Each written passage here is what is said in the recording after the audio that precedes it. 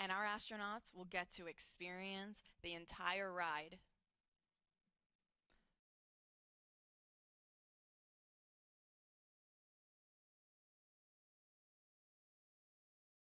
So to quickly recap, we are in replenish mode for both liquid hydrogen tanks.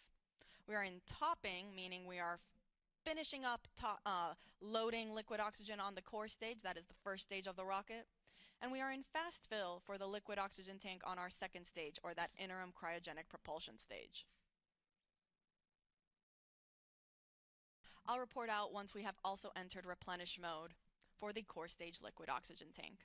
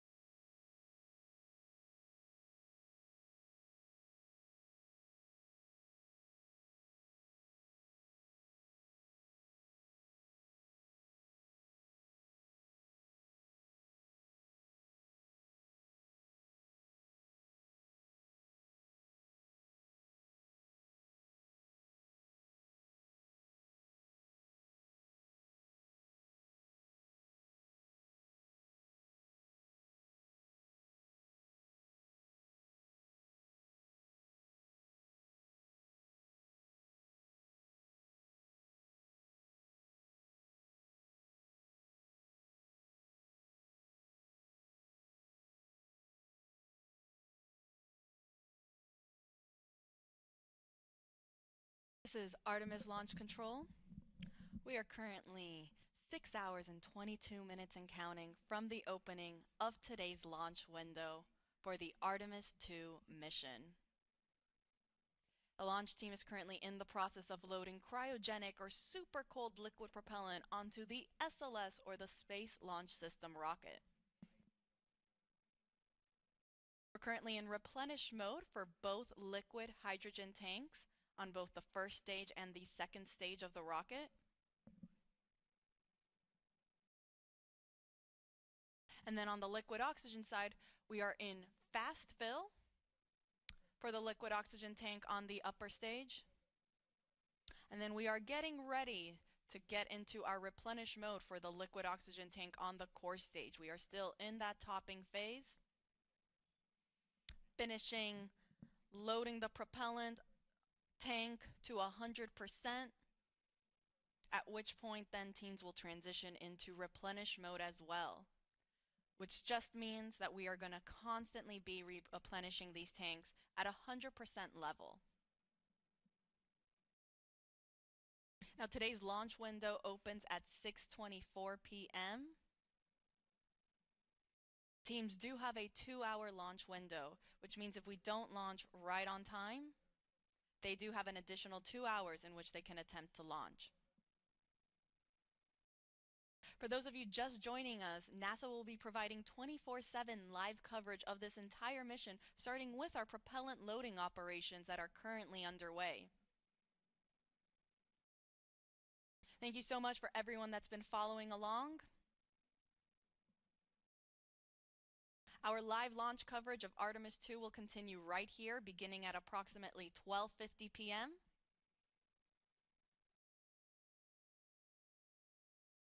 where the rest of my NASA commentators will be chiming in on how the rest of today's countdown goes. And we'll take you through the rest of the mission.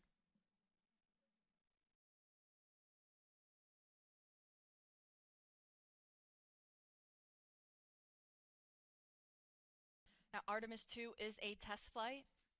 It will be the first mission that sends astronauts on board SLS and Orion. You can see a photo on your screen there of our Artemis II crew. We have our commander, Reed Wiseman, on the right-hand side. Then we have our 2 mission specialists in the middle, Christina Cook, and then Canadian Space Agency astronaut Jeremy Hansen. All the way on the left is our pilot, Victor Glover. All 4 of them woke up not too long ago at around 9:25 a.m. this morning. Not a terrible wake-up call. In that time, they've been getting ready, having breakfast, getting some briefings.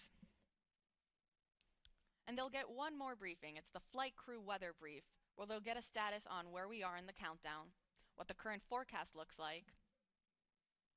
Following that brief, they will then start their suit-up operations before they go out to the launch pad and board their spacecraft.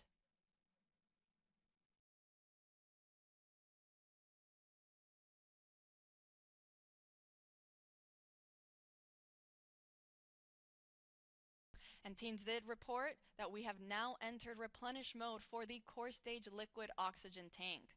So we are now in replenish for both liquid hydrogen tanks on the core stage and the upper stage. And we are also in replenish mode for the core stage liquid oxygen tank. On the upper stage liquid oxygen tank, meanwhile, we are still in fast fill. And I'll report out once then we transition from fast fill onto the next step, which will again be that vent and relief test. This is pressurizing the upper stage tanks with heliums to test the relief capabilities of the tank pressure to make sure that it can handle that capability during flight. Following that test, teams will then start topping on the liquid oxygen tank, and will then, after topping, will then transition into replenish mode as well.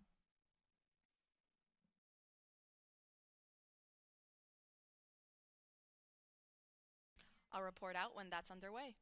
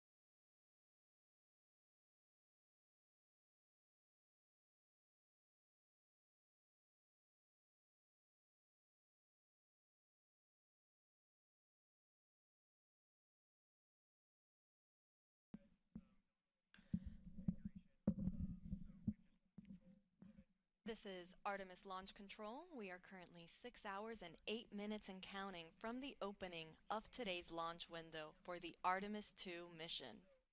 Now the launch window opens at 6:24 p.m. Eastern Time this evening, and teams do have a 2-hour launch window, which means that they have 2 hours in which they can try to launch the SLS, or the Space Launch System rocket, and Orion spacecraft that will send NASA astronauts Reed Wiseman, Victor Glover, Christina Cook, and Canadian Space Agency astronaut Jeremy Hansen on a 10-day mission around the moon and back. Now, the launch team is currently in the process of loading cryogenic or super cold liquid propellant onto the SLS rocket. The propellants that are used to power SLS are liquid hydrogen and liquid oxygen. We are currently in our replenish phase for both liquid hydrogen tanks on the two stages of the rocket. That is both the core stage and the interim cryogenic propulsion stage. Replenish mode just basically means that now these tanks are at 100% level, and teams are going to constantly be replenishing them as they start to warm up and boil off. You can see some of that gas that's being vented off the rocket there. That's normal. Teams totally expect to see that, and because of that, we have then a replenish valve to constantly be replenishing the tank with that liquid propellant, so we make sure that we are 100% level and we're not losing any propellants in the tank. The reason that you see some of that venting happening is because as we get throughout the countdown and the temperatures start to rise, that liquid propellant will become a gas, and so it'll start boiling off and then it'll vent outside the rocket. Hence the need for a replenish valve. So we are in replenish for both liquid hydrogen tanks. We are also in replenish for the core stage liquid oxygen tank. And we are in fast fill for the upper stage, or that interim cryogenic propulsion stage, liquid oxygen tank. Now, fast fill is the main portion of our propellant loading operations, where teams are actively loading that propellant at a much faster rate. Now, following fast fill, teams transition into what is called topping. As the name suggests, it just means to top off the tanks. And then following topping, we enter what is replenish. So once we are at replenish for the liquid oxygen tank on the interim cryogenic propulsion stage, we're going to enter what is called all stages in replenish. This means that all 4 tanks on the SLS rocket are fully fueled, and our astronauts are ready then to go and head out to the launch pad when they get the go from our launch director, Charlie Blackwell Thompson.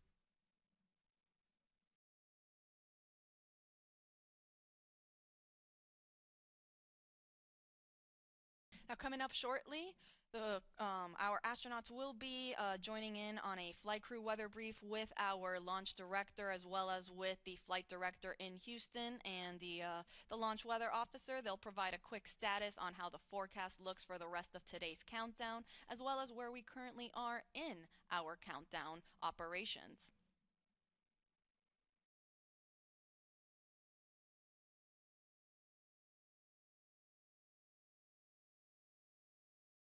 A little earlier, the launch weather officer did let our launch director know that we might get some showers in about 2 hours. However, there is no lightning threat, and they will plan on discussing this again during the flight crew weather brief.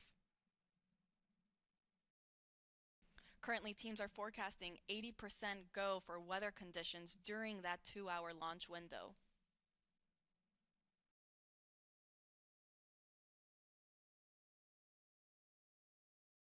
So again, to quickly recap, we are in replenish mode for both liquid hydrogen tanks. We are also in replenish mode on the liquid oxygen tank on the core stage. That is the first stage of the SLS rocket. And we're in fast fill for the liquid oxygen tank on the upper stage.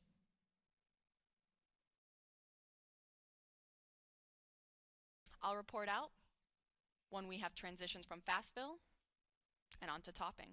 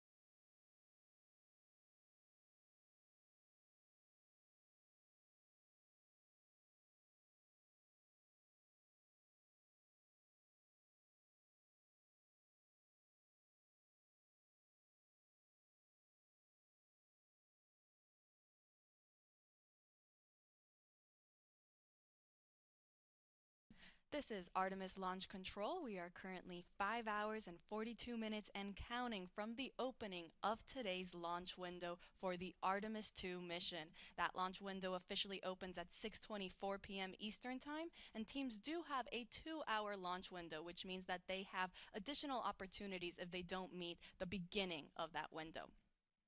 Now, joining me is Artemis Launch Director Charlie Blackwell Thompson. Charlie, thank you so much for taking the time to speak with us today. Oh, you're more than welcome. It's great to be here, Tony. It sure is. Now, we know that you just conducted a flight crew weather brief with our astronauts as well as teams and mission control and our launch weather officer. Do you mind providing us kind of how that went and what we can expect? Yes, the weather brief went really well. What we do during that weather brief is we give the flight crew a summary of where we are in our tanking, what's left, and of course we have our core stage and our upper stage fully loaded with LH2 and we're in replenish, and we are just finishing up our LO2 or liquid oxygen load into the upper stage. So we provided that status along with any nonconformances that the crew might be interested in, and then we went through the weather. And so our weather from our launch weather officer remains at a 80% likelihood of go today and a 20% chance of violation. We are watching some precip that is making its way toward the pad, but we expect that that is going to dissipate as we get closer to the opening of our window. So really good to hear the crew's voices and to talk through a day of launch ops. You know, it's something that we simulate, but there's nothing like the real day. Absolutely. I can only imagine. And it's great news to hear that we are still 80% go. Those are very, very favorable conditions. Let's hope it stays that way. You mentioned we're getting closer to reaching what is called all stages in stable replenish. That means that we will have all 4 tanks at 100% flight level. Charlie, can you walk us through then what are some of those upcoming milestones once we reach all stages replenish? Absolutely. So one of the big milestones when you reach stable replenish on all stages is you begin to send the closeout crew into the pad, and so we're just a few minutes away from getting into that, and we'll deploy them to the pad and they'll start getting ready for the flight crew. And then of course shortly after that is the exciting milestone of seeing the crew walk out of the operations and checkout building and make their way to the pad. And that's certainly something that we've been waiting a very long time to see. It's going to be very exciting, I think, for certainly for our team. It'll be exciting for our country, and it'll be exciting for people all over the world who are watching our crew head to the pad, knowing that we are just about 5 hours or so from launch. It You couldn't have said it any better. This is very exciting for the entire world. We cannot wait for that moment when we see our astronauts depart their crew quarters and head to the pad. Charlie, thank you so much for taking the chance to speak with us today. We are rooting for you. We're wishing you the best of luck in today's countdown, and we'll let you get back on console. All right. Thank you, Tony. Appreciate the opportunity to chat with you, and go Artemis. Go Artemis. All right, so to quickly recap, we are in replenish mode for both liquid hydrogen tanks, and we are getting ready to also hit replenish mode on the liquid oxygen tanks for both of those. We will report out when that is underway.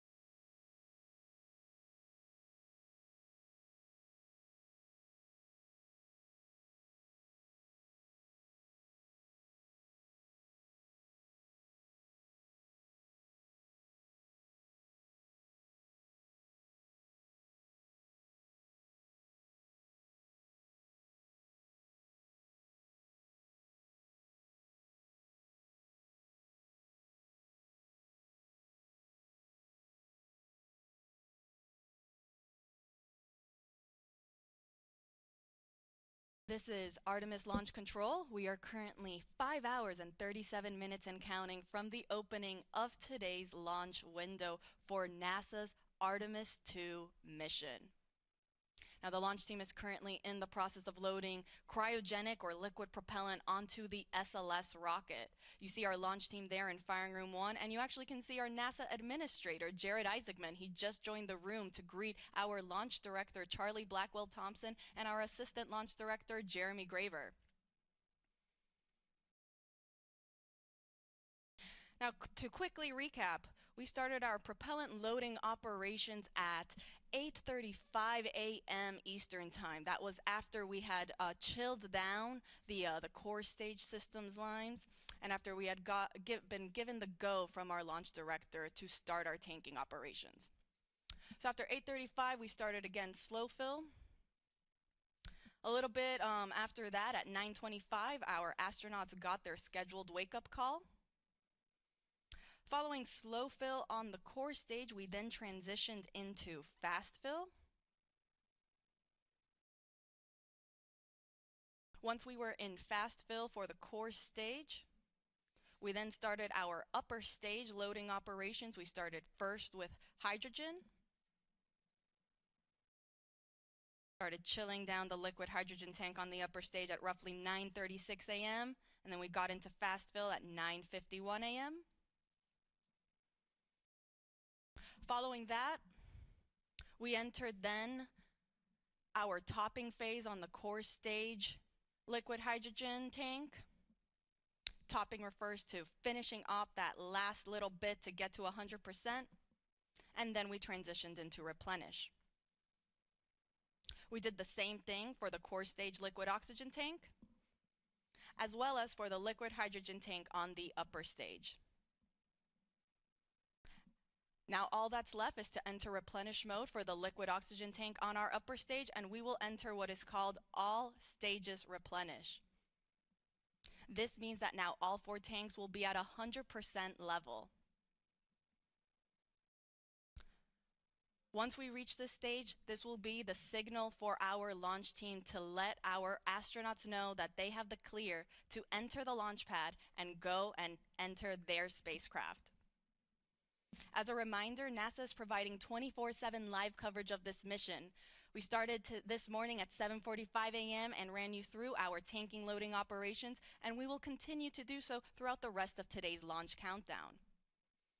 We will be beginning our live coverage in just a few minutes for that launch, and the rest of our commentators will make sure to take you along through today's countdown.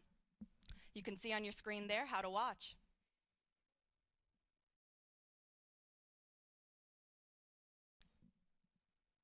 And as our launch director just recently said when she came on air, let's go Artemis II.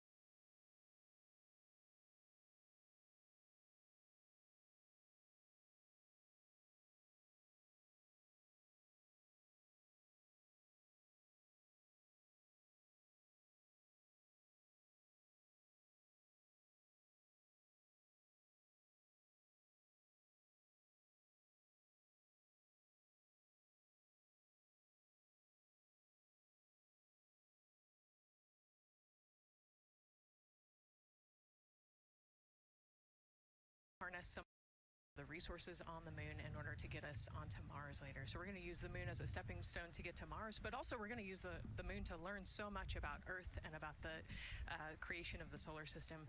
You know, the moon is this untouched witness mark for the Earth and the solar system. And what I really love is like all the things that we do to get us to explore our universe, all of that technology, all the jobs created to support that, it all benefits us here on Earth. Yes, definitely. I mean, getting this rocket into orbit takes, 8.8 million pounds of thrust, right? And it's the people on Earth who do that and who create that, the engineers, the scientists. There are so many people who make this mission happen.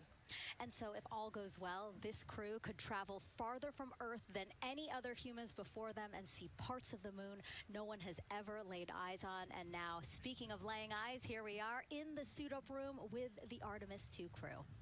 Yes. Looks like the commander's getting his comm cap on, so the communication cap. Looks like Victor's already got his on and the helmet going. He's just stretching out his wrist a little bit, right? Yes. And in charge of liftoff today is Launch Director Charlie Blackwell Thompson. She and her team are just across the street from us inside of the Launch Control Center. They kicked off continuous around-the-clock operations just before 5 p.m. on Monday and started fueling the rocket about 4 hours ago. They have a 2-hour launch window that opens at 6:24 p.m. Eastern Time, which our clock in the upper left-hand corner is counting down to. And, we just heard from Charlie Blackwell Thompson in our tanking coverage, which was the broadcast just before this one kicked off. And basically, she said weather is 80% go. Yes, 80%, we will take that. It's a little windy. There's some clouds building, but we're going to keep an eye on it, and 80% is a good number to keep moving today. Yeah, and what she said was a wave of showers are moving west, but they should be well past the pad by the time we launch again. Hopefully at 6:24 p.m. today. Hopefully.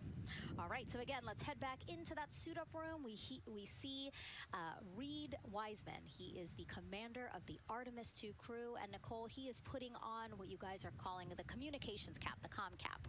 Yes, so it's a little bit for protection of his, of his head there, but also you can see the mic booms, and he's got ear cups there so he can hear, the rocket's loud. So you're going to wear hearing protection, but then we also want to be able to talk to Earth and talk to each other.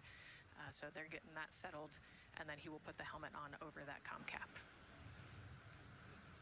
That comm cap will also connect into the suit, which then eventually connects into the capsule. Through an umbilical there, so there's a lot of cords and wires. You can see them tuck in that cord under his chin right now. And so the suits they're wearing, they're called the Orion Crew Survival Suits, or OX suits. And so they're worn for launch and reentry or during high-risk or emergency situations. And I think a lot of people, especially if they're have been following NASA for all these decades now, they're kind of thinking, hey, these look like the suits that our shuttle astronauts used to wear. There is a lot of resemblance here. That's true. Yeah, they are very similar. NASA does a great job of leveraging the lessons that we learned from previous missions. So dating all the way back to Apollo, some of our first spaceflight missions, we learned lessons about the suits and how to make them better, and we just continued to carry that through all the way into the Artemis mission. Time now to introduce you to some of our teams today. We have Gary Jordan at NASA's Johnson Space Center in Houston. He's going to be inside with the mission control teams, which will take over from Kennedy's launch control team right at liftoff. And then back here at Florida, there's Megan Carter inside Kennedy Space Center's visitor complex, Jasmine Hopkins at a launch viewing location, and then finally Daryl Nail inside the Launch Control Center with the launch team. Now each is going to provide a very unique experience today, starting first with Daryl, who has been closely monitoring the launch countdown for us. Yeah, and welcome into Firing Room 1, a historic firing room here at the Kennedy Space Center in Florida. It's a pleasure and an honor to be here reporting what's happening as we lead up to countdown and liftoff of Artemis II. So far, looking pretty good. You see the rocket out there on the pad. It is launch day, and we just got that crew weather brief that you were talking about from Launch Director Charlie Blackwell Thompson to the crew. It looks like a countdown at this point is in good shape, and that's great news. Fueling continues to track well. We just reached all stages replenish. And while we're talking about the fueling, let's talk about that tanking. Pull up the tanking graphic if we could now. That will give us an indication of where we are with tanking, and I can just tell you, as you see from this board right here, we are all stages replenish. So all tanks on board the SLS. The 2 liquid hydrogen, lower stage and upper stage, and 2 liquid oxygen, lower stage and upper stage, are at 100%, and that's exactly where we want to be. This kicked off at 7:30 this morning with a go for cryo load, and here we are roughly about 5 hours later, and we're fully tanked and now in replenish. The amount of propellant on board, roughly 733,000 gallons. That's about an Olympic-sized pool and a half. Huge amount of propellant. It's all flowed in there. The great news there, no leaks, no issues, and we're looking good at this point. So let's talk weather now. The weather, while it is favorable overall, it's not totally clean, and that was hinted at earlier when we talked about the storms. There is, of course, some onshore flow. Currently, our overall attempt percentage stands at 80% chance of acceptable weather conditions at the time of liftoff, which is going to be within our launch window. That's tonight from 6:24 p.m. Eastern Time until 8:24 p.m. Eastern Time. Winds are good. The lightning risk is low. But scattered showers still remain possible around the Cape and including near the pad. So the expectation is that there'll be some more active weather coming our way, but we're expecting it to push to the west. So the watch item is really any isolated shower that could briefly move through the area and trigger a constraint, especially for flight through precipitation.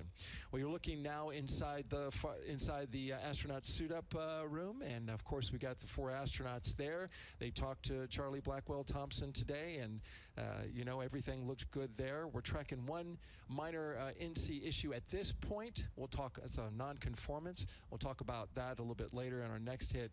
But for now, again, looking good. And of course, our administrator for NASA is here in the firing room. He checked in with the launch director, chatted with her for several minutes, and he's here in the firing room, which is a good positive sign, of course, for the day. That's it for the firing room. We'll send it back now to Megan and Nicole. Daryl, thank you so much. Yeah, let's get back into the suit-up room here, where we now have a shot of all 4 astronauts, and it appears all of them are undergoing their suit leak checks. Can you talk to us about what that is, Nicole? Sure, yeah, you can see, you know, as the suit expands, that we're going to pressurize those suits. So in the case that we need it, if we lose pressure in the capsule, those suits will protect the astronauts and keep them pressurized and keep them survivable. So these guys are going to hold their breath for about 10 seconds. You know, any movement in the suit could cause changes in the pressure, and so we want to get a really nice, precise, accurate measurement on the leak check. And so they'll hold their breath. You know, even just their heartbeat could potentially make some differences in those super sensitive sensors there. So you can see the red and blue valves there, the air in and air out, and it looks like Victor just had a good leak check. Yeah, and actually they do 3 leak checks, again, just to get an average reading to say, hey, you know, we have confidence that these suits are holding the right pressure. As Nicole said, that tube that's going in, that's putting air into their suits, and then there was that gold instrument that you saw on their other side. That's how they can control how much pressure is being released in order to do these checks. Yep, and they will do the leak checks here in the suit room, and then they'll do more actually in the capsule as well. They'll do another leak check. So we're going to make sure the suits are ready to go before we even step out the door, and then we'll check them with the entire system on the capsule once they get out to the rocket. And you might also notice that some of the astronauts, while they're doing their suit leak checks, you might have seen Victor gave an okay sign.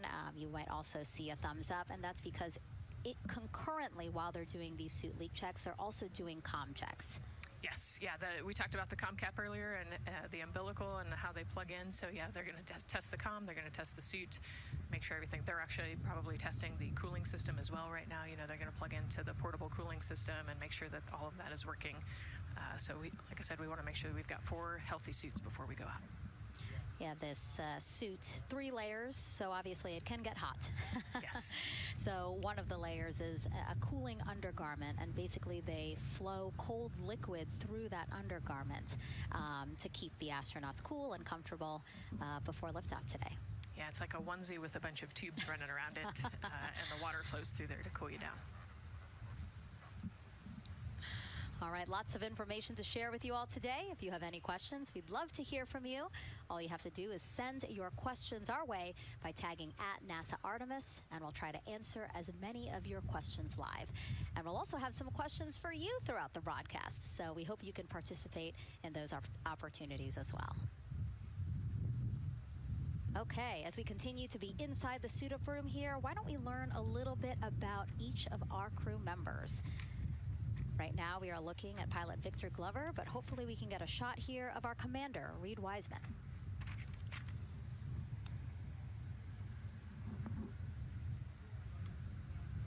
Now, Reed Wiseman is a Baltimore native. He's been in space once before as flight engineer for Expedition 41 aboard the International Space Station from May through November 2014. During the 165-day mission, Reed and his crewmates completed, get this, more than 300 science experiments in areas like human physiology, medicine, physical science, earth science, and also astrophysics. They actually set a milestone for station science by completing a record 82 research hours in a single week. He also served as chief of NASA's astronaut office from December 2020 to November 2022, and Reed has 2 daughters. Yeah, I love, Reed is such a great leader. He was the chief of the astronaut office when they hired our class of astronauts. And so, I think I have to publicly thank him for for my job here today. But yeah, he's a family man, he's a good leader, and he's a great pick for the commander of this mission. Yeah, I think, in talking through some of his other accomplishments, obviously he has leadership qualities that makes him prepared for commander of Artemis II. Yes, he does. He's a well-experienced naval officer and now NASA astronaut. And so now here we are, pilot Victor Glover. NASA selected the California native as an astronaut in 2013. At the time, he was actually serving as a legislative fellow in the United States Senate. His first trip to space was in November 2020 when he launched as pilot of NASA's SpaceX Crew 1 mission. That was the first operational mission of NASA's Commercial Crew Program, which resumed launching American rockets from American soil to the International Space Station at the end of the shuttle program. Victor is a U.S. Navy captain and naval aviator who served as a test pilot, racking up more than 3,500 flight hours in more than 40 different aircraft. He and his wife, Deanna, have 4 children.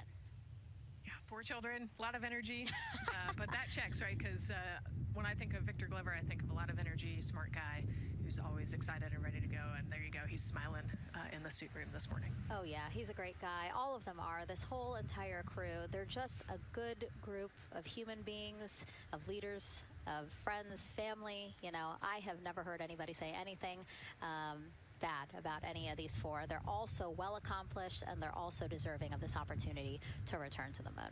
Yeah, and they're also humble, right? They're just standard humans going to the moon, but you would never know that when you talk to them in a normal conversation. And so it looks like Christina here has completed her suit leak checks as well, her communication checks too.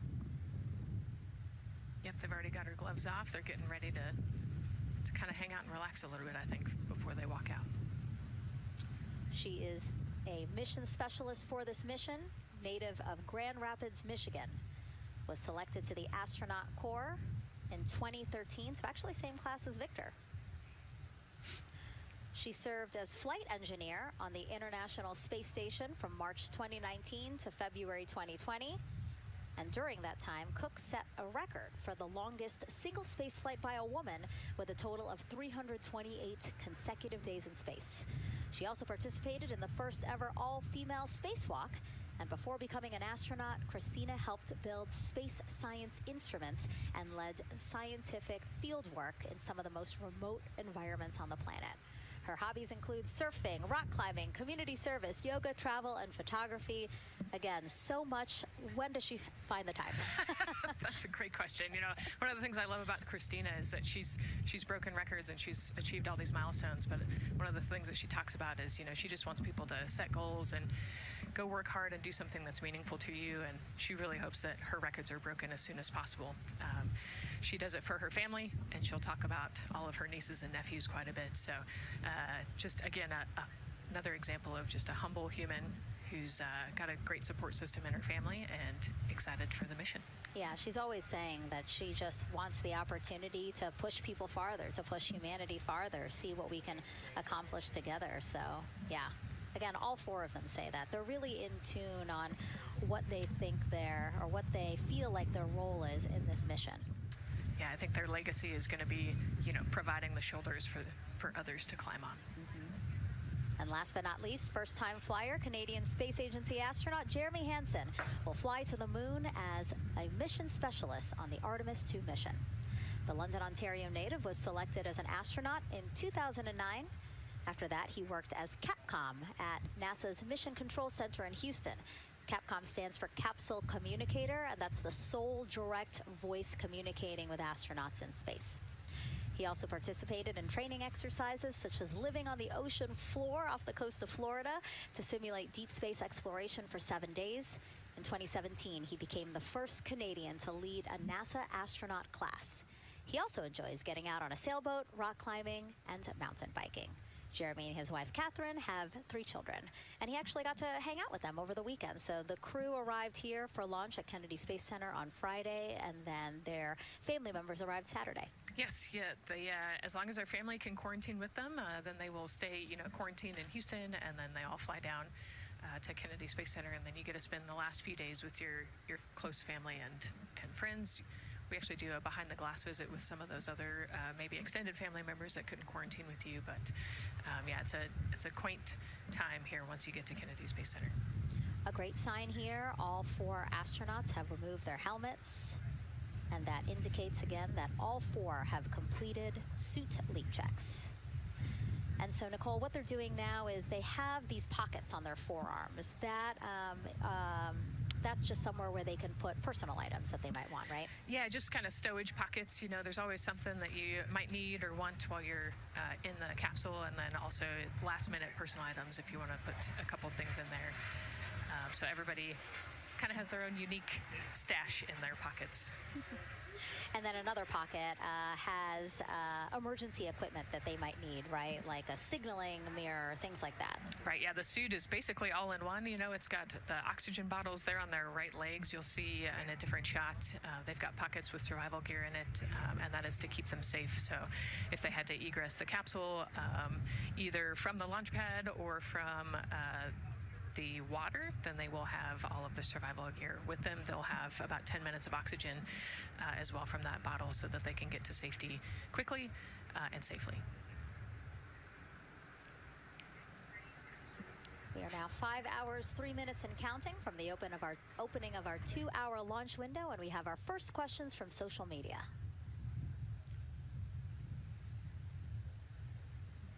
Question here from X. So to be clear, this is not a mission to land, but to orbit the moon.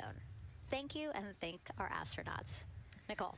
Yeah, this is a great question. I think it's important to highlight the mission of Artemis II, where we are going to go around the moon. We're going to see the far side of the moon. We're going to see parts of the far side of the moon that human eyes have never seen before.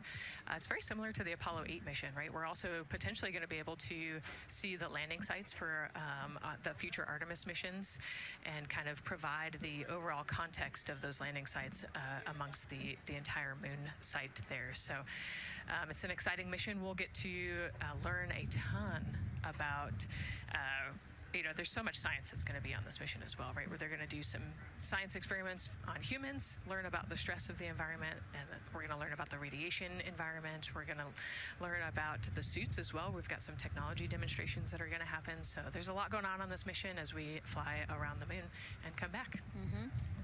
We always say it's about increments, right? Like we're making that next giant leap to Mars, but in order to do that safely and to do that thoroughly, incremental steps. Exactly. And, like we said, this is the first time that we've put crew on this rocket. And so actually before we even head to the moon, right, we're going to stay close to the Earth, and we're going to check out all of the systems on Orion, make sure that it can handle 4 humans, make sure it can handle people sleeping, people exercising, all of the environmental control systems are working. So we want to make sure that the capsule is safe for the crew before we send them, almost 250,000 miles away. Yeah, that was a great question. And we actually have another one that we'll pull up on screen here.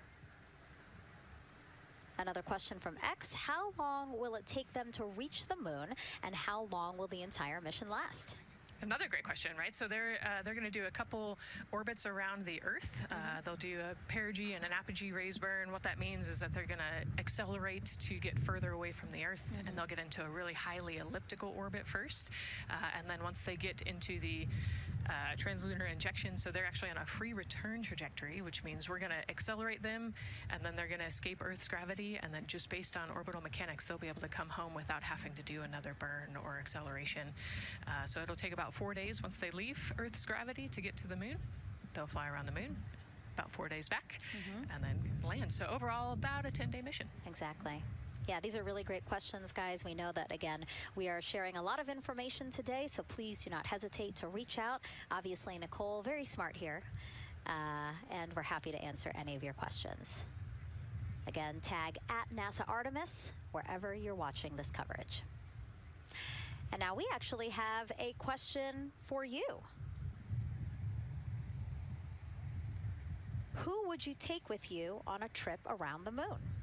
Would it be your bestie? Would it be a pet, family member, or a seasoned astronaut? Think about that one. I know. I like that. I absolutely know what I would say. I think it would make my husband upset, but I have my answer here. But we'd love for you to go to NASA's Instagram or Twitch accounts to vote. Again, who would you take to the moon with you? Bestie, pet, family, or seasoned astronaut? Try to go vote, and then we will share your answers soon. Again, husband is not gonna like my answer. And we're not the only ones with questions today. We will also hear from celebrities during our launch coverage. See what Stanley Tucci, Scarlett Johansson, and others want to know about NASA's Artemis II test flight. Plus the surprise of a lifetime as kids marveled at the rocket and spacecraft rolling to the launch pad. Look at those cute faces there. Oh, I love that. Love those suits. And we'll show you how the astronauts will eat, sleep, and go to the bathroom while in space. Keep in mind, the Orion spacecraft is about the size of a 6-person tent. Yeah, not super big, but, you know, it's 10 days with your 3 best friends, so I think it's manageable for sure. But, you know, every ounce counts when you're trying to get to the moon. And as we continue to look into the suit-up room here, a fist pump for some of the folks in the crowd there by Victor. Why don't we take a look around the center here? We know that there are some folks who are already getting ready to check out the team here as they drive across KSC to their launch pad. Look at that. Oh, that's so awesome. That's a great crowd. They're waiting there in front of the vehicle assembly building. So actually, they're just down the road from us. This is a good crowd, as Nicole said. Oh, there they are. They just got their cue. Oh, now? Let me wave now. Oh, yeah, they are excited. That's amazing. So all of these folks, content creators that are getting behind-the-scenes access as part of NASA's NASA social experience here. So as you can see, very excited. The crew will get into their convoy and drive past them here pretty shortly. Yeah, what an amazing way to share the Artemis story, right? By inviting these social media experts out to share the story as they drive by. All right, again, let's take a look at the clock. 4 hours, 58 minutes and counting from the opening of today's 2-hour launch window. So why don't we check back in with Daryl with the launch team. Megan and Nicole, and inside Fire Room 1, I'm listening to Launch Director Charlie Blackwell Thompson greet the Ascent crew who just came on console over there at Johnson Space Center. So good to have the mission control team jumping on with us. So far, the launch team here in the firing room has had a really good morning. Really smooth tanking that kicked off at 7:30 a.m. this morning. They got to all stages replenish just before 1 o'clock p.m. Eastern time, and it was an incredibly smooth tanking. That's great as we look here watching the crew and also with an eye on the rocket.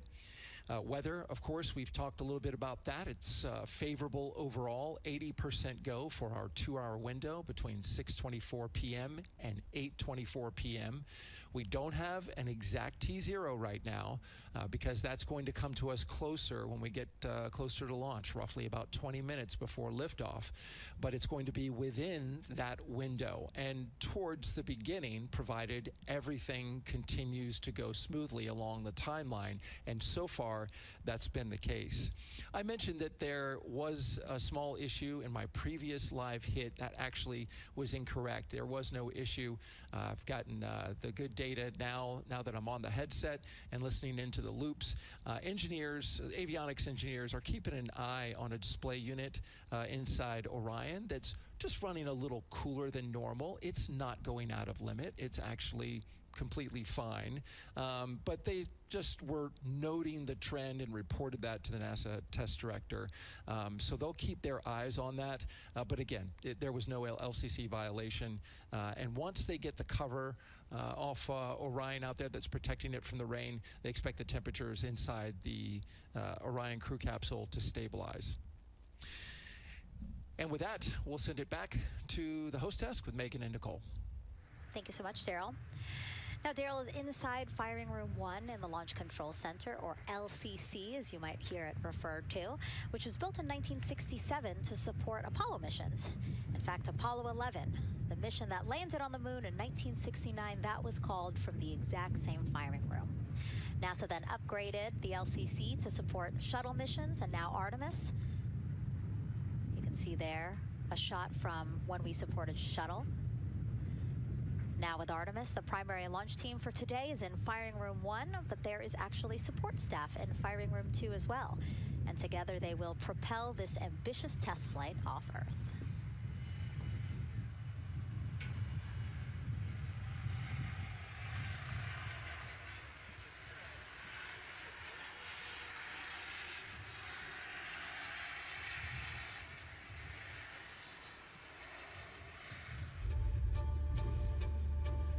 Back to the moon because it's the next step in our journey to Mars.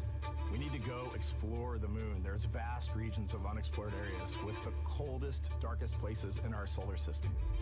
This is a test mission, and when we get off the planet, we might come right back home. We might spend 3 or 4 days around Earth. We might go to the moon. That's where we want to go, but it is a test mission, and we are ready for every scenario as we ride this amazing space launch system in the Orion spacecraft. But another reason we're going back to the moon is to fulfill NASA's mission, which is to explore the unknown in air and space, to innovate for the benefit of humanity, and to inspire the world through discovery. And when we succeed and when we accomplish the things that we set out to accomplish, that inspiration not only can set up new things to happen, but it also is a reminder in tough times that we're capable of doing great things when we work together. The thing I love about the moon is that it's not just a beacon for exploration and this platform of possibilities for incredible missions like this, but it has benefits. That's actually why we're racing towards it. Those benefits are really wide in nature. You have everything from innovation, technology development, not only for future missions going deeper into the solar system, but technologies that come back to Earth. You have inspiration, a whole generation of people starting this pipeline of STEM workers and manufacturers and operators that are excited to see what you can do when you work hard and you come together as a team. When I think about the 4 of us flying around the far side of the moon, seeing that Earth rise, taking images and video and sending them back to you, the feeling that I have inside is hope. We know that Artemis II is not the solution for humanity on planet Earth, but it is a contribution in the positive column. We hope that just for a moment that people will pause and say, wow, it's extraordinary when you look back upon the Earth with over 8 billion people, and you see this concrete example of what humanity can do, this extraordinary thing when we set big goals and we work together to achieve them. Now, Kennedy's launch control team takes us to liftoff, but then mission control at NASA's Johnson Space Center in Houston takes over. That's where we have our Gary Jordan embedded with that team. Hey, Gary. Hey, Megan and Nicole, it's great to be joining you from here in Houston, Texas. I'm in NASA's Mission Control Center, where the Artemis II Ascent flight control teams, led by Flight Director Judd Freeling, recently started their shift to monitor the Orion spacecraft integrity, the Space Launch System, and the crew to make sure all criteria is met to commit to today's launch and the mission ahead. The team you see here in this room today has been training extensively to prepare for the highly dynamic phase of flight that begins shortly after engine ignition. Teams here will be monitoring the flight of the Space Launch System, Orion, and of course the Artemis II crew on board as they make their way from the Kennedy Space Center into Earth orbit. The lead console positions will be in this room, called the White Flight Control Room, a room which traces its legacy to the Space Shuttle program, with the first shift supporting STS-70 in 1995, more than 30 years ago. Each console represents an expert in a particular discipline, whether it be communications, propulsion, crew health, life support systems, or trajectory. And each of these individuals has a support team in other rooms, each ensuring that no data point is left unchecked, no procedure is missed, and combining efforts as one Artemis team to ensure crew safety and mission success. After liftoff, Mission Control Houston will be staffed around the clock over the next 10 days until the spacecraft is safed for the recovery teams and the crew is extracted from integrity and brought aboard the recovery vessel. The roar of a powerful Space Launch System liftoff is just the beginning. The mission is, of course, a test mission, and the first with humans on board Orion and in deep space. The crew's job is to put the systems and capabilities of Orion to the test, taking us closer to a sustained presence on the lunar surface. It's great to see the crew gathered around the table. Megan, with that, we'll toss it back to you as we continue to monitor from here in Mission Control Houston. Back to you. Thank you so much, Gary. Yes, a pre-flight tradition that we have seen with our crewed flights and our astronauts, the card game, Nicole. Yeah, you know, this is a fun time for the crew. Kind of relax a little bit, play a card game with the chief. You can see Scott Tingle there is the dealer today. Looks like they're playing high card wins. So Victor won, he's out. Now Jeremy's out. You know, there are two schools of thought on this game. Either you want to get rid of all your bad luck or go out on a high note. So it looks like the crew chose we're going out on a high note. And, you know, I think one of my favorite parts when I talked to Reed about this is he was just excited to play a game with his old boss from Naval Test Pilot School. So once again, his boss today. Yeah, and I love this part of the tradition because this is when, again, you usually see them like, yeah, laughing, but very focused still. But when they get to this table, laughs, high fives, smiles, just really a brief moment of levity in what can be and will be a very long day for them. Yes, you know, it's a long day. There's a lot of preparation that goes in today, and so they're just, I think, at least for us, it was a nice brief moment of some relaxation, a couple laughs, you know, a moment to take a few deep breaths and reflect on the mission ahead, and then, you know, get some high fives as well. And so with their bad luck dispelled, some good luck from Scott Tingle, let it seem like there, right? Yes, definitely. It's actually a really fun tradition. You know, I think that card game is more steeped in tradition than anything else. Every crew has played that same card game. As you said, Nicole, the primary reason for why they're there to suit up, to do communications checks, to do pressure checks all done, and now it seems like Reed had some words for the team in that room. Yeah, you know, this day can't happen without thousands of people, right? And so the suit room is a great example of that. You've got all of the suit techs, and you've got your support team there, everyone who has made this day possible. You know, they've been working with the suit team for years at this point, getting ready. So some fist bumps to the group. Again, the suit team are the folks dressed up in those white, very snazzy outfits. Special outfits that we can talk a little bit more about later. But each crew member was assigned their own suit technician. So as you said, working very closely with the same person to make sure that the crew felt comfortable and ready in these suits as they lift off from Kennedy Space Center. Right, and you know, each suit is slightly different, each person is slightly different, and so these suit techs know each individual super well. They know exactly how they like to get into the suit, exactly where things might get caught, or, you know, small adjustments that might need to be made. So they know their suit techs well, and their suit techs know them very well. And so as we take a couple of pictures here, we really hope that you are learning a lot about the suits and the process of checking them out for a mission. But imagine the opportunity to get a hands-on demonstration from people who helped design these suits. Take a look.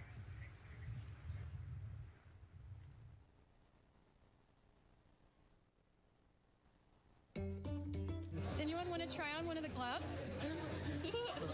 I love showing the kids the suit. I love how excited they get about space. Oh! So that would be... It just goes in there? We got to bring some stuff for them to actually put their hands in, and some of them were very excited because they want to be astronauts when they grow up. I would love to be an astronaut. That would be incredible. I'd like to be like an engineer that like maybe designs the suits. Whether it's the call, the orange color, every aspect has an important function for our astronauts in space. It's going to be amazing seeing astronauts up close to the moon again. And that was a special event at Johnson Space Center. What we just saw there, obviously a big part of why this mission is so important to NASA, really just an opportunity to inspire everyone, especially kids, right, Nicole, to dream big and be curious. Oh man, yeah, the kids are so important, right? I love talking to kids. You know, they are the future of spaceflight. They are the Artemis generation. And, you know, if we could just inspire even one of them to go on to be a scientist or an engineer or maybe even astronaut someday, that's a win. And now let's turn our focus to the rocket for a little bit. Powering liftoff will be, again, NASA's Space Launch System rocket right behind us. And to learn more about SLS, let's go to Megan Carter, who's at Kennedy Space Center's visitor complex at an exhibit dedicated to Artemis and the future of spaceflight. That's right, Megan. I am so excited to be over here at the Visitor Center, but not just because of launch. I get to introduce you to the moon board. This is obviously a very complex mission, lots of moving parts and pieces, so the moon board is going to allow me to break some of those things down for you just a little bit more in depth, starting with that SLS rocket. Now, the SLS, or the Space Launch System, very big, very powerful. It is going to be producing 8.8 million pounds of thrust at launch, and like I mentioned, very large, as you can see here, going to stand about 322 feet tall with Orion there on top, just a little bit taller than the Statue of Liberty. Now, there are many components that make up this rocket, so I'm going to point out just a handful that you're going to hear about a lot throughout this broadcast, starting with our boosters. These two twin solid rocket boosters are going to be very powerful. They are going to burn for the first 2.5 minutes of flight, and each one is going to stand 17 stories tall. They weigh in at about 1.6 million pounds each. Now, I am going to jump back out and I'm going to show you a little bit about our core stage. That's going to be known as the backbone, essentially, of our rocket, and it is made up of around 5 components, starting with this engine section down here. This engine section is where our 2 propellants are going to be funneled down through our pipelines, and they are going to be mixed at 2 different temperatures, very complex processing, and they are then going to go on to feed that fuel to our 4 very powerful RS-25 engines. These are going to produce about 500,000 pounds of thrust each at launch, and they will burn for 8 minutes. All right, now jumping up here, we are going to take a look, because I just mentioned those propellants. Obviously, we do need fuel, and that is why we have around 535,000 gallons of that liquid hydrogen. That's approximately about the same amount that you could fill an Olympic-sized pool, just to give you an idea. And then we're also going to have that liquid oxygen, and like I mentioned, there's going to be about 200,000 gallons for that one, and they are going to be funneled down through those lines that you see here on the side. All right, jumping up real quick, this is going to be our upper stage. That is where our core avionics are going to be stored, essentially the brains of the spacecraft. And then jumping out super quick, let's see if we can zoom in here, and we can. Those propellants I talked about are going to be stored at cryogenic temperatures. That means thousands of degrees below Fahrenheit, so they have to be kept very cold. And that, all those bumps and ridges there that you see, those are actually going to be an insulation spray that's going to help keep that rocket nice and cool, keep the propellants ready to go, and get us set up for success. Now, obviously, that was a very quick overview of our rocket. I have so much more to show you here on our moon board, but for now, I'm going to turn it back over to you, Megan. Thank you, Megan. A very impressive demo of the moon board, but also an impressive system, obviously. She mentioned 4 RS-25 engines on the core stage, and actually we have one right behind us here, used during the shuttle program, and I got to get a closer look at it with Space Launch Systems Engines Deputy Manager Philip Benefield. Okay, so Philip, in terms of size, shape, and function, what we see here behind us, exactly what we see on the pad. Absolutely, Megan, absolutely. So this is the RS-25 engine. Impressive. We have 4 of these on the bottom of the SLS rocket to propel the SLS rocket and Orion into low Earth orbit. And we've been seeing views of the pad throughout this broadcast, but you mostly only see the bell here. What's happening over here? Right, so this is generally what we call the power head section of the engine. So the purpose here is that it takes in the propellants from the vehicle tanks, the liquid oxygen in minus 297 degrees, super cold stuff. The liquid hydrogen even colder, minus 423 Fahrenheit. There's 4 turbo pumps on the engine that pressurize that propellant up to 9,000 psi in areas. It is all directed into the main combustion chamber where it is burned into hot gas that then is accelerated out the nozzle to produce thrust. When you say hot gas, what are we talking about? We're talking 6,000 degrees Fahrenheit gas. Wow, so we're talking really cold as liquids coming into the combustion chamber, and then it comes out as really, really hot gas. How do you design, how do you engineer something to control both extremes? Absolutely, it's very technically challenging. One of the main things here with the nozzle is that since you have the 6,000 degree Fahrenheit gas coming out, you have to cool that nozzle so it doesn't melt. And so the way the nozzle is constructed with these 1,080 coolant tubes. And so each of these coolant tubes flows a small amount of hydrogen. It keeps it cold, and so it doesn't melt during operation. Wow. I mean, all of this science that you're talking about, it is truly amazing that you guys designed this for shuttle, and yet you've reconfigured it, retooled it to be able to now support Artemis. What do you think about that? Yeah, I think that's really amazing, the fact that we were able to use the heritage hardware on the Space Launch System. The engine itself, developed through the Space Shuttle program, many upgrades to make it more reliable and improve the thrust as well. Perfect. Philip, thank you so much. I can't wait to see all 4 function. Same here. Thanks, Megan. Enjoyed it. And again, another idea and way that we are learning from what we've built upon and figured out all into this moment. Yes, with so much more thrust and capability, like we said, we learn all those lessons from previous missions, and we get to involve them here today. And here we are, the closeout crew in the White Room getting ready for the astronauts who have just left crew suit up and are now walking down a hallway to greet some family and friends downstairs. Commander Reed Weissman, pilot Victor Glover, mission specialist Christina Cook, and Jeremy Hansen. Looking excited, ready. Now in that elevator to take them 3 floors down. Thumbs up, one more photo, one more photo. Oh, nope, a couple more people in that elevator. Those are important folks. They're going with them to the pad. Yeah, Bye, Reed. This is a fun elevator ride. Yeah. And you know, actually you couldn't see them because they're off camera, but the support crew that's actually in crew quarters with us is right there waving goodbye and saying goodbye to you. So it's a really special moment to say thank you and say goodbye to the support crew at crew quarters. That's amazing. And so again, they will ride down 3 floors. And then soon we'll walk out the doors that you see underneath the banner there that says their names. These doors, the same doors that astronauts who have launched from Kennedy Space Center have walked out of since the Apollo program. Yes, and you can see another tradition is putting your patch on that archway as well. So I'm sure they did that over the last couple days. They did. It's actually it's so hard to see because there's so many of them, which is also great, but it's on the door frame on the right-hand side, the very, very bottom. Awesome. Great crowd here. A shot now of everyone who is waiting to greet the crew as they walk out of the operations and checkout building here at Kennedy Space Center and will board their ride to the launch pad.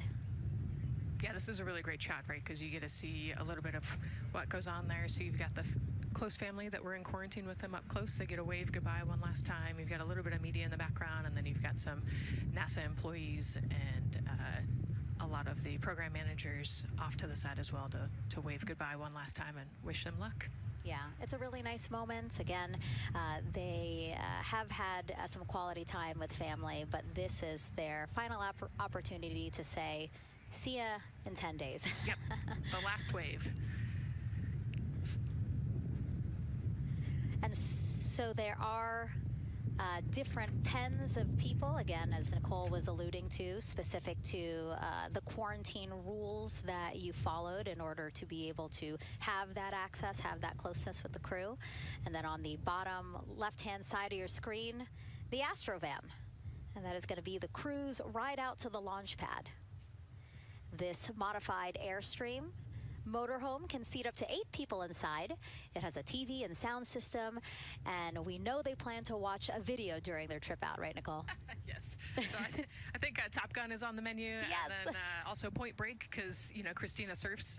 So I think they've got a pretty decent entertainment planned. So I love that. It gets them in the headspace, the right headspace, to really just enjoy the ride to space. NASA's history with Airstream dates back to the 60s when the company created a crew quarantine vehicle for when astronauts returned from the moon. This picture here, President Nixon talking to the Apollo 11 astronauts inside said quarantine vehicle. Then during the shuttle program, Airstream created the first generation Astrovan, a 27-foot motorhome that transported astronauts across KSC to their launch pad. And again, that is what we're going to see today. A very similar picture. Again, the orange suits, the Astrovan, very reminiscent of what we have done before and how we got to where we are now. yeah, and it's a pretty cool ride. You know, you get about 20 minutes to get out to the launch pad and watch a movie, listen to some music. It's kind of an interesting, you know, and then along the whole way here at KSC, all of the employees from Kennedy Space Center come out. You can see in the background of the shot you're looking at right now, all of those employees and everybody lining the streets, waving and wishing them luck. I think this is an emotional moment for a lot of people because this is the last time where a lot of people will be with the crew, because once they get to the pad, there's only a handful of folks with them before launch. Yeah, definitely. This can be emotional for the crew, can be emotional for the families, of course. I mean, you know, I got to wave goodbye one last time to my sister, and when we walked out those doors, and yeah, it's surreal. You know, it starts to become much more real the closer and closer you get to the launch pad. 20 seconds now from when we expect the crew to walk out those doors. It must be really hard for them to patiently wait for these very specific milestones. You've got a whole group back there that's telling jokes and keeping it light. So.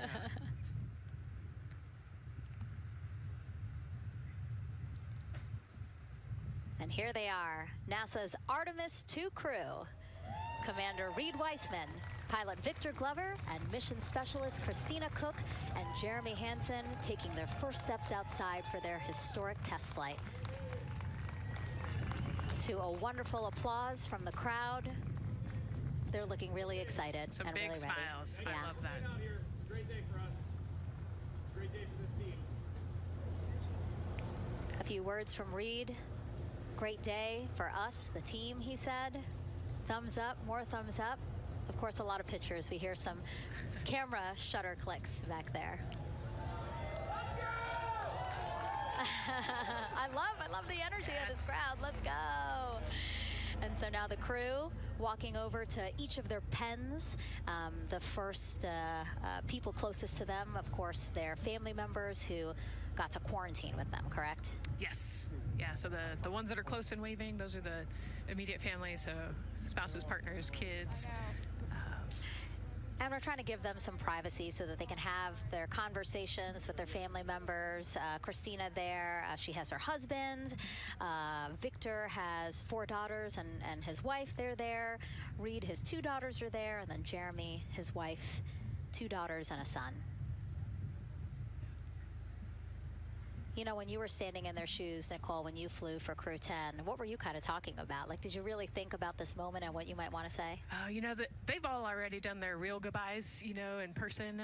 And so this is more just kind of, again, that last chance to wave, last chance to get one smile. You know, you see Christina there smiling. So this felt much less heavy and just, you know, waving and maybe cracking a joke or something, saying hi. So this was a really, really great moment for our crew. Reed's 2 daughters there. Reed spoke about when he told them that he was selected to be the Artemis II commander. And he said he was worried. He's a single dad, didn't know how they would react. And actually, he said he was overwhelmed by their support. He woke up the next morning with cupcakes baked by one of the daughters, moon cupcakes. Yes, I love this story. Moon cupcakes the next morning. Like, how awesome is that, right? Everybody needs their support system, and clearly he has that in his daughters.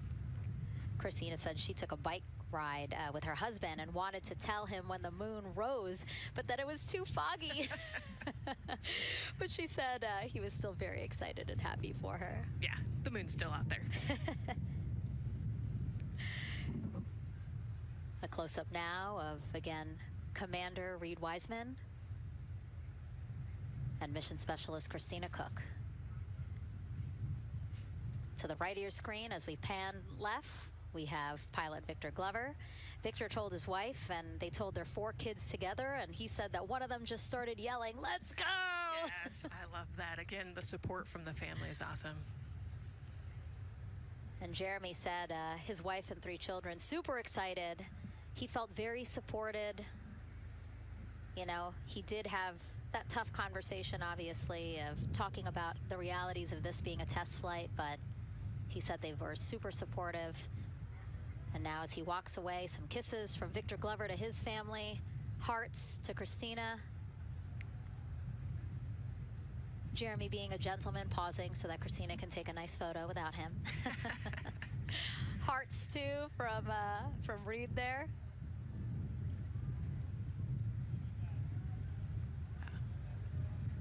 Hearing Victor saying, "Love you guys," saying that to some of his crew members there. Woody. Some more applause from the group. Quick wave to some of the NASA program managers, and I think Norm Knight's out there, the FOD Flight Operations Director.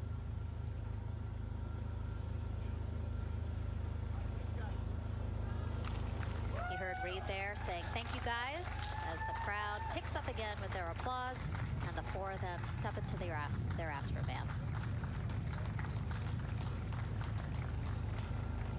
Looking at the clock, very on schedule right now.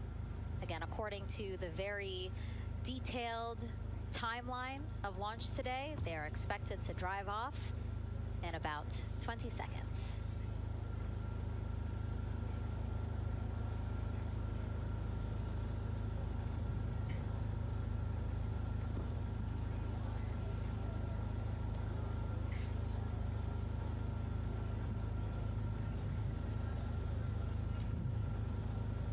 So far, we're marching toward the launch smoothly.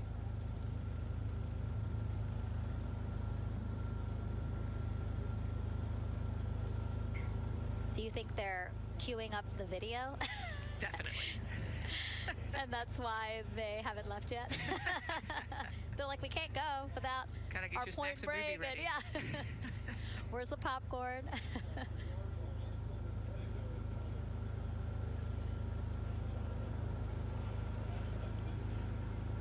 Again, good on the timeline. Of course, they do have these very specific milestones, but this is not one that has to be completely stuck to the second and the minute. Yeah, we will make up that time easily. They will get a full security escorted ride out to the launch pad. It's a quick trip, 15, 20 minutes.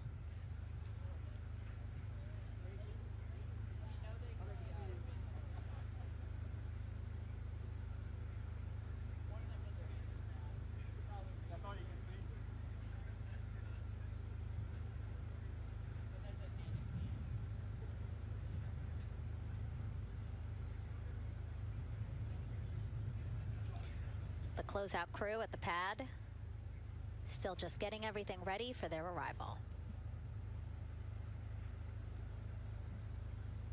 Configuring Orion, right, Nicole?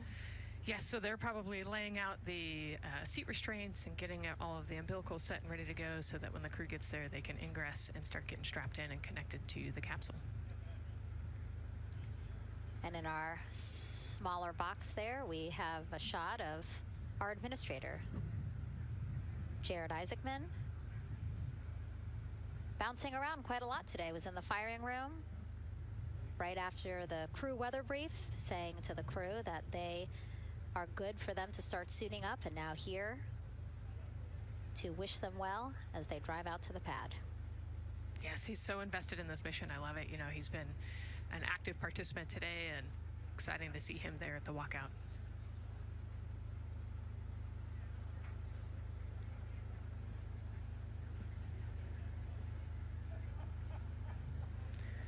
So in the van, they're probably getting hooked up to the portable cooling systems as well. So that would be my guess on the slight delay here, making sure everybody's situated, connected to cooling, and ready to go before they take off. Right, because the orange boxes, we didn't talk about it when we were in the suit-up room, but if anybody noticed, there are these orange boxes, and that's what provides the cooling to those thermal garments. And so those boxes have been staged inside of the Astrovan so that once they got there, they can connect up again so that they're cool and comfortable on the way out. Right, so they were off cooling from the walkout, said hello to their families in the 80-degree weather here in Florida today. So it can get really warm in the suit quickly if you're not careful. So we want to make sure everybody's comfortable before we drive off. And then when they get to the pad, of course, and strapped into Orion, then they don't have any need for those cooling boxes anymore. They will get that cooling through Orion, through the different lines and umbilicals that they'll be connecting to there. Yep, that's exactly right. The Orion capsule and its environmental control system will take over once they're connected to the umbilical.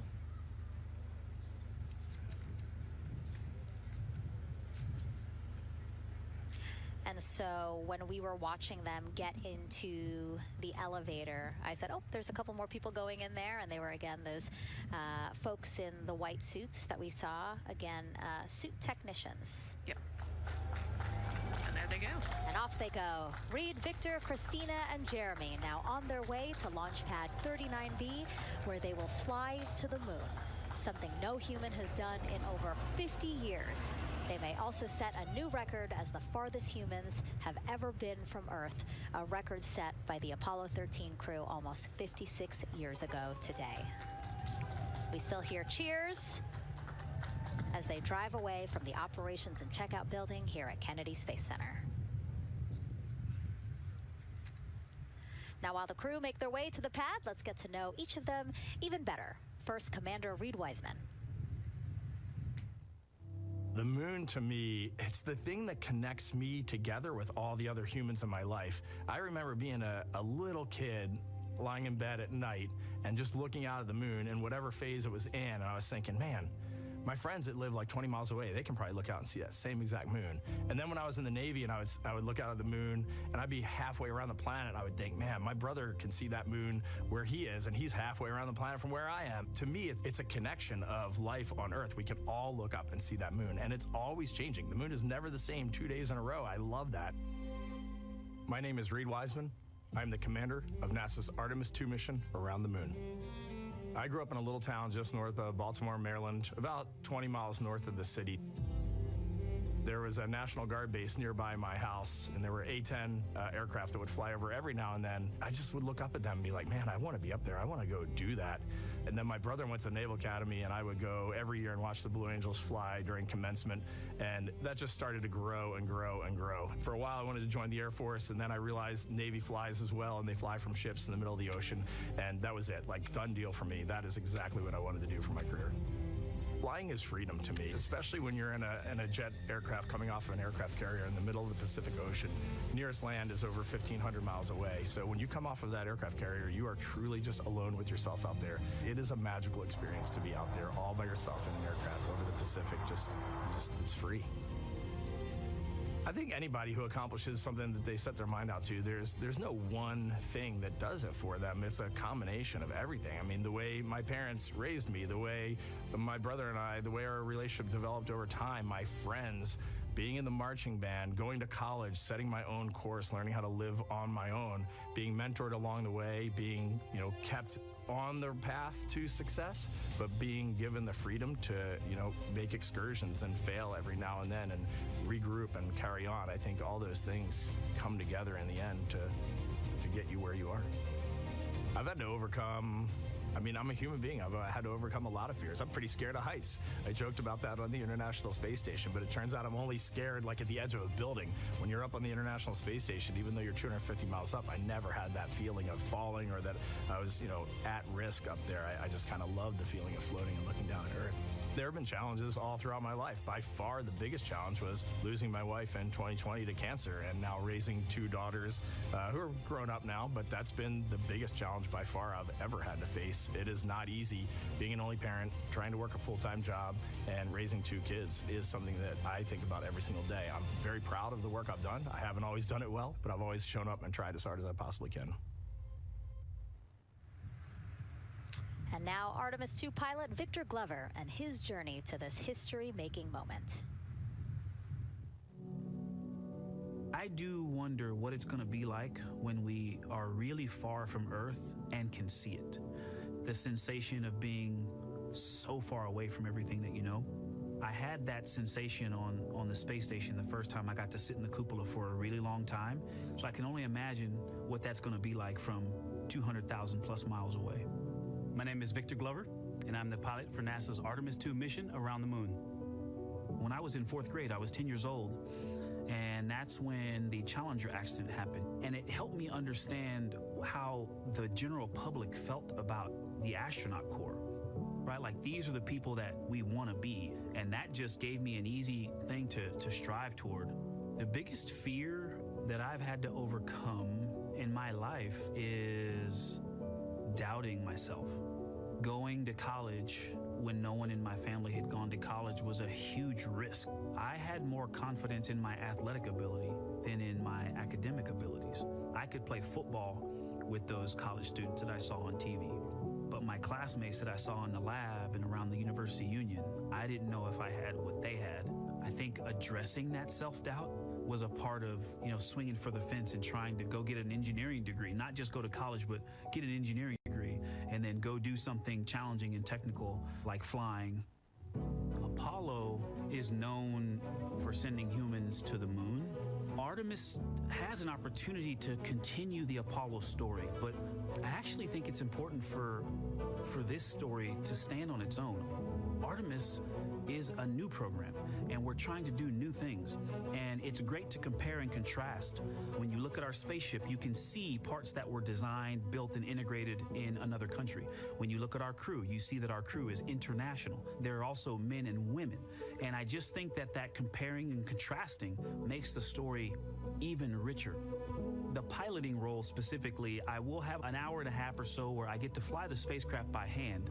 We haven't flown that many spaceships. And so the ability to fly one actually in space on a test mission is just a really unique opportunity. I can't tell you how I'm going to feel when we fly by the moon and see the moon up close and the Earth from 250,000 miles away, but I don't use the word excited because I'm focused. What we do, this is very serious and it's very risky, and we are all intimately familiar with that risk. And so if we go out there and we're successful and we can pass that baton on to Artemis III, that's something to really be excited about. Great to hear from Reed and Victor in their own words about how they feel about this mission and their role in it as the convoy turns this corner here onto the road where the vehicle assembly building is, and where the group that we showed you earlier today, ready with their flags. Wow, that group has expanded exponentially. Yes, this is great. So many people. Flags, oh my gosh, I love it. Oh, this must feel so special to the crew to see all of these people here to wish them well. Yes, this is heartwarming. Look at how many people there are. Everyone is so excited about this mission. Signs, people have made signs. I feel like the Astrovan has slowed down a little bit, to really take in the moment. Wow. That's amazing there. Again, crowds continue going as we are now passing the historic vehicle assembly building. This is where the Space Launch System rocket was assembled and stacked with Orion. Its history, of course, goes back to the Apollo days, but today it is home to the Artemis missions to the moon and beyond. Gosh, still people lining the route. Yep. I love that. I do too. It leaves me kind of speechless, you know, just to see all the support, all of the people who want to know that they're thinking of them, they're with them, and the fact that this crew specifically has always said we are going for all by all. This must be really special to them. Yes, and that's just here on Kennedy Space Center. Imagine the rest of Florida right now. Yep. Mission Specialist Christina Cook, who holds the record for the most consecutive days in space by a woman. Let's take a look at what she has to say about this mission. I tell a story, which is one that my dad told me before the Apollo missions when he was just a very little boy. He was looking up at the moon with his mom, and his mom said to him, "Don't worry, Ronnie, we'll never get there." Fast forward maybe 70 years later, it's his daughter that's actually going there. And I think that long arc is something that we can all learn from.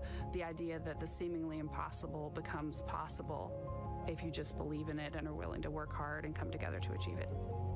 My name is Christina Cook, and I'm a mission specialist for NASA's Artemis II mission around the moon. When I look back at my dreams as a kid, I definitely never thought I would actually get here. I was very pragmatic.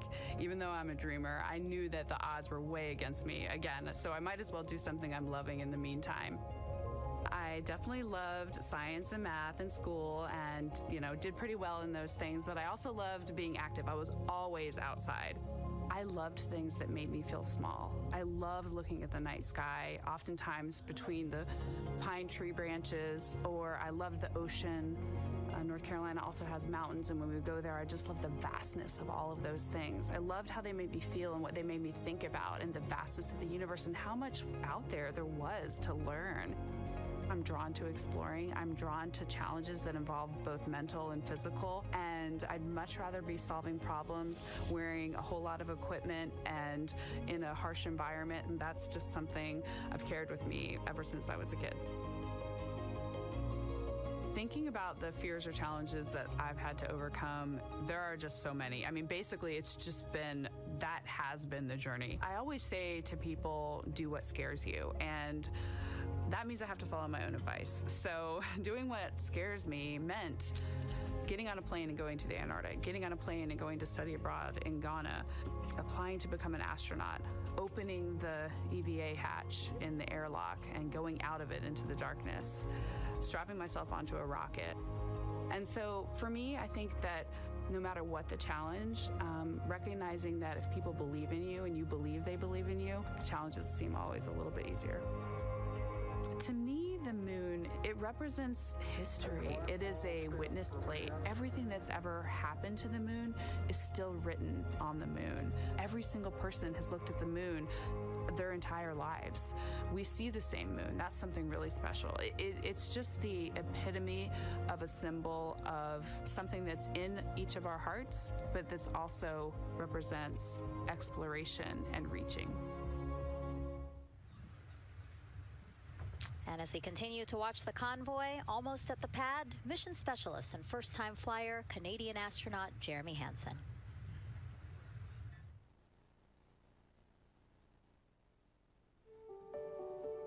I have this very distinct memory of seeing an image of an astronaut standing on the moon. It's burnt in my brain because I went back to it so many times in my childhood, and I would look at that image, and I know it had a huge impact on me that humans had walked on the moon. My name is Colonel Jeremy Hansen. I'm an astronaut with the Canadian Space Agency, and I'm a mission specialist on NASA's Artemis II mission around the moon. My elementary school years, I grew up on a farm outside of London, Ontario. I spent as much time as I could with my dad on the farm.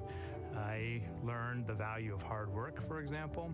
If I wanted to go to work with Dad, it was going to be a long day, and I was going to have to not complain, or I wasn't going to get to go the next day. I had a treehouse. I had a vivid imagination, and I changed my treehouse into a spaceship. I made all these dials and controls. I had circuit breakers for switches that I found in the barn, and I was exploring space in my imagination. The most important thing I did to get to where I wanted to go in life, which was flying fighter jets and eventually becoming an astronaut, is I shared those desires with other people. And it turns out, just like you don't go to the moon on your own, if you could, I would have done it a long time ago in my treehouse as a kid. You have to go as a team. I think the biggest impediment to achieving my goals was, of course, myself. And I think that's a common human experience. There are many times where just little things would get in my way, and my immediate interpretation of that was, well, now that goal's out the window. People must have lifted me back up, and somewhere in the back of my head, that persistence came through. And I think that's a common human experience, to doubt ourselves.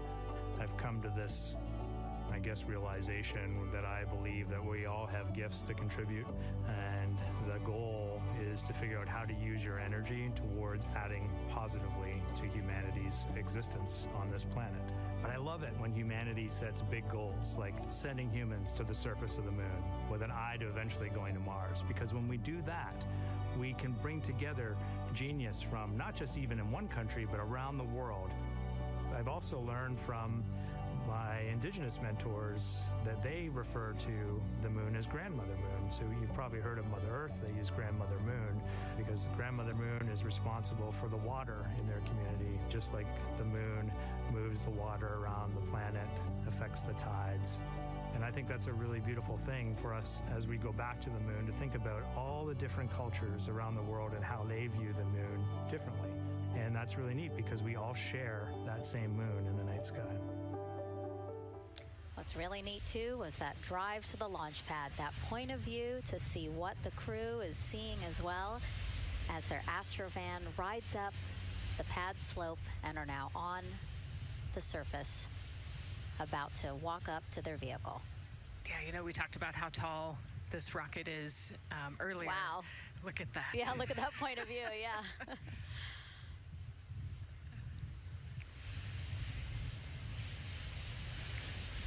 Pad 39B, another historic place here at Kennedy Space Center. Construction began in 1964, finished 3 years later. Apollo 10, the full dress rehearsal for the moon landing. That was the first mission to launch from this pad. Yeah, we've used this pad for a lot of missions. We modified the pad in the 70s and 80s, and then the shuttle missions actually launched from here as well. And then, of course, Artemis I took off from this launch pad November 2022. And now here we are about to see the Artemis II crew get out of the Astrovan and make their way up the mobile launcher to the 274-foot level, where they will embark on their first crewed test flight of the Artemis program. I think that button in the elevator actually says space when you hit does? it. Yeah. Really? At least on 39 Alpha it does. So I imagine it says something similar here. Again, let's take a look at the clock as we wait for the crew to get out. 4 hours, 10 minutes and counting until the top of our 2-hour launch window today. Let's head back across the street to Daryl, who's following the launch team every step of the way. All right, thank you, Megan and Nicole. And here inside Firing Room 1, we had a nice moment. The launch director, Charlie Blackwell-Thompson, NASA's first female launch director, standing up from her console, taking her cell phone and snapping photos as the Artemis II crew that she had just given the go to leave the astronaut crew quarters, driving by and, of course, going up the causeway until they got there to the pad. And now we see them coming out of the Astro van there and getting ready to ascend the launch tower. Well, we got a weather brief before they went out to the pad, and of course LWO gave a go. There could be some rain out there at the pad. It's already rained out there already. If you're in the area and you're watching right now, well, certainly you know that there's some rain in the area. There's going to be spotty showers that are going to be coming ashore here, and we expect that throughout our rest of our countdown. But we also are getting forecasts that there'll be some clearing as we get closer to our launch window. Big wave from Reed Wiseman there, and a thumbs up as the crew goes into the elevator to ascend the launch tower to go up to the level where they'll walk across the crew access arm and get into the White Room.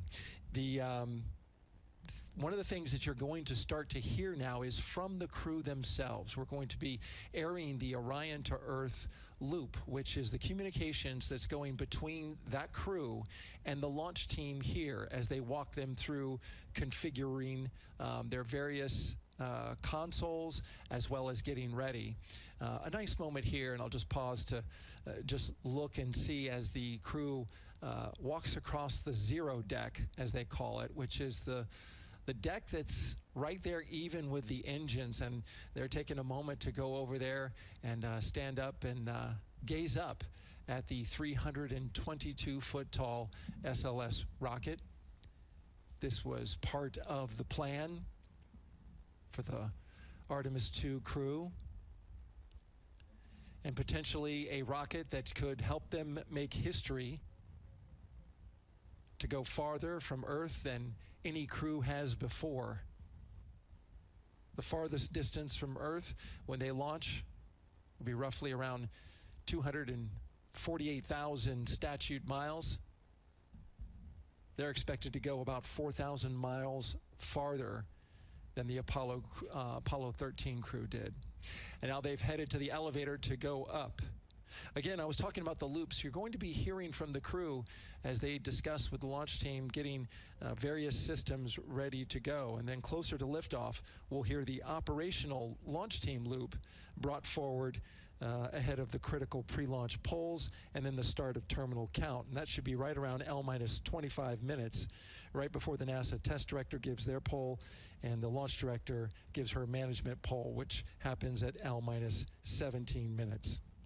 Right now, a lot of focus is on, of course, the closeout crew. They've made the way for the crew to get inside the spacecraft now and walk across that crew access arm, and there they are.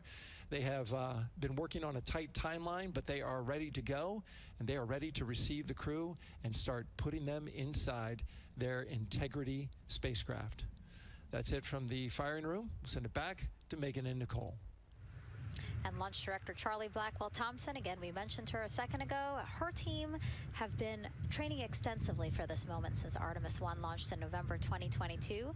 Today, they have a message for Reed, Victor, Christina, and Jeremy.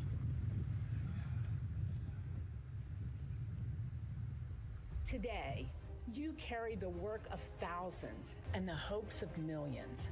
Every test, every simulation, every long day and night have led to this moment.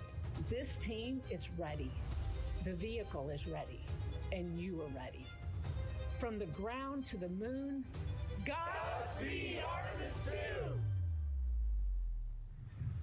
I love that. I just love seeing all of the people who have contributed to this mission and the fact that this is what they've been working for, and now it's culminating today. Yeah, thousands of people have worked on this mission, and we saw there from the launch team, but human spaceflight is like the ultimate team sport, is what I like to say, and that's just a great example of our team wishing our astronauts good luck. That shot there that we were just looking at was aimed at the elevator doors, again, to catch the astronauts as they make their way up to the 274-foot level of the mobile launcher.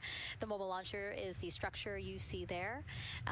It is not only a way for the crew to obviously access Orion, but also provides the fuels, communications, all that to the rocket. And now we're watching the crew walk across the crew access arm, getting a beautiful view of Kennedy Space Center. From 274 feet. Woo. Nicole laughs because Nicole is also, like Reed, does not like heights. I do not like how open that crew access arm is. But Reed made it across, so that's good news. It looks like they really enjoyed it. You know, they didn't just walk straight past. Christina and Victor, we definitely saw. Some thumbs up there, looking out, yep, that crew access arm. And then Reed, he knows where that camera is. Taking the opportunity to, again, just tell folks, hey, we're doing good. Ready for it. Yeah. And it looks like they're actually probably signing their patch. Yeah, there's a wall with patches there, and so each crew signs when they get up for their launch. And so this is probably actually the first time a crew is doing this in the White Room of Launch Pad 39B. Don't quote me on that, but I think the signing started with the commercial crew program. So there's a lot of that in the White Room over at 39A. But again, this is 39B. Yep. And so now in this room here, the White Room, again, we will see the crew don or put on their communication caps again, their helmets, their gloves, and remove coverings that they had on their shoes. Yeah, so they want to protect the suits while they're walking out and up to the White Room, and now they'll finish reassembling those suits. Put the boots on, put the gloves on. You can see they're working their comm caps now, and they'll work the helmets eventually as well. And so as we watch this process unfold, Why don't we take a couple of questions for you guys, from you guys? What is the most difficult thing about preparing for a flight? Nicole, that question's obviously for you. Ooh, this is a great question. You know, I think we get such good training. You know, this crew's been training for years. And so they know this rocket and this capsule inside and out. They know all the dangers. They know how to react to anything. So I actually think, you know, preparing your support system and your family, I think launch day is actually tougher for your family than it is for you. And you know, we've heard the crew talk about the difficult conversations that they've had with their family to prepare for this historic test flight. And so I think, you know, the closer and closer you get to the rocket, the fewer and fewer things from Earth you keep. You know, they left their suitcases at crew quarters this morning. They left their cell phones, their laptops, everything. And so you are just a human in a spacesuit about to get on a rocket with all of your loved ones watching. And I think that can be probably one of the most difficult parts about today. And while you were answering that question, Nicole, we did get a chance to check. Yes, this is the first time crew has signed the wall of the White Room, again here at pad 39B. Let's take another social question now. All launch windows happen to be in the evening. How come? Obviously referring to the April opportunities specific to Artemis II. Right. You know, this is a complicated answer. I don't know that I would have the exact mechanics behind it, but it has a lot to do with orbital mechanics and where we are in terms of the Earth and the Moon relationship. And, you know, like we said, we're trying to get on that free return trajectory. And so it has a lot to do with when we can do the perigee and apogee raised burns and the translunar injection. So there's a lot of math that goes behind these launch windows and why they shift and move and why we just so happen to be in the evening for the April launch windows. Yep, you did answer it well. All right, and before we asked you guys a question, who would you take to the moon with you? Would that be a bestie, a pet, family member, or seasoned astronaut? Overwhelmingly seasoned astronaut. So Nicole, you and I are going to the moon. Was that your answer as well? That was totally my answer. Again, like I thought my husband would not like that answer because he'd want to come along too. But I think if asked, he would also say seasoned astronaut. So that's fair. Yeah, like we said, there's a lot of training that goes behind it. These guys can react to anything that comes their way. And so, yeah, if you don't have all that training, maybe you do want someone that's a little bit more experienced. Yep. So correct answer, everyone. And now we have another question for you. What do you want to know about living in Orion? What the crew eats, how the crew sleeps, how to fly the vehicle, or how free time is spent? Another great question. Yes, I'm excited to see what they say. Yeah, so head to NASA's Instagram or Twitch accounts to vote, and we'll share the results as soon as possible.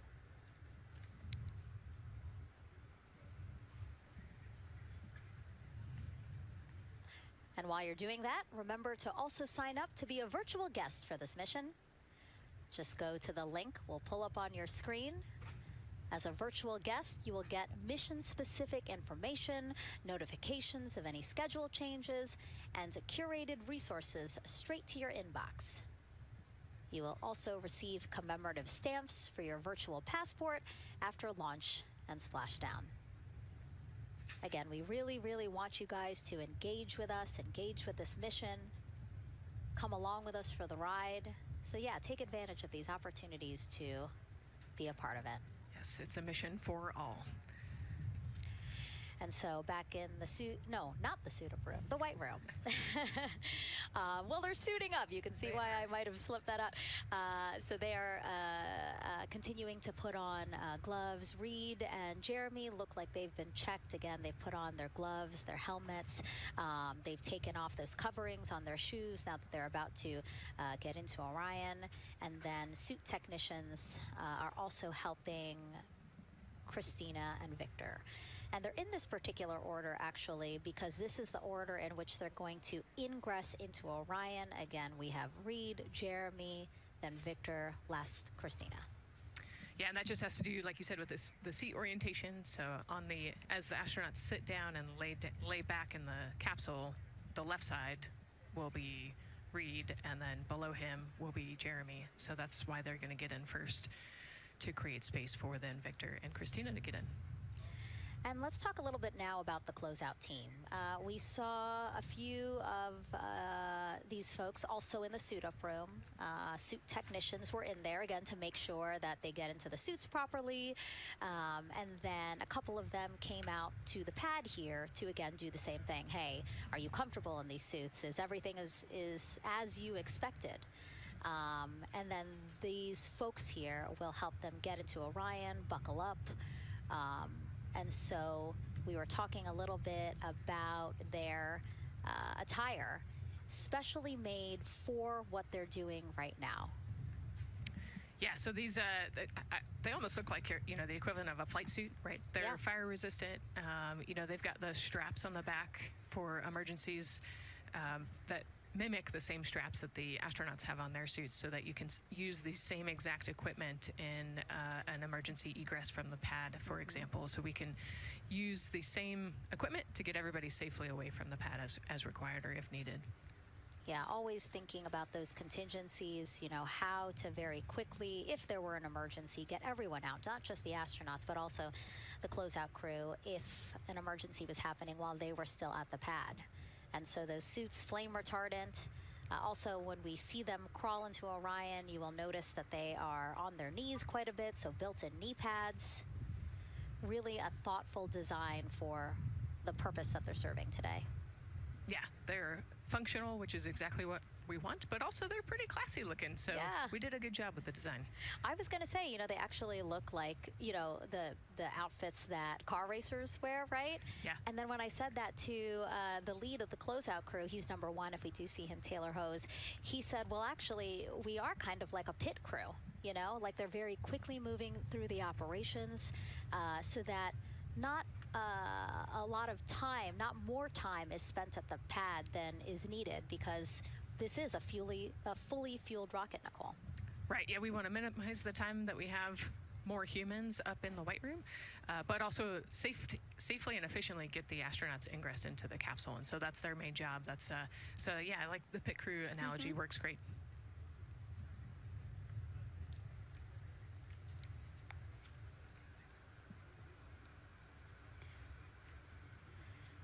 And so, Nicole, as we get ready to see them ingress, I know you'll be, again, an invaluable source as we talk through this part of the launch countdown, because you've been inside a mock-up of the Orion spacecraft. And I know that because you texted me a photo that you took, this selfie in the mock-up, and little did you know I was going to put it in this broadcast.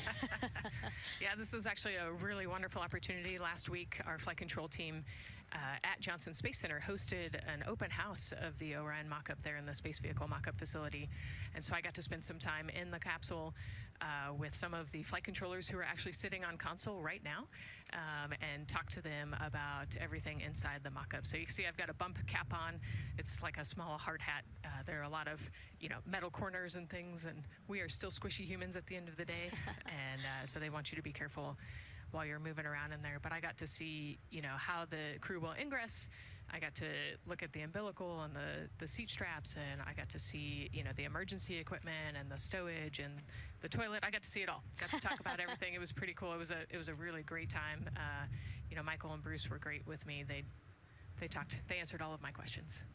Yeah, because it's really good to be able to give that perspective, because, and as you guys will see, yes, we do have cameras inside Orion, and we'll, of course, take you in, but it doesn't give you a true feeling or idea of how big the space is, how things are configured. Again, like when we see them go in, they're actually on their backs. Yep. So, again, it's just hard to really get a sense of the inside there, but Nicole is going to really help walk us through that. Yeah, you said they're on their backs, and, you have to somehow get there, and so they're actually going to almost barrel roll onto their shoulder to get onto their backs and their feet up on those leg rests. Actually, Andre's holding onto right there. You can see Andre number 2's inside getting everything ready for them. And actually, those leg rests for the pilot and commander seat will come off once they get into orbit to create some more space for them. And it looks like we're getting ready to ingress here. Yep, thumbs up from Reed. Everybody configured with their suits, and so in we go.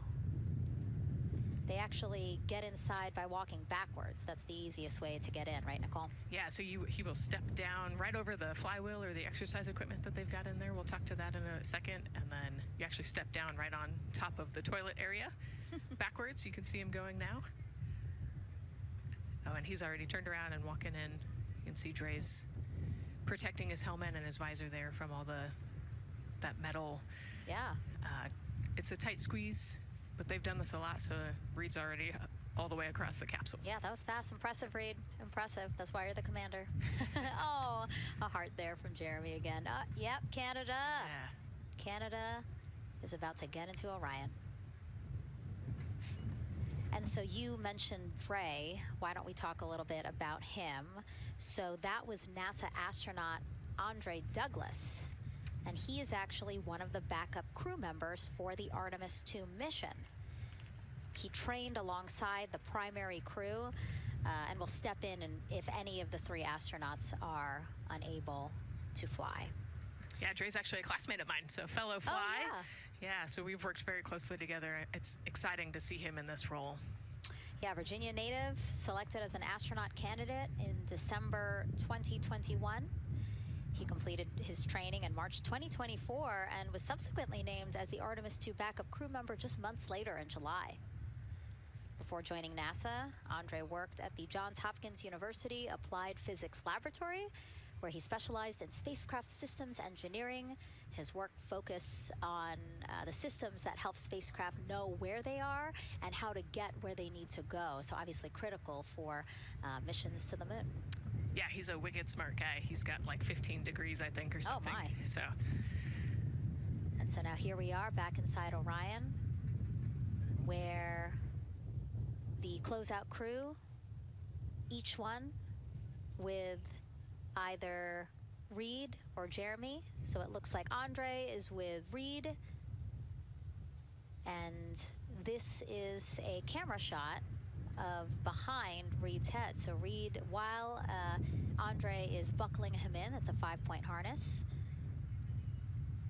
Reed was configuring his control panel. Yeah, the displays. We're getting the displays ready so that they can monitor all of the systems and monitor the launch as they go. Christina there signing the wall.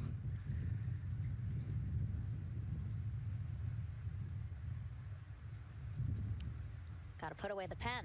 The pen could be foreign object debris or FOD, which is bad for NASA. We definitely want to make sure that we keep track of everything and we know where everything is, because the smallest thing could prevent us from launching or affect the equipment out there. Yeah, and you'll actually see that most of their tools will be tethered as well, so nothing can fall through a crack or drop.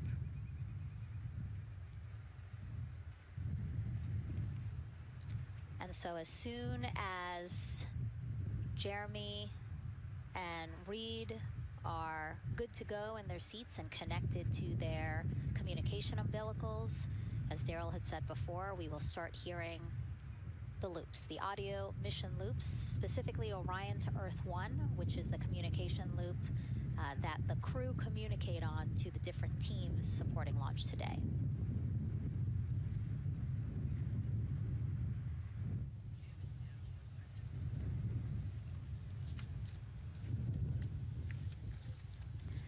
And as we said when we were in suit up, after they do communication checks, again, suit leak checks to make sure that nothing went wrong between the suit up room and here, and also to specifically connect them to the Orion systems.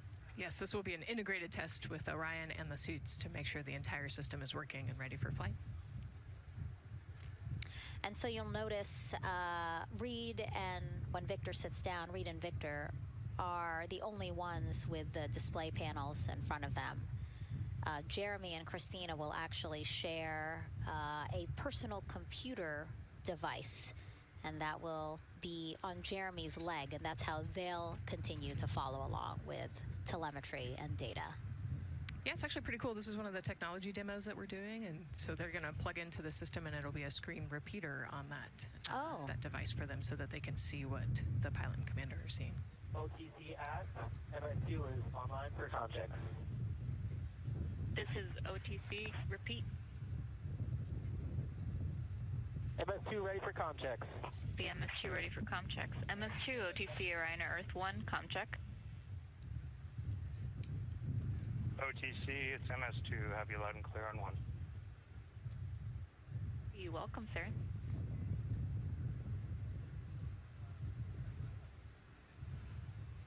And so that was the Orion test conductor speaking with Jeremy Hansen, again, mission specialist 2 for this mission. So his communication check over, you heard him say 1, Orion to Earth 1, has been completed, a successful test.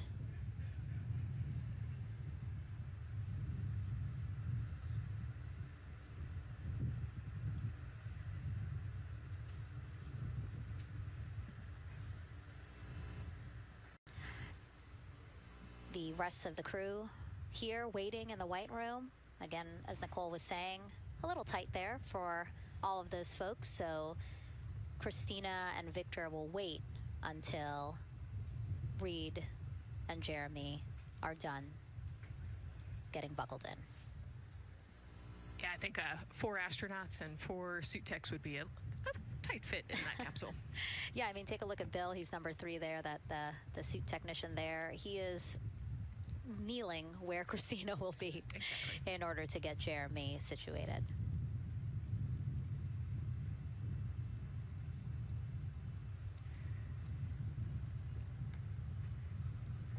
OTC asked. Commander's ready for comm checks. OTC copies. Commander. NTD, MIFCO 212 comm check. NTD, have you loud and clear here as well. I'll catch FTS on 194, thank you. Commander, OTC Orion to Earth 1. OTC, CDR has you loud and clear. Good comm. Welcome, sir. And there you have it, a successful comm check with Commander Reed Wiseman. And so... And CDR, NTD on Orion to Earth 1 for comm check. This here was, I got you loud and clear, NC. And good to have you on board. Good luck today.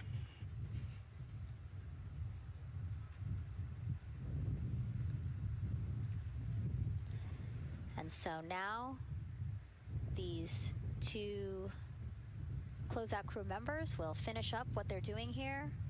Again, Nicole, walk us through what is happening here. They're connecting umbilicals, is what we said. Yeah, they're strapping them in, so they're getting their restraints connected. It's a 5-point harness with a quick release, and then they're connecting the umbilical, which has 3 different, actually 4 different connections. So it's got the air in, air out, the water for cooling, and then the comm as well, the communication cable. So they're going to make sure that all of those connections are good to go, make sure the crew's receiving the cooling and the air, and then we heard the comm check as well. So they're just making sure the umbilical connection was good to go, getting them strapped in and ready, and then they will move on to Victor and Christina. And so while we wait for that to happen, why don't we get another check of the launch countdown milestones with Daryl and the launch team.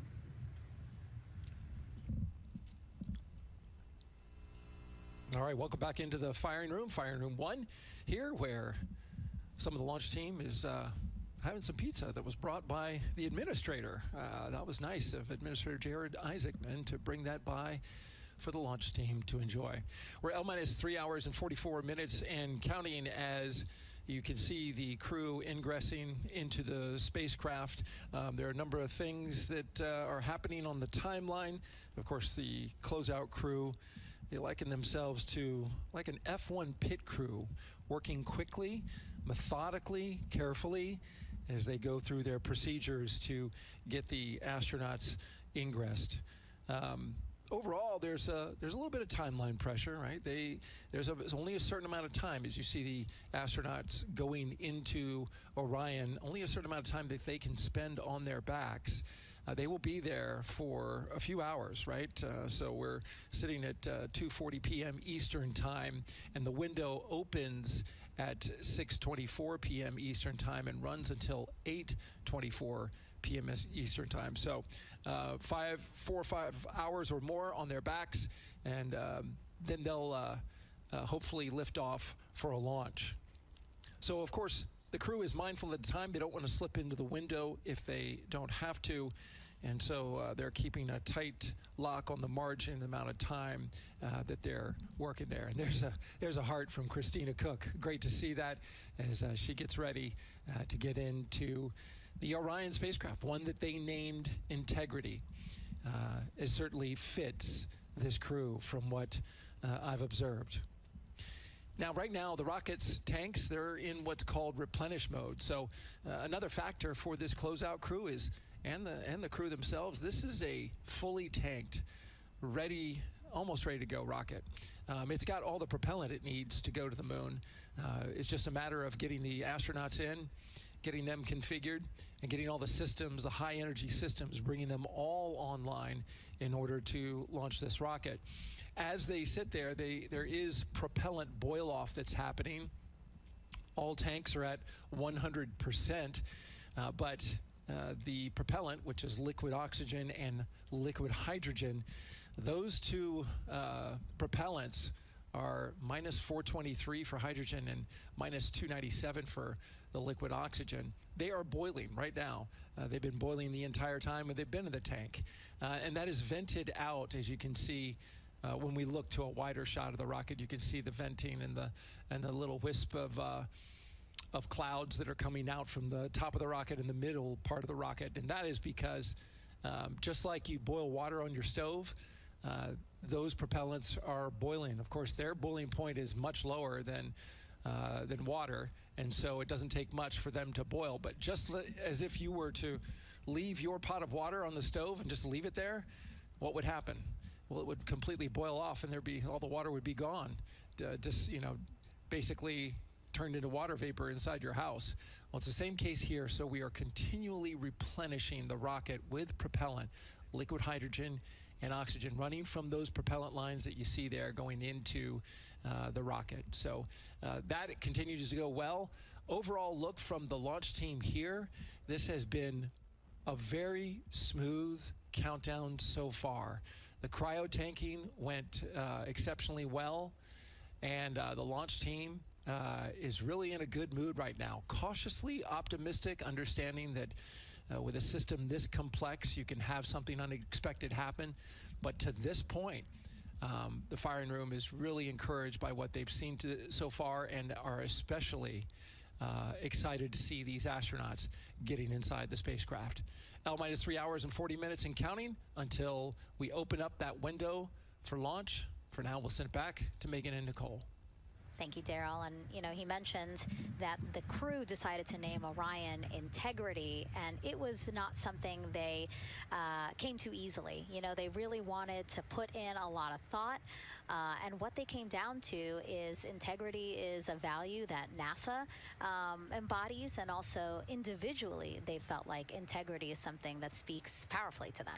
Yeah, and I think the other part of integrity, it just represents the humility and the professionalism behind the entire team that built this rocket and got us here today. And so it's a fitting name for this capsule. Yeah, like I said, I think the crew said it took them a little bit to decide on what they wanted, but I think they made the perfect choice. I agree. And so as the countdown to launch continues, we are reminded that this is an agency-wide effort to make today's launch attempt possible. We invited people across our NASA family to wish our crew a safe journey. Go Team Artemis! Go Team Artemis! 3, 2, 1, blast off! Have a great flight. Godspeed. We'll get you around the moon and home. If I had a message for the crew, be safe, to have fun, to remember that we're all down here rooting for them. I want to wish my friend and former student, Victor Glover, and the entire Artemis team best wishes and a successful flight. Have fun. Take some really cool pictures. Can't wait to see you when you get back. From the Earth to Sky team, connecting NASA science to public lands, go Artemis. We will see you in the Pacific, and you can count on us being there. Greetings from NASA Langley's historic gantry facility, where Neil learned to land on the moon and Orion learned how to swim. We are with you all the way to splashdown. Let's go fly from the Orion Human Engineering team. Woo! Like a full moon, your future is bright. Have a safe journey from the multimedia team in Cleveland, Ohio. We hope to see you guys back safely in San Diego, maybe singing some karaoke. Yeah. Yeah, right, maybe. He knows exactly what he wants to do. After, he's like, yep, karaoke. I love that people submitted videos. You know, this is something that we actually asked as part of the broadcast. We were like, you know what, I think it'll be really fun. And the overwhelming amount of people who wanted to record something for the crew was really heartwarming. Yeah, you know, this is the first time in over half a century that we're sending people back to the moon, and everybody is excited about it. You know, kindergarten to congressmen and all over the world, everyone is ready for today and excited to see this launch. And so here we are again, still inside Orion with the closeout team, putting some final touches on, it looks like Victor's configuration there. Again, making sure that his harness is set and that he's connected to cooling, he's connected to communications, and he's connected to any other umbilicals that he needs to be connected to for Orion. Again, we are sharing so much information with you, and we hope you find it educational and fun. But we do know you guys still have some questions, so why don't we take another one now? Tell us what the moon is like! So cute. That wasn't a question. That was a demand. Nicole, you tell her what the moon is like. Oh, man, that was so cute. Oh, man, the moon is really cool, right? So it's a lot of like gray and white and kind of shades of gray. It is something that doesn't have wind or rain or rivers or an atmosphere. And so we like to say Christina said it earlier, it's the witness plate to the universe. And, you know, it has all these impact craters because it's not protected. Things hit it all the time. Meteoroids, asteroids, all sorts of things hit the moon and create these impact craters. That's part of what we want to go and look at and learn about on the moon. It can tell us a lot about the age of the universe and the age of the moon. You know, it's 4.5 billion years old, and we can learn a lot from just looking at the regolith or the dirt that is on the moon. Well, thank you for that question, and thank you for that answer. She was cuter, Nicole. I agree.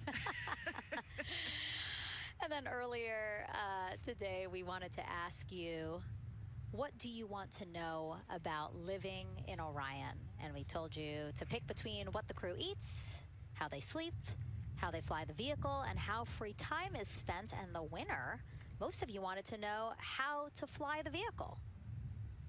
And we are going to be doing that. Yes, we are. You know, that's a great question, and actually part of what we're going to go do, so the rocket is fairly automated, right? There's a countdown, and the whole system knows when it needs to ignite the engines, but we are going to do some manual piloting throughout this mission. Once they launch and they separate from the ICPS, they're actually going to do a rendezvous and proximity operations demonstration. So what does that mean? They're going to take that portion of the rocket and they're going to try to fly closely to it. And so they will actually take manual control of the Orion spacecraft and try to get nice and close to the other portion of the rocket that had just separated. And so you can see actually a little bit in the view that you have right now. So for Reed, the left-hand person, his right hand, there's a kind of a joystick, if you will, on the right side, and then on the left side there's something similar. And so they've got, you know, translational and rotational hand controllers in order to command the rocket in different axes. Yeah, it's really exciting. I mean, Victor said it himself, like one thing that he's really looking forward to is piloting Orion manually. So we'll get to see that during our continuous coverage. Again, we are covering this entire mission. We started with tanking, and we will go all the way through splashdown, so you will see what Nicole was just talking about, that proximity ops demonstration, where the crew will pilot Orion manually. And so, speaking of their 10-day mission, why don't we take a closer look at the crew's home away from home for the next 10 days. Here's Megan Carter again from the KSC Visitor Complex. All right, thanks, Megan. Yeah, it's getting real out there, so I am going to bring you back to the moon board so I can show you just a few things about the Orion. Obviously, it is going to be very compact, sitting up there on top of the SLS rocket. Very compact, like I mentioned, over 355,000 pieces. So let me show you a couple key components, starting with these three fairing panels right there. When the rocket blasts off, obviously it is going to get very fast. It's going to get hot and windy. And so we have these three fairing panels in place to help protect our astronauts. I am also going to take you into a little bit closer look and talk about the LAS, or the Launch Abort System. This is the one piece that is going to be in place to protect the astronauts should something happen to go wrong in the first few minutes of launch.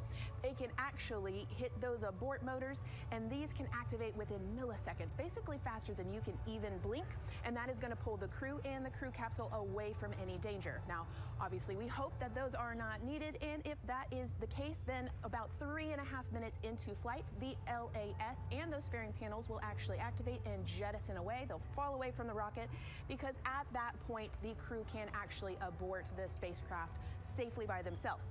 Now, we've talked a lot about the crew capsule right here. This is where they are going to spend the duration of their flight. We're going to talk a lot more about that one in just a little bit, but for now, let me jump down here to the service module. This is the one, we're going to think of this as the powerhouse for the spacecraft. It's pretty much going to provide them with almost everything that they need for the entire mission. Temperature control, removing the carbon dioxide, providing them with oxygen, so much more. You can also do course corrections and things like that. So super quick breakdown, but as you can see, all of these components together are going to make the spacecraft one that is built not just to fly, but to protect, sustain, and bring those astronauts home. All right, lots more to come, but let's see where we are with the crew. Back over to you, Megan. Did hear over and the PLT NTD on Orion Earth 1 for comm check. NTD PLT, I have you loud and clear on OE1. And I have you the same. Welcome aboard. And so, again, we are now hearing mission audio loops, specifically the Orion to Earth 1 loop, the communication channel for the crew. Successful comm checks by both Victor and Christina. CDR, OTC Orion to Earth 1. CDR. Yes, sir. Configure ARS to shoot mode per EPROC 10.1.1. Crew ingress and vehicle pre-launch config, step 1. 10.1.1, crew ingress and vehicle pre-launch config, step 1. Going in work now. And so see, now we are privy to some of the countdown procedures that the team is asking for the crew to do. Yeah, so they're going to work through some of these procedures and finish the ingress portion, as you heard in that procedure. So this is where the crew's going to start building their nest, if you will, running some procedures, getting the capsule ready for humans to be on board. And now look at the clock, 3 hours, 30 minutes and counting until the opening of our 2-hour launch window, and we are pretty good on time. We are as we are expecting in terms of when ingress will be wrapping up soon. And so now let's bring Gary Jordan, again, our commentator inside of Mission Control at Houston. Gary, let's check in with you about mission preparations. Hey, Megan, thank you. Yes, we're following along here in Mission Control Houston.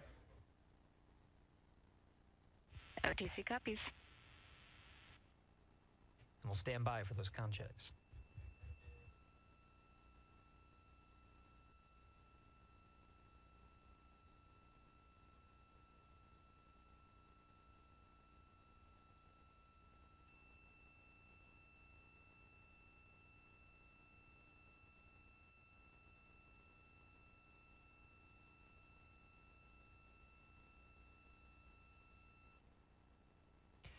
And again, we're waiting for those comm checks.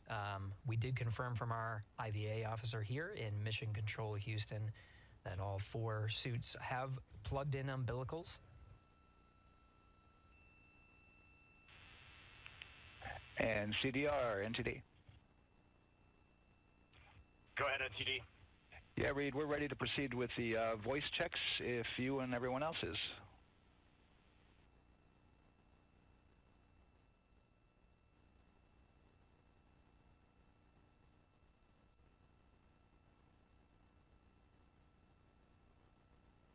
NTD, Integrity crew is ready for voice checks. I copy that. And Integrity for the entire crew, ComCheck on Orion to Earth 1. CDR. PLT. MS1. MS2. Good ComCheck by all. NTD moving to Orion to Earth 2.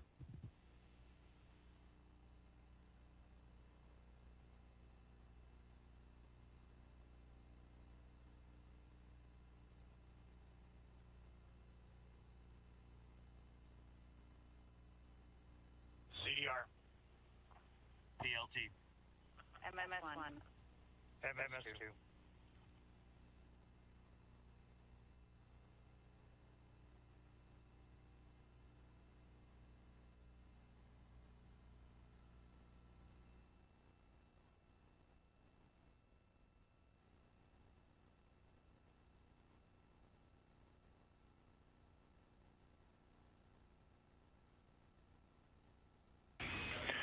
Integrity Houston on Orion to Earth 1. Voice check for the entire crew. CDR. PLT. MS1. MS2. Houston has all 4 crew loud and clear on OE1. Stand by for 2. Your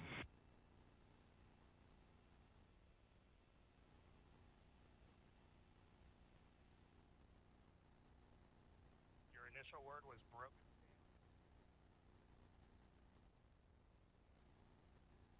MS1. MS2. 4 crew loud and clear on OE2. We'll use 1 for the default. Houston out.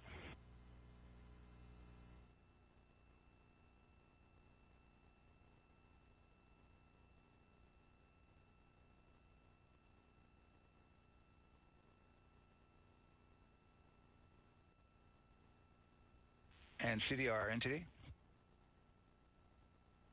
CDR. Yeah, we're going to go ahead and we're going to clear a couple of those messages on your screen here. Just want to give you a heads up that you'll see that. Copy all.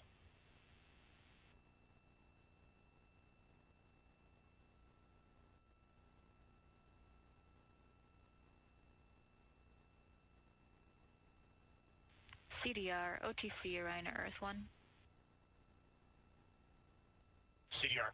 Yes, sir. Perform crew suit leak checks per 10.1.1. Crew ingress and vehicle pre-launch config steps 2 through 4. Annunciation of LCC O-ARS-001 will occur. 10.1.1 crew ingress and vehicle pre-launch config steps 2 through 4 going in work now.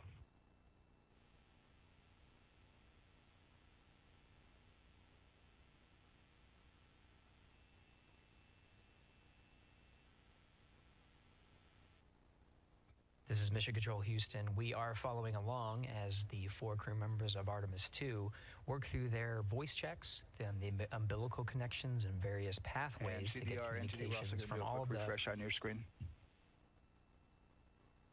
CDR. Yes, sir. We're going to look to do a quick refresh on your screen if you guys are okay with that. Hey, firm, just let us know when we can continue in 10.1.1. We'll go hands off.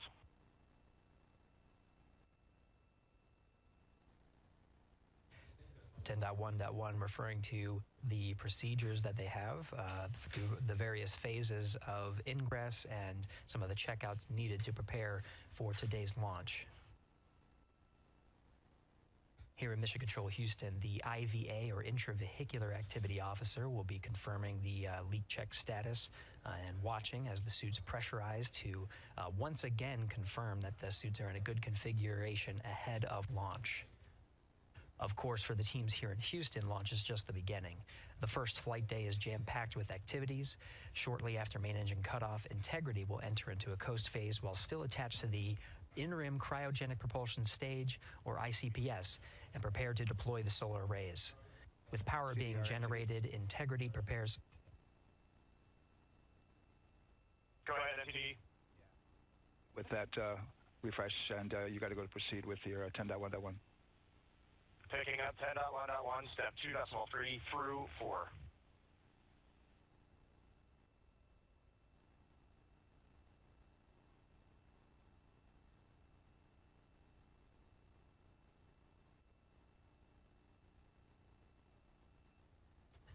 Picking up the procedures, the crew again working through the various steps to prepare for launch, standing by for suit.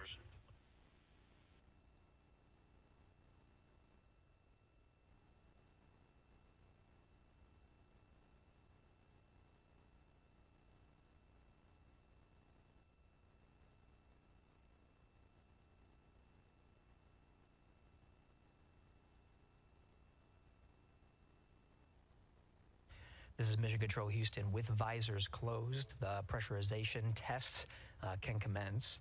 We'll stand by for word of a good leak check on all 4 of the crew member suits for the Artemis II mission. Again, this is the very beginning of a very busy flight day for our 4 crew members. After launch, they have a series of burns to prepare for.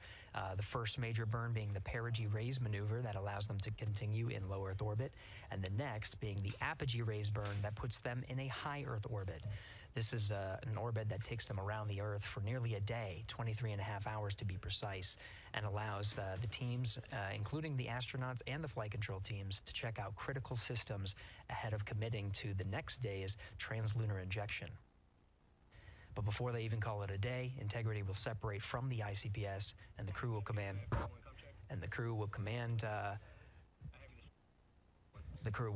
Command the Orion capsule to separate from the ICPS and turn around and approach the upper stage, but not dock.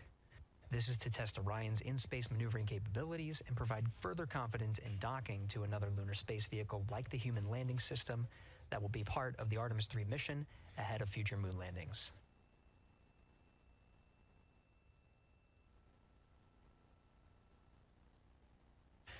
These are just a few of the highlights of the very first of 10 flight days as we await for confirmation of good leak checks inside the capsule Integrity. And there's a lot more to this mission. A reminder that this is, of course, a test flight. The purpose here is to demonstrate procedures, systems, and life inside Orion on a mission around the moon for the first time, and give further confidence in the capabilities that are charting a return to the lunar surface.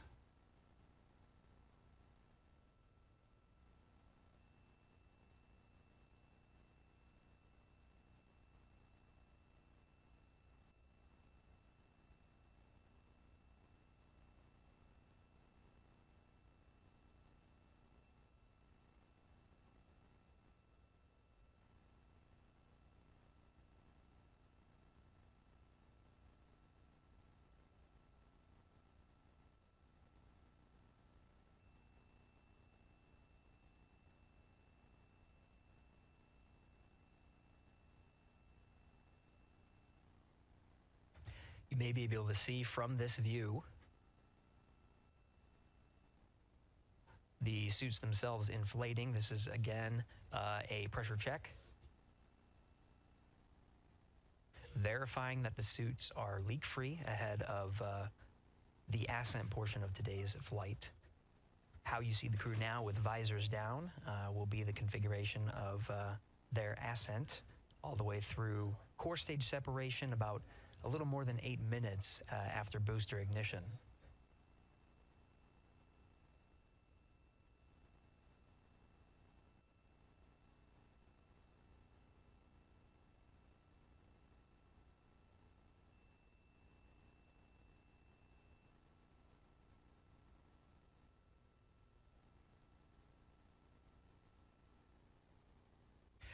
All right, here in Mission Control Houston, we are continuing to follow along, standing by for confirmation of good leak checks. In the meantime, there are no showstoppers here in Mission Control Houston.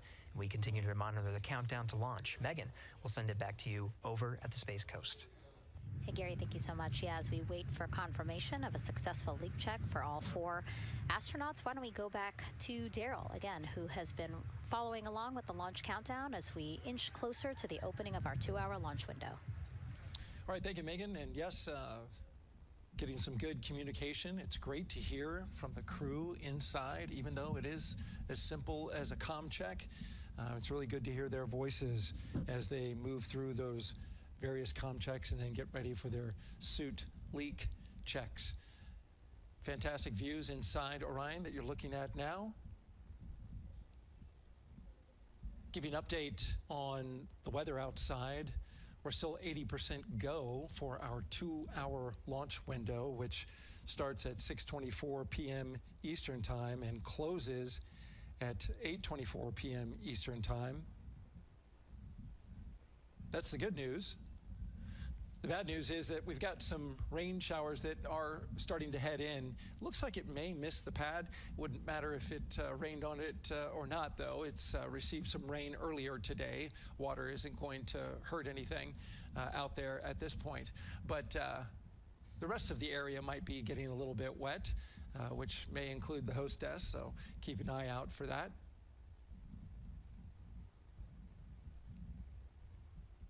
As we're watching with the astronauts inside the Orion Integrity spacecraft, you'll be hearing more and more from them, especially Christina Cook, who is mission specialist number 1. She not only is going to be making history. All crew, visors open, suit loop leak check complete. OTC. Okay, there you heard the suit leak check complete. They check those suits for leaks in the astronaut crew quarters. They check them again inside the spacecraft. As you can see, the closeout crew, our astronaut support person moving around, turned off the camera, and so now we're looking from outside the Orion spacecraft looking towards, oh no, let's see, get oriented here. Well, there we go. Back inside, we've got the view. But basically what I was saying about Christina Cook is that she will have the role of reading. CM is ready for closeout, performing video sweep using drag-on camera. OD.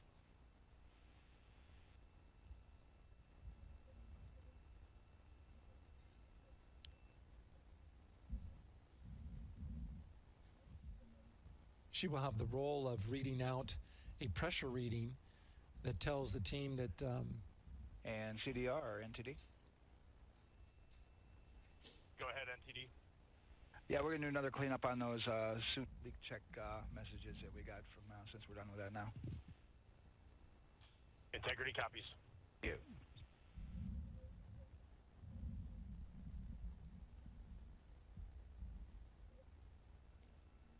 And that's communication going between Orion Commander Reed Wiseman and NASA Test Director Jeff Spaulding.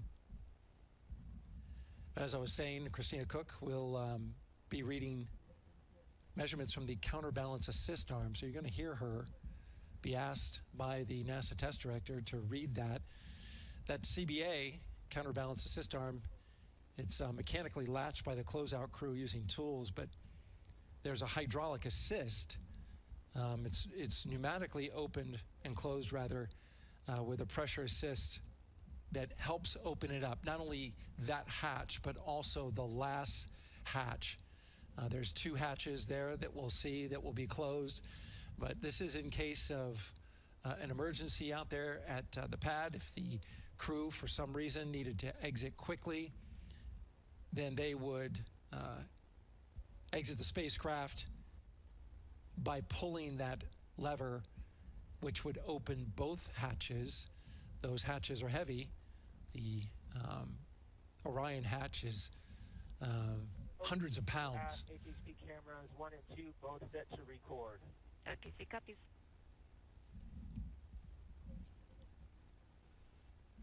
And just an update on the launch countdown, continuing to monitor the team's communications here in Firing Room 1. Everything going really smoothly so far. We don't have any significant open constraints to launch at this time, so we continue counting down. And for now, we'll send it back to the host desk with Megan and Nicole. Thank you so much, Daryl. And so we heard some of the communications over Orion to Earth 1, and it sounds like we are now moving into the hatch prep and closure phase. We will now start to see the closeout crew getting out of Orion soon so that they can start getting ready to, again, close up Orion, close the 2 hatches, and then get out of the pad. Yeah, the closeout team will take the hatch seals off, and they'll inspect the seals, make sure everything's ready to go, and then do a few last-minute configurations before they close that hatch. And then, like Daryl talked about, then Christina will have a role in looking at the CBA there. So. Yeah, you might have heard them say over the loops again that drag-on camera. So basically, it's a camera that they can move around, and you might have seen it in a couple of our shots already. But they will take that camera and literally go and inspect the seal that. There's 2 seals, actually, 2 seals that go around the entire area of the hatch just to make sure that everything looks good. And that camera feed is being directly shown to NASA teams who need to monitor that. Yeah, they want to make sure there's not a single hair or piece of dust on those, make sure that there's no damage and everything's ready to go so that the seal, they will do a leak check on this hatch seal as well. Make sure it passes. Yeah, and we'll know they're doing that because we will actually see one of the closeout crew members with a hand pump, and they will pressurize again just the seals, and they have to see if it will hold pressure for just a minute. And if it does, then they will go ahead to pressurize the entire Orion spacecraft. And then that again is to make sure that the spacecraft is holding the right amount of pressure. And that one's a lot longer. It'll take them like 8 minutes. Like it takes time to pressurize it, then they have to hold pressure, and then it takes time to depressurize it. Right, and they want to measure the difference in pressures at the beginning and end of that and make sure that it holds the right amount of pressure so that when they get to the vacuum of space, obviously the capsule holds its pressure. Yep. Okay. Well, again, as we continue to watch operations that are happening at the pad inside of Orion, why don't we go over to Banana Creek? It's one of our viewing locations here at Kennedy Space Center. They will have a spectacular view, and we actually have NASA's Leah Martin there chatting with a big group of people surrounded by a lot of folks on bleachers there. Hey, Megan, yeah, tons of people out here today, thousands of people gathering at Banana Creek to enjoy NASA's next big mission and humanity's next great leap today. It's a gorgeous day, and I'm joined here actually by some people who are probably the only people on center who are a little bit more excited than me to see this rocket lift off. Where are you from, and why are you here? So we're from the University of Tennessee, Knoxville. We're a group of 7 aerospace senior engineering students traveling here with Josh Dobbs, former quarterback of the University of Tennessee, with his extraordinary Dobbs Foundation. Now, you were actually telling me a little bit earlier, you're here local, you're from Orlando. What's it like being an aerospace engineer and then having the opportunity to come back here to the Space Coast and see this mission lift off today? It is absolutely amazing. I feel like the little 9-year-old girl inside me is so excited. Like, I'm from around here. I grew up watching launches in my backyard, and so this seems like such a full circle happy moment for me. Now, you are an aerospace engineer looking hopefully to join the workforce in the future. How does it feel to be here and see firsthand what that work does? It's just so cool to see what I've been working for the last 4 years, and then 12 years before that, just actually be physically happening in front of me. It's something I never dreamed of as a kid. And I'm actually joined here by the astronaut himself, Mr. Josh Dobbs. Now, you have a history with NASA as well. You did an externship here. And how did that kind of play into your passion for aerospace and then the foundation that actually provided this opportunity for these students today? 100%. So I spent a month here around the Artemis I mission, which was a tremendous opportunity to learn about the space program and also what's next. And so to be back here for Artemis II, and unfortunately, Artemis 1 went in the middle of the season, so it's surreal to be here for Artemis 2. And with my foundation, like, the goal is to be able to take advantage of the opportunities that I've had and pass them along to the future of the industry and give them the opportunity to see what all their hard work can accumulate into. So it's an honor to be here. We're really appreciative of all the engineers and all the hard work that's gone into this moment, and we're excited to watch history happen today. Absolutely, and as a group, I think if you guys had one well wish for the team today, what would you say? I think we can all join together, maybe say, go Artemis? Go Artemis.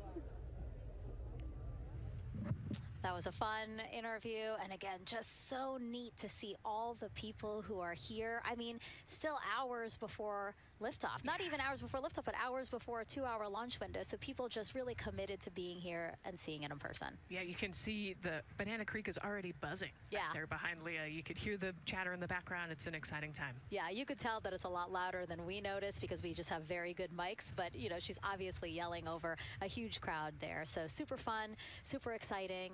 And yes, I hope that we all get to see liftoff here shortly. Okay, so as we know, Victor, Reed, Christina, and Jeremy will have their hands full during their mission. So for some of their test flight objectives, let's go back to Megan Carter at the moon board. All right, as we have seen from those camera views, their capsule is very compact, obviously. So let me show you a few cool things about this piece. The Orion capsule is going to only be about 16.8 feet in diameter and a whopping 10.5 in height. Think of it about the same cubic feet as 2 minivans. So obviously every piece of that capsule has been planned with purpose. And a really great example of that is going to be these seats that we have seen that live view of. Now these seats are going to be out for launch, re-entry, and splashdown, but in between they are stored in between to give them more room for daily activities and things like that. While they are on board, obviously they are going to have a lot of things to do. One of those is going to be to manually fly Orion, as we've discussed, but they also have several other objectives as well. And they're going to be doing lots of system checkouts, checking out the service module, making sure everything is working correctly. They're also, like I said, going to have a chance to manually fly. Now, this was taken during one of their training simulations, but as you can see here, they will have advanced flight displays, hand controllers, touchscreen interfaces, so much to work with and practice with as well. Now, while on board, they will also have the ability to eat those shelf-stable meals that are designed specifically for microgravity. I think I saw somewhere that one of their meals is going to be mac and cheese and brisket, so that makes the Southern in me very happy. All right, but they are going to have also some time to look at some things like power and propulsion. They will have 3 key propulsion systems that are going to help power Orion as well. And speaking of power, I want to bring you back to the service module real quick because I wanted to point out these 4 solar panels. These are going to take about 18 minutes to unfold like giant wings, and they're going to stretch 62 feet from end to end, and these are going to help power the service module and in turn provide what the crew needs for their journey. So as you can see, spacecraft is built specifically for what we need and to guide them and get them home safely. All right, back over to you, Megan. Thank you so much, Megan. You know, it's taken thousands of people many years to get to us to where we are today. Let's meet some of the people of Artemis who've made this flight test possible. I am the Artemis Launch Director.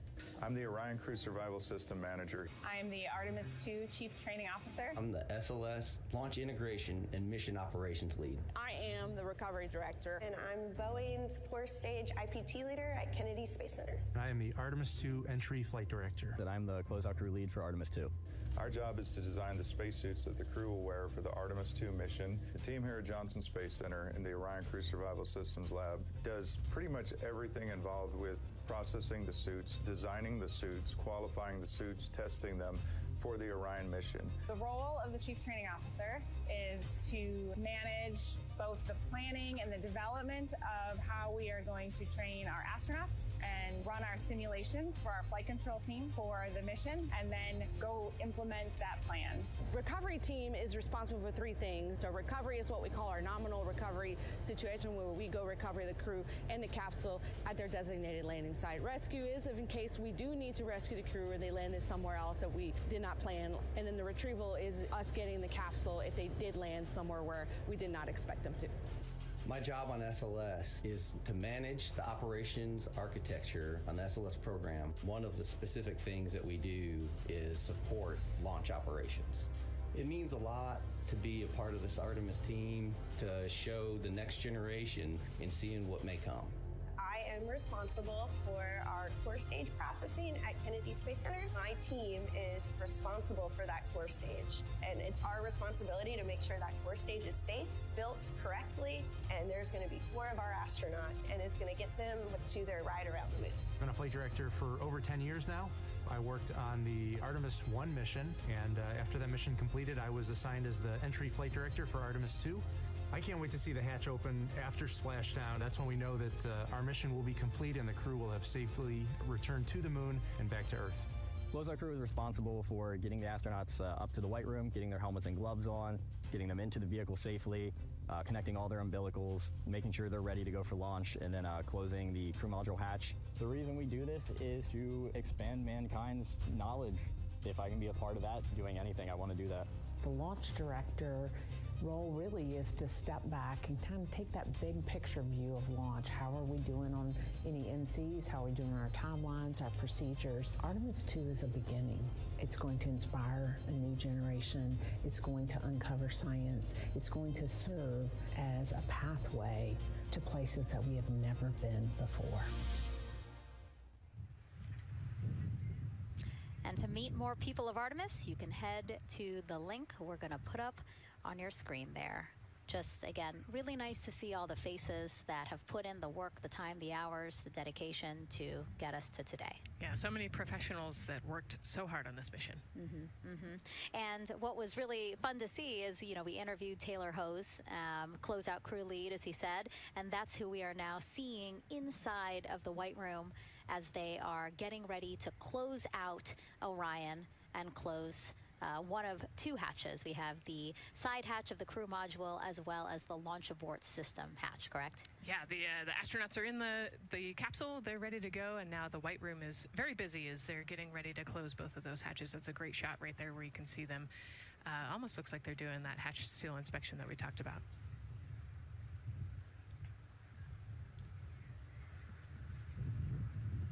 And so, Nicole, as we continue to see them get ready to close that smaller hatch, again, the crew module side hatch, let's take some questions now. Sounds good. A lot has changed since Apollo, and I have a few questions about what's next. What part of the moon are we exploring through Artemis, and what are some of the key points that NASA needs to consider when planning missions like this? Were you expecting to see Scarlett Johansson? I think that took you. Yeah, I mean, took you aback. We've talked about this, but everybody has an interest in this mission. You know, it's humanity trying to explore and go back to the moon, and I love this question. You know, what part of the moon are we going to? You know, eventually we want to get to the polar regions, the South Pole specifically. We think that there are volatiles there, so water ice, something that can be harnessed as a resource as we create the permanent base on the moon and then try to get onto Mars. But getting to the moon is a tricky mission. You know, we're going further than we have in a long time, and you know, on the International Space Station we're 250 miles from the Earth, and so we're pretty close. We resupply that spacecraft pretty often with cargo missions, but the further and further you get away from Earth, the more you have to think about the lack of cargo, the comm delay. You know, there's a communication delay the further away you get, and so there are different and unique problems as we continue to explore further and further out into the solar system. And there is so much to learn about the moon, so it's no surprise that, yes, even though our goal is to have a moon base at the lunar South Pole, the lunar South Pole is not the main focus of this lunar flyby. So instead, the crew is going to be focused on observing the far side of the moon. So this is actually an animation of what teams expect the moon to look like if the crew launches today. So this is, of course, the side that faces the moon, and this is the far side of the moon, which when, again, the crew does their lunar flyby on flight day 6, we are expecting this will be their view.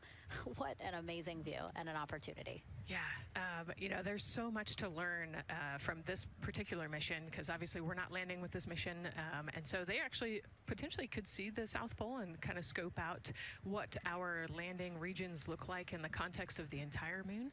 But also they're going to see parts of the lunar surface that have never been seen before by the human eye, and so they're going to take these detailed notes. They're going to record themselves talking about what they see. You know, we do a ton of geology training as astronauts, especially this Artemis II crew. They did a ton of geology training working with scientists to learn how to pick out the unique portions that we want to go study. You know, what is the context of the moon? What parts of the moon look interesting and look different? You know, the impact craters that we talked about earlier. So really trying to take all the pictures, take all the observations, write down, talk about their observations, and record as much data as we possibly can for the researchers back here on Earth.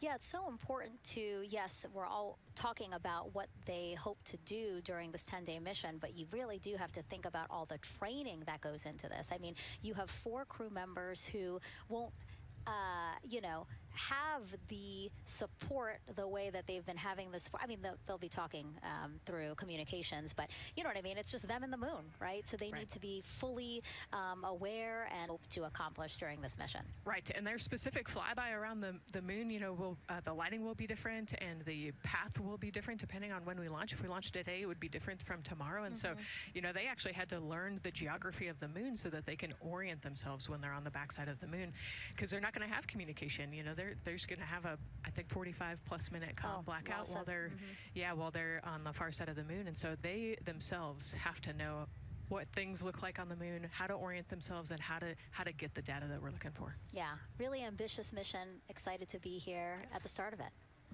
All right, so another check of the clock, 2 hours, 57 minutes, and counting to the opening of our 2-hour launch window for Artemis II. This pivotal test flight comes 250 years after America began its journey as a nation.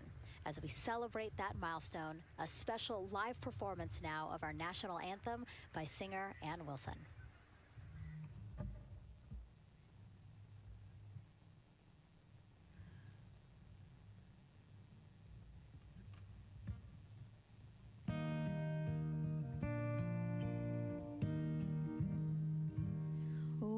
Say, can you see by the dawn's early light what so proudly we held at the twilight's last gleaming, whose broad stripes and bright stars through the perilous fight, o'er the ramparts we watched, were so gallantly streaming, and the rocket's red glare, the bombs bursting in air, gave proof through the night that our flag was still there. Oh, say does that star-spangled banner yet wave o'er the land of the free and the home of the brave.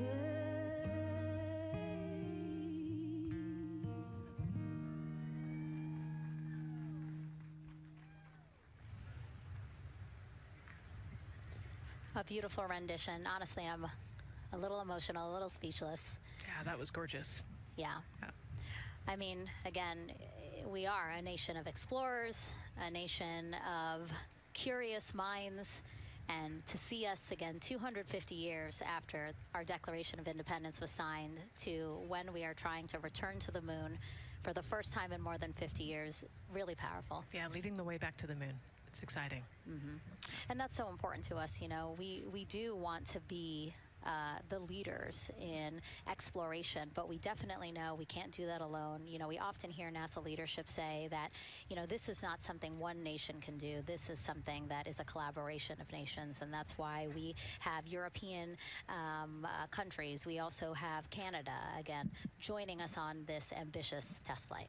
Yeah, of course, it goes back to the old proverb, if you want to go fast, you go alone. If you want to go far, you go together. And we want to go far. We want to get onto Mars eventually, and so we're going to get to the moon first, and you can't do that alone. So thank you again, singer Ann Wilson, for that beautiful rendition, again reminding us of what it is we are trying to accomplish for all, by all. We are now back inside the White Room with the closeout crew.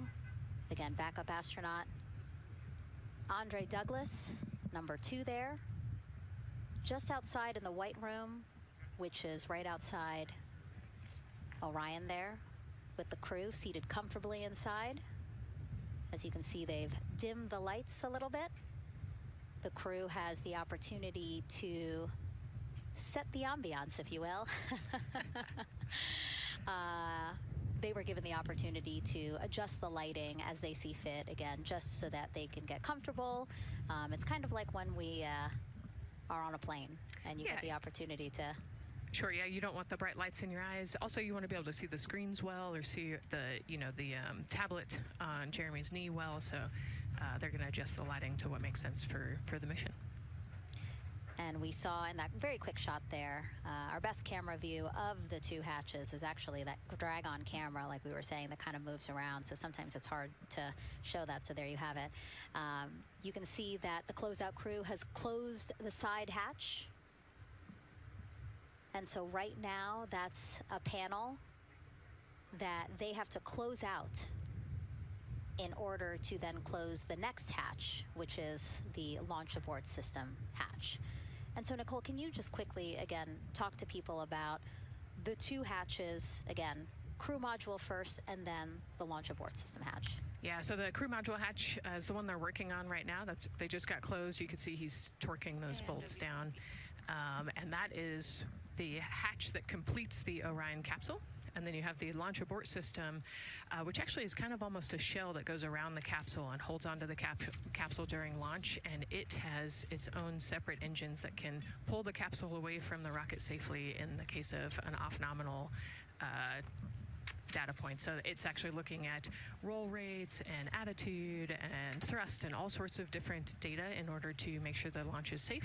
And if it's not, then the launch abort system will pull the crew module away and get them into a splashdown zone safely.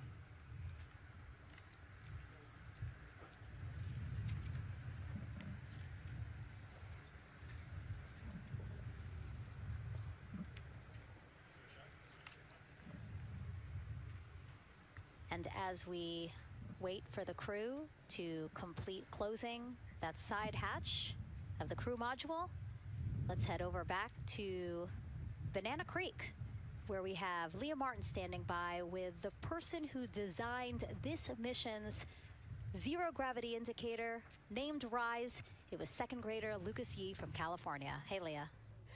Hey, Megan. Yes, of the many special guests we have with us today, I think one of our most exciting guests is Lucas, who's joining us, like you said, all the way from California. He and his family actually worked this as a group project to design the zero gravity indicator. Lucas, can you tell us a little bit about your design? Yeah. So you named him RISE. Can you tell me why you picked that name? It was very remote, representing the Artemis II launch and Earthrise. And yeah, that's pretty much it. So were you really excited to find out that you won the competition and that your zero gravity indicator would be going to space? Yeah. So how does it feel? We're actually just across the river right now from Artemis. We can see it from where we're standing. How does it feel to know that design you created is actually currently on that rocket, just a couple hours away from going to space? Really, really, really, really, really, really, really surprised and very happy. Now, Mom, you were telling me on the way over here that it was kind of hitting you what was happening. Tell me a little bit about that. It's definitely very surreal to be here in person. It's definitely very surreal to be here in person. That Commander Weissman said that it's for all and by all, that we couldn't have said it better. We're just very grateful to be here. Super, super excited. And we're so excited to have you here too. Now, Oliver, this is your first launch too, is that right? Yeah, that's right. And how does it feel to be here just a little bit away from watching the first group of astronauts in your lifetime on their way to the moon? It feels like very, very happy and surprised. So if you had one word of encouragement or something to say to the crew who's sitting on that rocket right now, what would you say?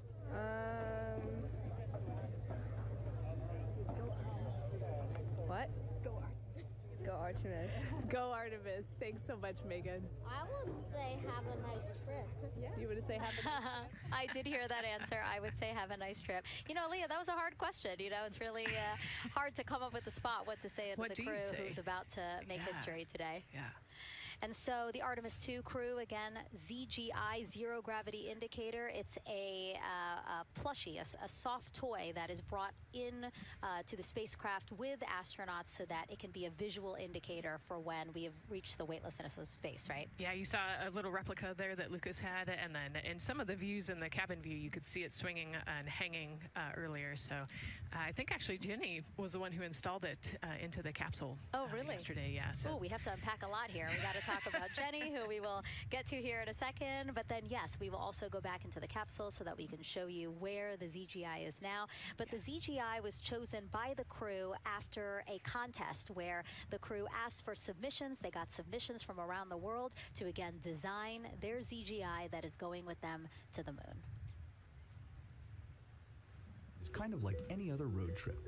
You need clothes, food, a map, your favorite toy. Really. Except this toy has a job to do up there because this is a zero gravity indicator. While not a scientific instrument, this safe and soft object tells the strapped-in astronauts that they've reached weightlessness. For Artemis II, the crew wanted a one-of-a-kind ZGI, so we asked you to come up with it.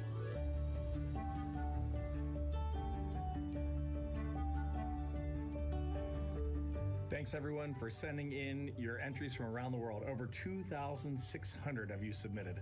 And we loved seeing all of your contributions. It was a really difficult decision because each design had a unique quality that stood out to our crew. In the end, we were able to narrow it down to a top 5 from Finland, Canada, Peru, and 2 from the United States, Kansas and California. In the end, we went with one called Rise. It was a design inspired by the Earthrise photo taken on Apollo 8, which is very special to our crew.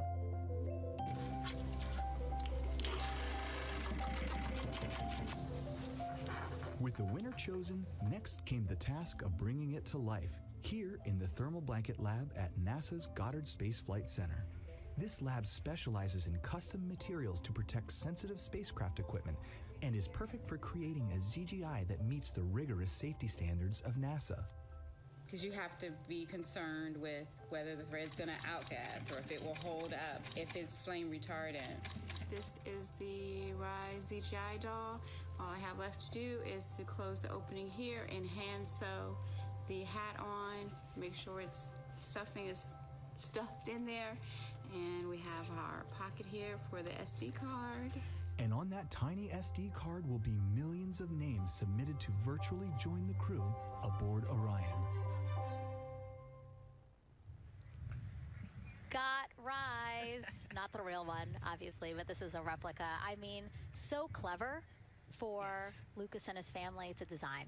Yeah, I love that he replicated the famous picture that we all love of Earthrise, and then I love that the bill represents the space in between the moon and Earth. It's just such a cute and wonderful way to represent this mission. Yeah, and again, Earthrise, very important to this crew. It harkens back to the picture that was taken by the Apollo 8 crew where they saw Earthrise, and so very appropriate since, again, now here we are going to see Earthrise again with this mission. Yep.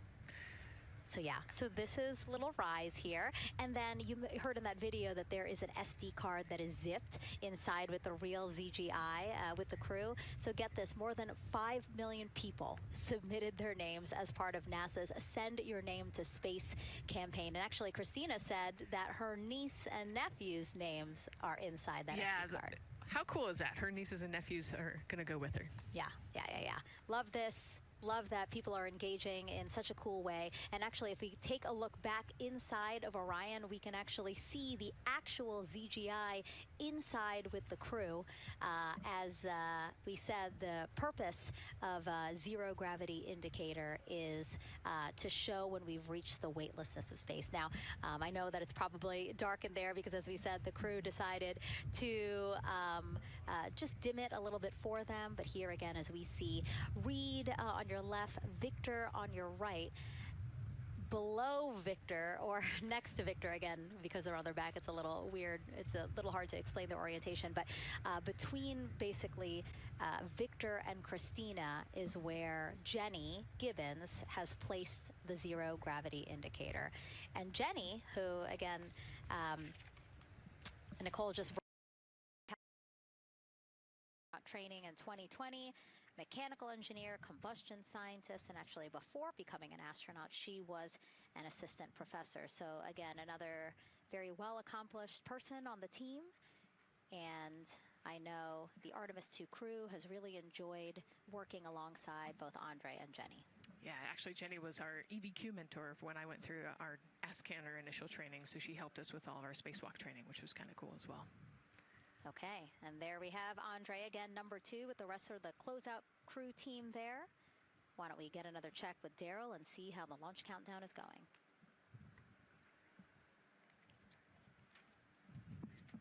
Still going quite smoothly here from firing room 1 here at the Kennedy Space Center. Launch team working no major constraints to launch, which is great news. We did get an update on a weather balloon that the launch weather officer and his team released. This is an important weather balloon released right around the 3-hour mark. And what it told us is that winds are around 10 to 11 knots in the upper parts of the atmosphere. That's important information for the launch abort system. Should the astronauts need the LAS, this would, of course, pull the Orion spacecraft off the top of the rocket in case there were an emergency, and then take them offshore to a water landing in the Atlantic Ocean. And so the winds are pushing onshore. And because they're pushing onshore, the launch weather officer is keeping a close eye on the strength of those winds, because if the Orion were to come off the top, and it's powered by 3 rocket motors which can propel it or pull it especially fast off the top of the rocket, it would go up into the air thousands of feet and then splash down in the water. And if you've got wind pushing against it, you don't want that spacecraft to come back and land on land. So they're watching that very closely because of the onshore flow. That onshore flow is also what's giving us a little weather action down to the south of us along what's called the beach line, 528. We got a whole lot of people out there. We're getting ready to watch the Artemis II historic launch. Well, they just got a good soaking. Line of rain showers, I should say, passed through that area and soaked the place. Certainly rain is a possibility. Spotty showers from time to time. But overall, the launch weather officer tells us that we are trending towards getting that stuff to all push to the west the closer we get to our launch window. A reminder, that window is from 6:24 p.m. to 8:24 p.m. Eastern Time. We don't have a specific T0 at this moment. There's a lot that needs to be calculated before we get there. We also need to get through the rest of the countdown on time. As of right now, we are right on time. The launch countdown is going exactly as planned. That's not something that we saw certainly in Artemis I. There was a lot of flexing in the timeline during those 3 launch attempts back in 2022. But so far today, on our first launch attempt, we're really enjoying some really solid countdown work, some solid operations by the launch team so far. And to quote our friend Lucas, who created Earthrise, we all really like that. We'll send it back to the host desk. Thanks so much, Daryl. Yes, we really like that, and we really like Rise and Lucas. So thank you for that. That was really cute. Okay, so again, here we are in the big box here. We have our Full view of the rocket, looking glorious on there with, again, some clouds, but still weather is good for launch today. And then we have the closeout team continuing to do work in the White Room. We got confirmation that they have successfully completed pressurizing the counterbalance pressurization. Basically, as Daryl explained it before, the side hatch for the crew module is very heavy. So in order to open it, there needs to be pressure applied to it, and that's what we just completed, right? Right, that's exactly it. So the CBA, that counterbalance assembly that we're talking about, has to be pressurized. It's a pneumatic system to help. So in the case of an egress, you know, Christina's the one that has to open that hatch. So once she gets it unlatched and unlocked, then that pneumatic system will help move the hatch. It weighs a lot, and so the average human cannot open that hatch by themselves. And so that's why we want to make sure that the system is pressurized, that it's not going to leak, and that it is ready to go in case they need to open the hatch. So that is complete, and now what is happening are the seal leak checks. So that is in progress. Again, 2 seals go through the entirety of the hatch, and we will take the seals to pressure, hold it for about a minute, and just make sure that it is holding pressure. Again, we want to make sure that the crew has a safe, pressurized environment in any sort of situation while they're in Orion. Yep, that's right. So we're going to take a look at it. We're going to take a look at the starting pressure, and then after a certain amount of time, we'll take a look at the ending pressure, and then there are certain tolerances that we will accept for flight. 2 hours, 37 minutes and counting from the opening of our 2-hour launch window today at 6:24 p.m. Eastern Time. After liftoff, it takes less than 10 minutes to reach Earth's orbit. Let's learn more about today's Ascent profile with Gary in Mission Control.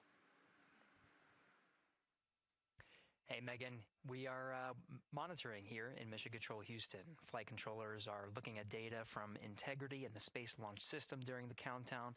We're looking at some of the events happening in the White Room now and just making sure that all criteria is met to commit to launch and Ascent today. It's the team you see in this room that would be looking after Ascent, which is a very dynamic phase of flight. And after solid rocket booster ignition of the Space Launch System, it's this team that takes over control of the mission. There are voices you'll hear upon ascent, calls being relayed between Stan Love, the Capcom you see here in this shot in Mission Control Houston, that's the voice from this room, and the Artemis II crew on a communications channel aptly named Orion to Earth. Here are the calls you may hear during this part of the mission. Capcom Stan Love, his first call after responding to the crew's successful roll pitch maneuver at 30 seconds is AMT high. This notes that should we lose just one of the main engines, an alternate mission in low Earth orbit can still be achieved. At 1 minute 25 seconds, you'll hear max Q on PDL. This notes that reaching the moment of maximum dynamic pressure on the spacecraft. This event happens to be in line with a communication switch to another ground station, the Ponce de Leon Inlet Tracking Annex, located about 35 miles north of Kennedy. At 2 minutes 45 seconds, you'll hear SM primed upper stage RCS ready. This means that the European Service Module propulsion system that's prepared for the next phase of aborts after the launch abort system jettisons, and the reaction control thrusters on the inner rim cryogenic propulsion stage that enable pointing and maneuvering are ready.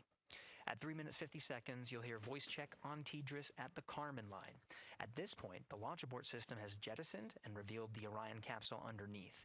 This check verifies that the now exposed Orion antennas have a good signal over the tracking and data relay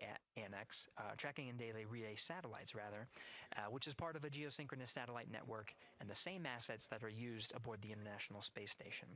This communication switch happens to be at the Kármán line, a widely recognized boundary about 62 miles, statute miles, or 100 kilometers above the Earth's surface, where the air is too thin for conventional aircraft to fly and marks the point where our astronauts leave Earth and enter space.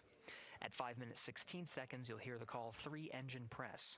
This notes that if one of the 4 main engines on the SLS core stage were to fail, 3 engines can carry the crew to a nominal main engine cutoff and proceed with the expected mission timeline.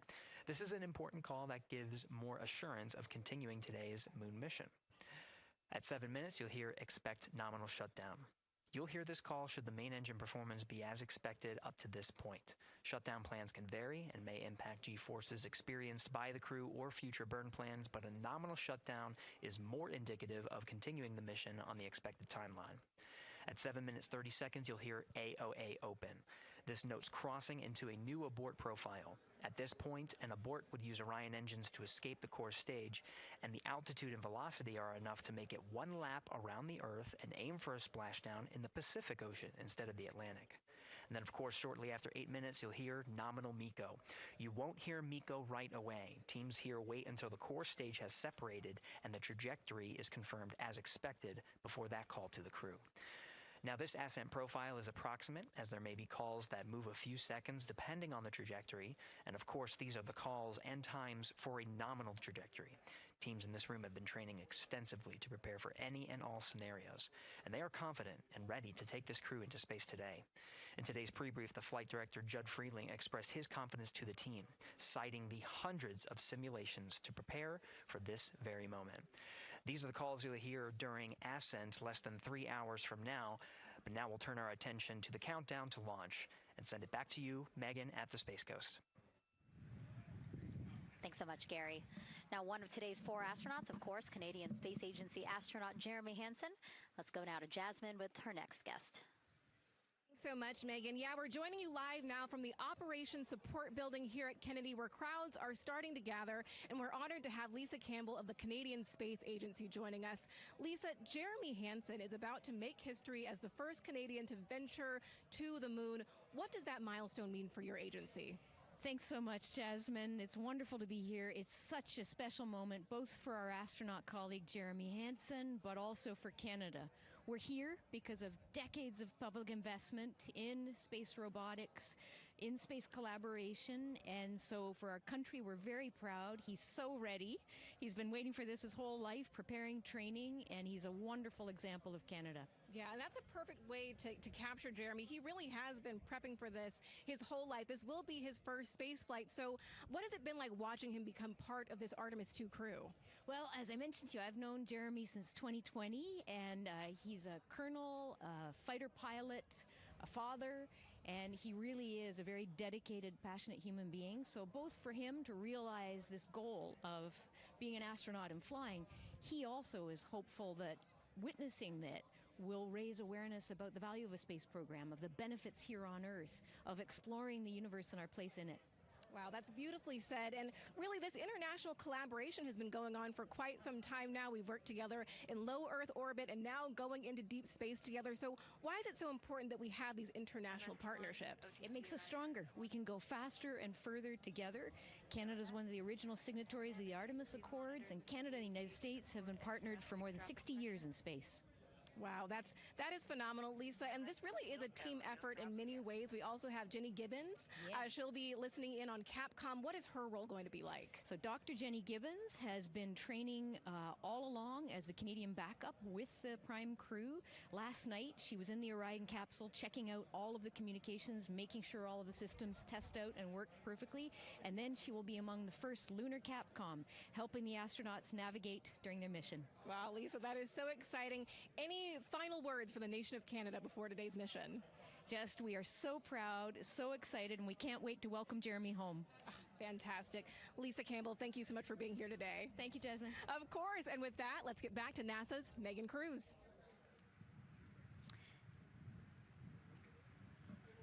And right now, go ahead. Command PBA press has been completed. Did you see any drop in pressure? And MS1, we saw just a little bit. It is just over 2,600 now. Copy. Thank you, ma'am. again, a call out to mission specialist Christina Cook. Again, it was her responsibility to monitor the pressure on the counterbalance system that will help open the side hatch. And she did report a drop in pressure, but it seems like it's within nominal limits. Right. They might have had a small drop, but you know, we have a starting pressure and an ending pressure, and as long as the difference isn't too high, then we will take that. And the engineers know exactly what they're looking at for in terms of that delta pressure. And so again, that milestone on the checklist of things that have to happen before they launch today. That is complete. The crew, again, still inside comfortably as the closeout crew team work to close the side hatch. Again, a separate seal leak check, followed by a full cabin leak check, and then they will close the last abort system hatch. Lots to do still in the White Room and marching down the countdown timeline well. And so Bill, again, number 3 there, he is holding a silver flex hose. That hose is what will be connected to Orion in order to do that cabin leak check. So again, it does seem like we continue to march down through the milestones in this countdown.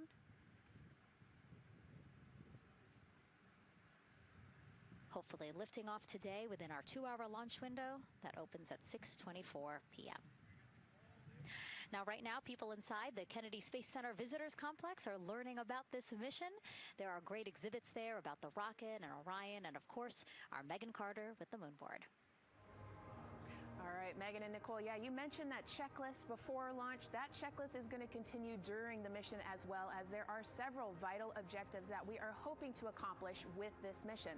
So we've talked about the rocket. We've talked a little bit about Orion.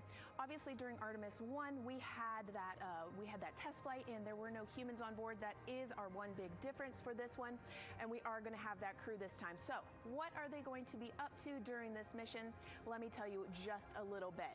Now, for Artemis 1, like I mentioned, we were really focused on the SLS, making sure it had the power and capabilities that we needed. We were also checking out the Orion spacecraft in deep space environments, making sure that it was good to go.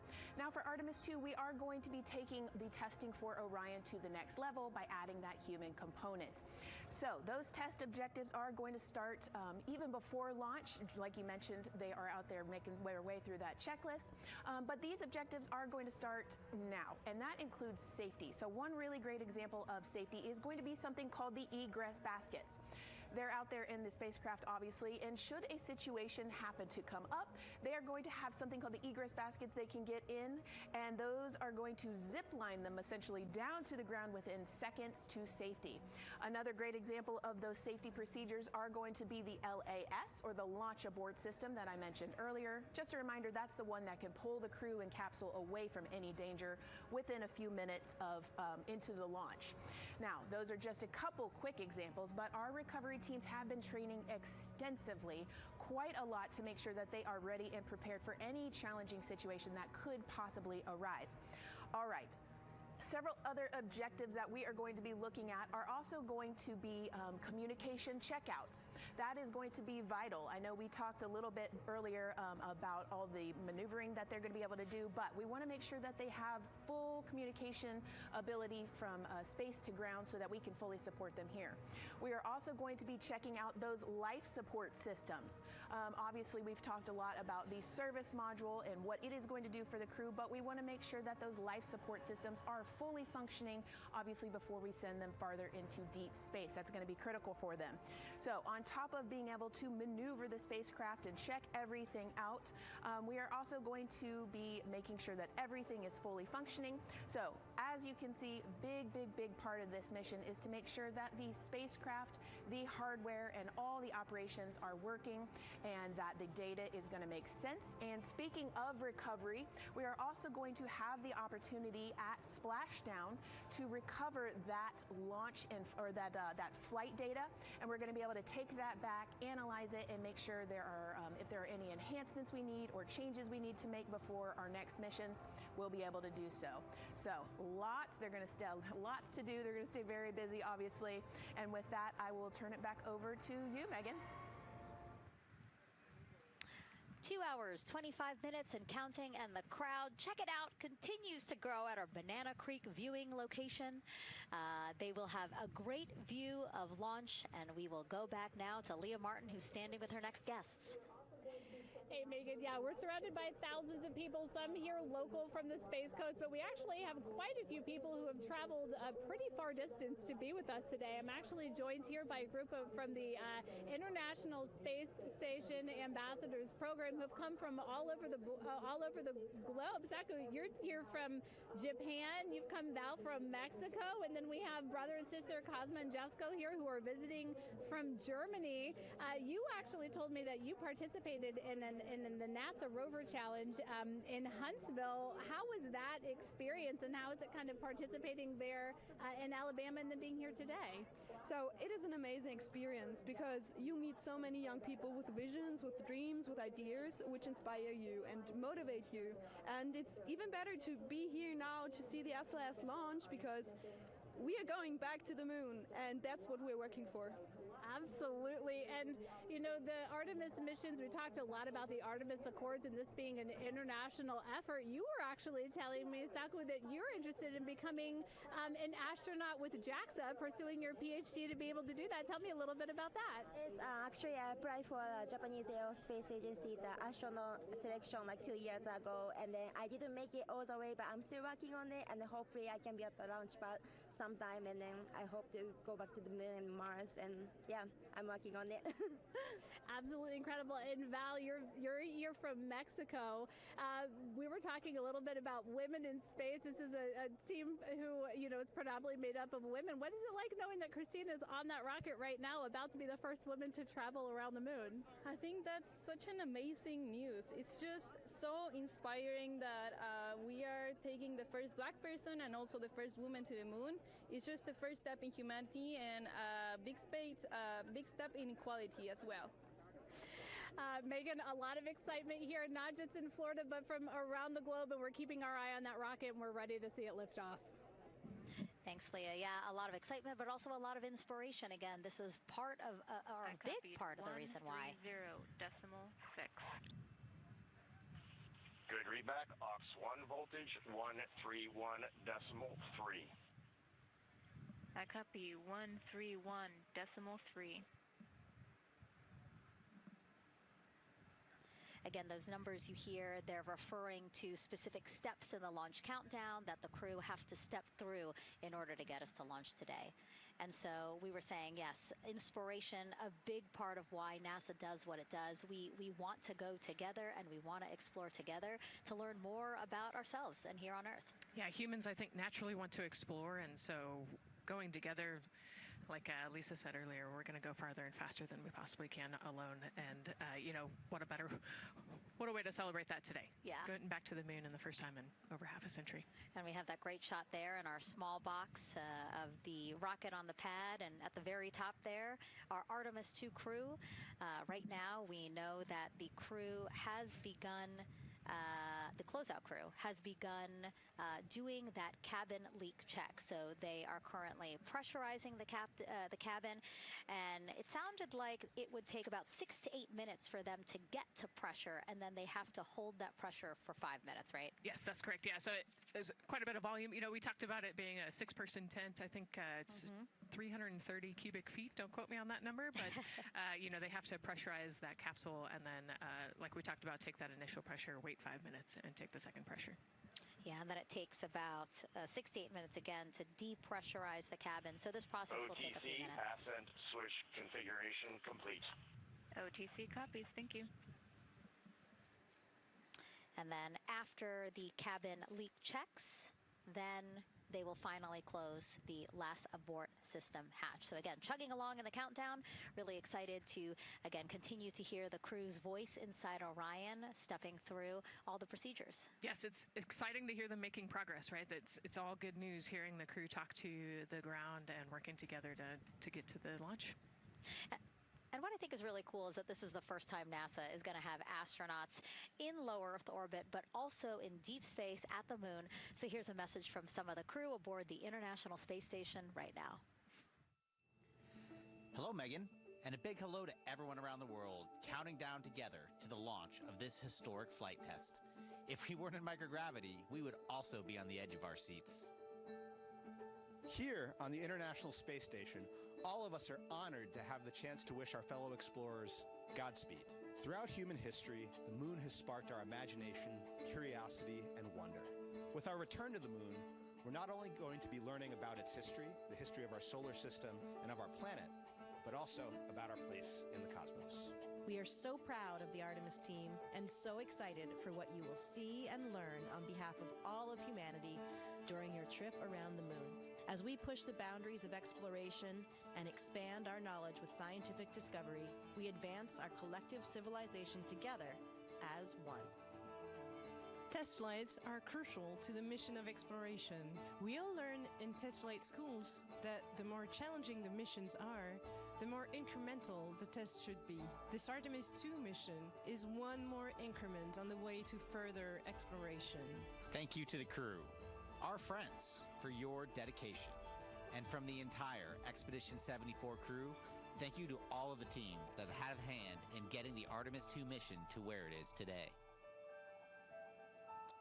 Back to you, Megan, as the countdown continues.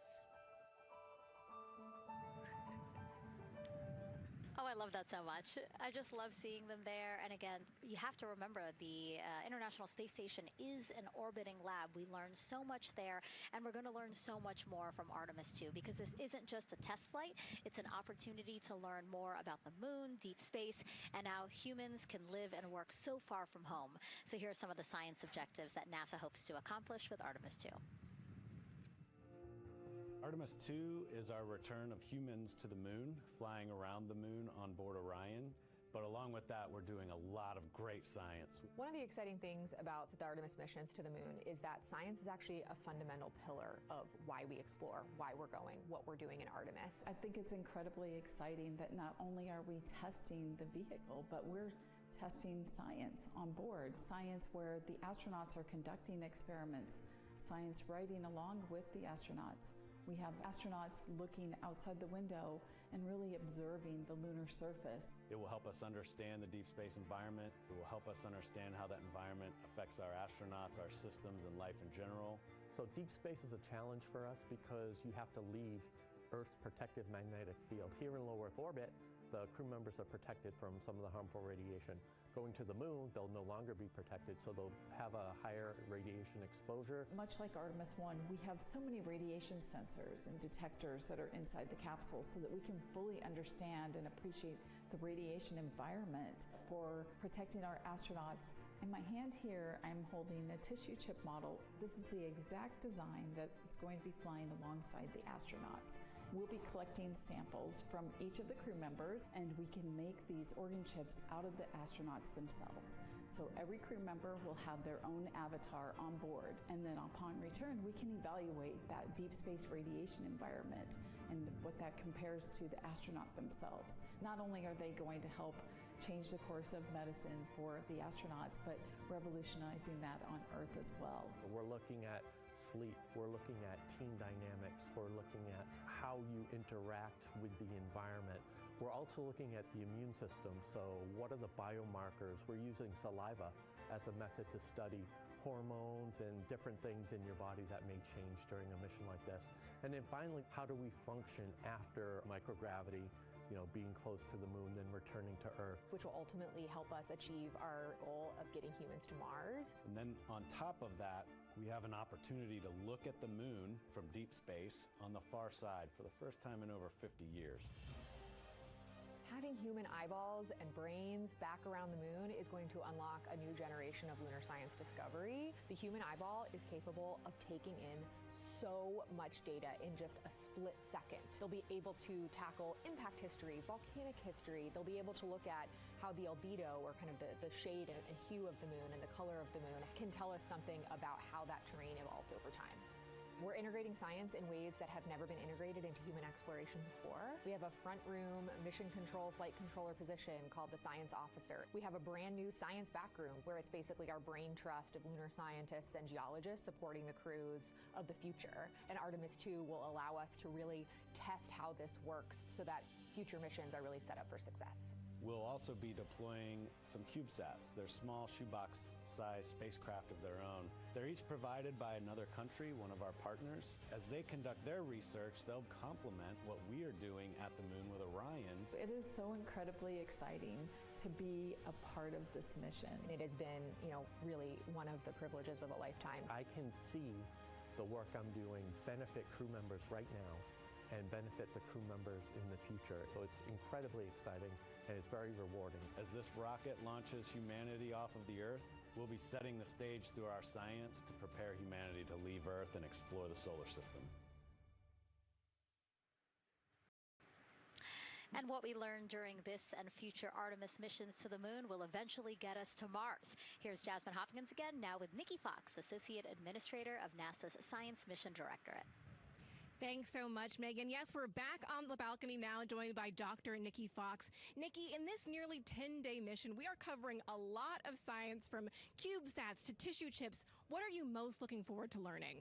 Oh my goodness. I think for me, the most exciting thing is actually being able to interact with the crew while they are flying, doing this historic journey on the far side of the moon. They are going to be seeing pieces of the moon that no human eyes have seen before, which is really spectacular. It's going to be an interesting trajectory. Some of it is in darkness. Then at the terminator, so in darkness, they'll be able to look for like impact flashes and things when micrometeorites pummel that poor moon. And then at the terminator, they can see shadows and interesting things, which kind of gives you depth perception. And then, of course, in the sunlit, picking out everyone's favorite craters. Also, if we launch today or tomorrow, they will see a total solar eclipse from the Orion capsule. How cool is that? That is very cool. We are thrilled for this Artemis II crew to be able to see the moon in a way that we've never seen before. What is so unique about that far side? Why are we going there? I mean, honestly, it's just, it is unique. It's very different to the near side of the moon. The actual sort of terrain, the morphology, it's very, very different. And so it will be very exciting to see that as we're going past that. Absolutely. And Nikki, we are performing a lot of science at the moon this year, actually, not just Artemis II. Can you speak to the commercial lunar landers we're planning to send? Yes, we are very, very proud of our commercial partners as they take our payloads for us to the lunar surface. And very excited. Next one up is Blue Origin's Blue Moon Mark 1 going. It's got some science on it. It's got the scalps that went on the Blue Ghost. So we'll be able to sort of look at that plume as it's coming down onto the lunar surface, and then also the laser retroreflector that will be the array that's up there too. So even on that first test flight, packing it with science as much as we can. Wow, Nikki, so much science. It's hard to keep track of everything. But the unique thing about Artemis II is we're sending crew. Can you speak to the importance of the human element of science? Absolutely. I mean, we can program, like we do with our beautiful rovers on Mars, we can program them to do certain things, and it's what we think we need them to do. When you have an astronaut up there, they can make that sort of like really unique split-second decision. The thing I'm most looking forward to is when they think they're going to be looking here, is hearing one of them say, "Oh my goodness, look over there." And I think that's just incredible about how we do that. Also flying our tissue chips with the astronauts, our Avatar experiment. Here we go, Avatar. Oh, wow, look at that. And that's got the tissue chips samples matched to the crew, so we'll be able to monitor the effects of microgravity and radiation on that human tissue as we prepare for more and more missions to the moon for longer and longer durations, and then off to Mars. Wow, Nikki, so much science ahead of us, but first we have to launch. Thank you so much for being here today. Thank you so much. Go Artemis. Of course, go Artemis. And with that, let's turn it back over to the countdown with NASA's Megan Cruz. Nikki is so fun. She has so much energy and so much passion about the science. And again, yeah, it's just so important to remember that so much science is happening with this mission. It's not just to test out the hardware and the life support systems. Yeah, you saw the science video, and then we talked to Nikki. Man, there's so much going on, right? We talked a little bit about the lunar observations that we're going to do. And then, she talked about, made a really great point about, the human eye can pick things out that a camera or a robot can't necessarily pick out. And so that's why we're sending humans. But also, we're not just doing the lunar observations. The Avatar, that's a really cool experiment. They took blood samples from the crew, and then they used those stem cells to make bone marrow and create those little Avatar chips, which is so impressive. Feels like scientific, sci-fi movie stuff. But, you know, we're going to look at radiation. We're going to look at all sorts of different scientific experiments. You know, we've got the little CubeSats. We're going to go look at space weather. Lots going on. Yeah, on this even mission. collecting some of the astronauts' saliva, you can learn a lot about the body through the saliva. So just really a lot in a small amount of time in a small capsule. Yeah, you know, scientific discovery. That's why we go back to the moon. Yeah. And so again, her energy just so, oh my God, I can't find the words. So wonderful. Awesome. Yeah. I don't know why I couldn't find the word. So anyway, yeah, just really, again, thank you, Dr. Nikki Fox and Jasmine. And so Nicole, what about answering more questions? Let's do it. Okay, great. First one, what was the word I was trying to get at? No, I'm kidding. Let's have the first question up on the screen now.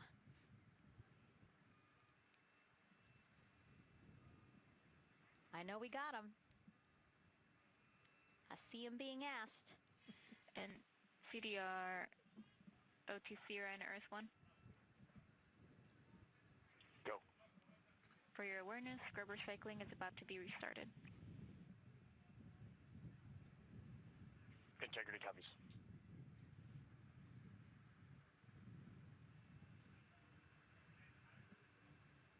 All right, let's try that again. Can we get the next social question, please? What are the G-forces experienced by the Artemis astronauts during launch and reentry? Ooh, you know, these are actually pretty similar to, you know, a Dragon launch or a shuttle launch. You know, we have to accelerate to get out of the Earth's atmosphere, and then, you know, we talked about the secondary burns that they will do to get away from Earth, but you know, for me personally, it kind of felt like we got slingshotted off the Earth is how I like to describe it. So, you know, you get set back in your seat and the G forces are into your chest. CDR OTC Orion Earth 1. Go ahead. Moon leak check complete. The cabin is going to be vented to flight pressure momentarily. Integrity copies. That's fantastic news. Yeah. Again, so the spacecraft is holding pressure as expected, and so now they will depressurize it, which will take about 6 to 8 minutes. Exciting. Yes. Yeah. Go ahead, Nicole. Like we talked about, continuing to march towards the launch. Yeah, so the G-forces are into your chest, and it's kind of a slow build, and you can get all the way up to 4.5 Gs into the chest during the launch, and often they have to back off on the thrust a little bit so that you don't get too high in the G-forces, and especially as we go through kind of max Q or that max aerodynamic force, so as they get through the thicker parts of the atmosphere.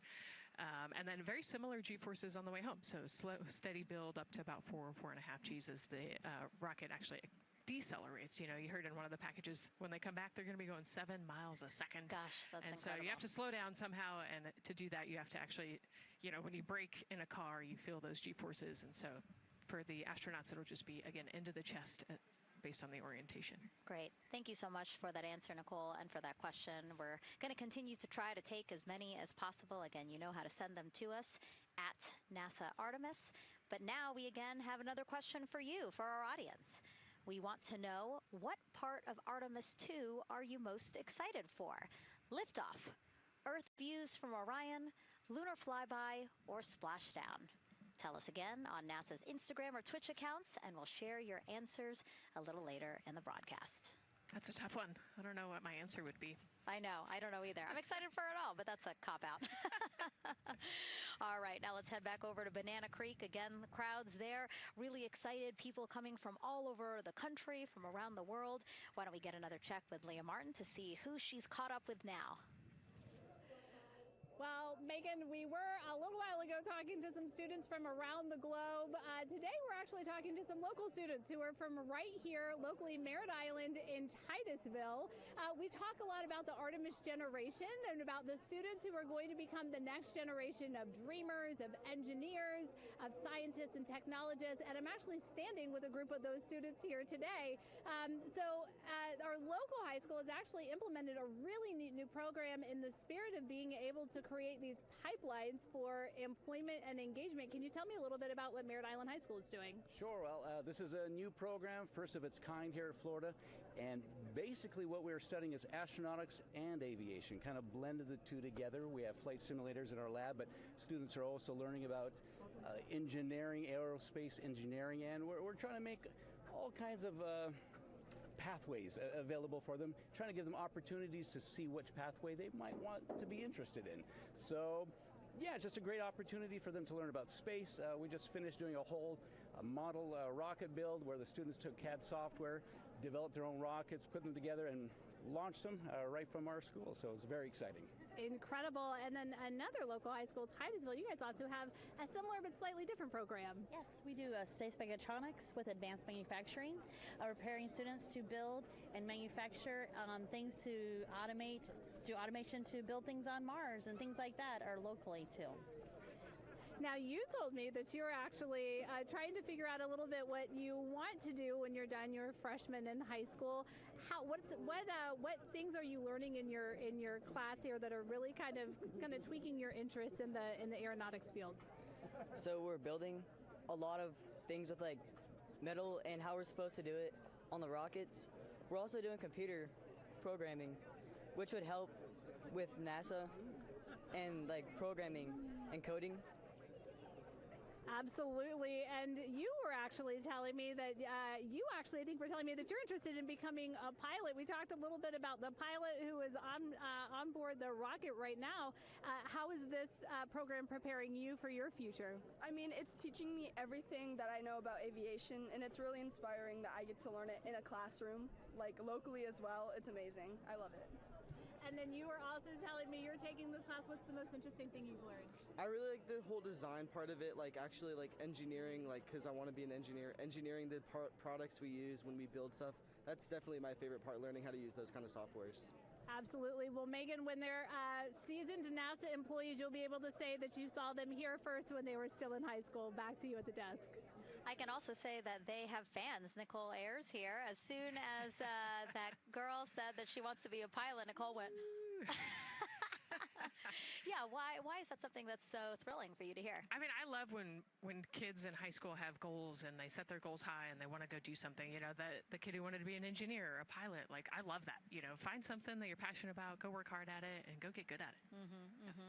Yeah, and speaking of passion, I mean, we definitely have a whole bunch of people here passionate about what NASA is doing here. Again, the lawn behind us just filled with media from around the world, making sure that they can help tell our story to everyone who is interested in hearing it. So back here in Florida, of course, we have NASA leadership also keeping a close eye on launch operations. Let's go now to Jasmine Hopkins, who is standing by with Lori Glaze, Acting Associate Administrator of NASA's Exploration Systems Development.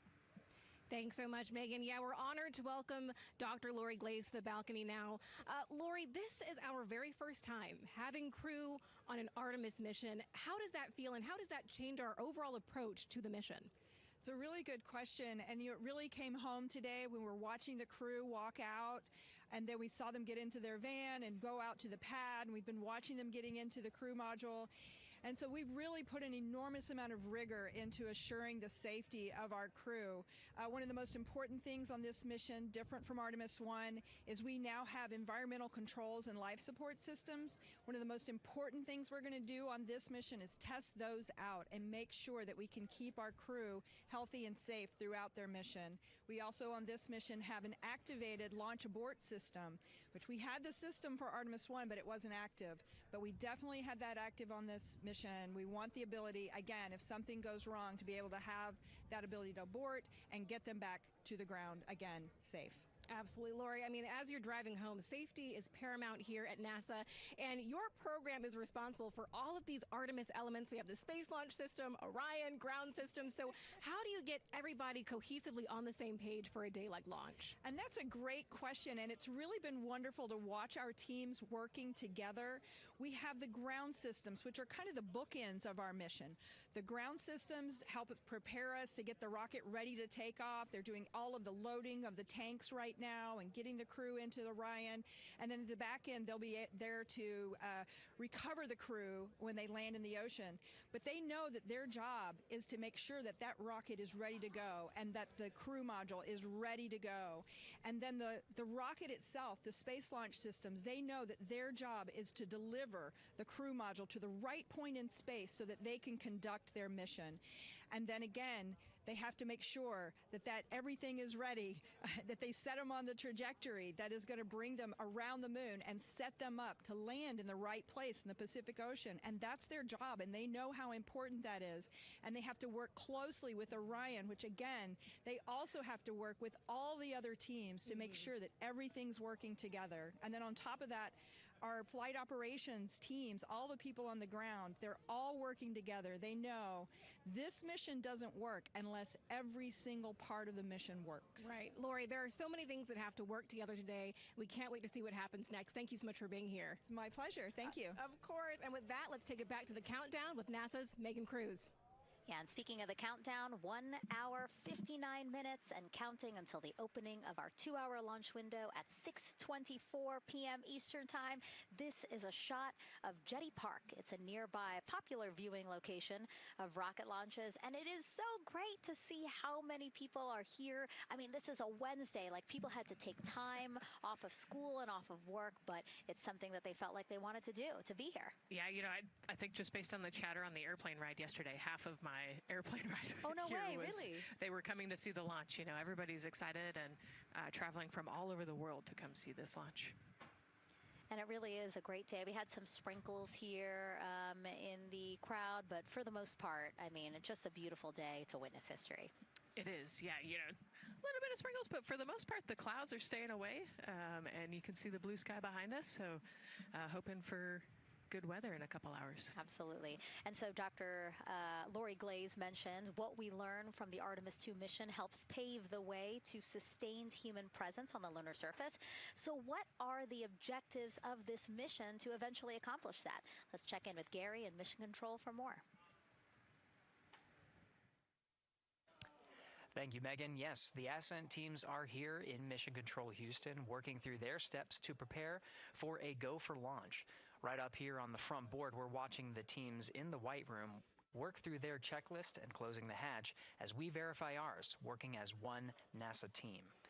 What Dr. Glaze said about working across the teams throughout the nation is true. It takes one NASA team to bring everything together and accomplish the mission objectives. The Artemis II is designed as the first crewed test flight of NASA's Artemis campaign, sending astronauts into lunar space to validate systems, operations, and human performance ahead of a more complex lunar landing missions.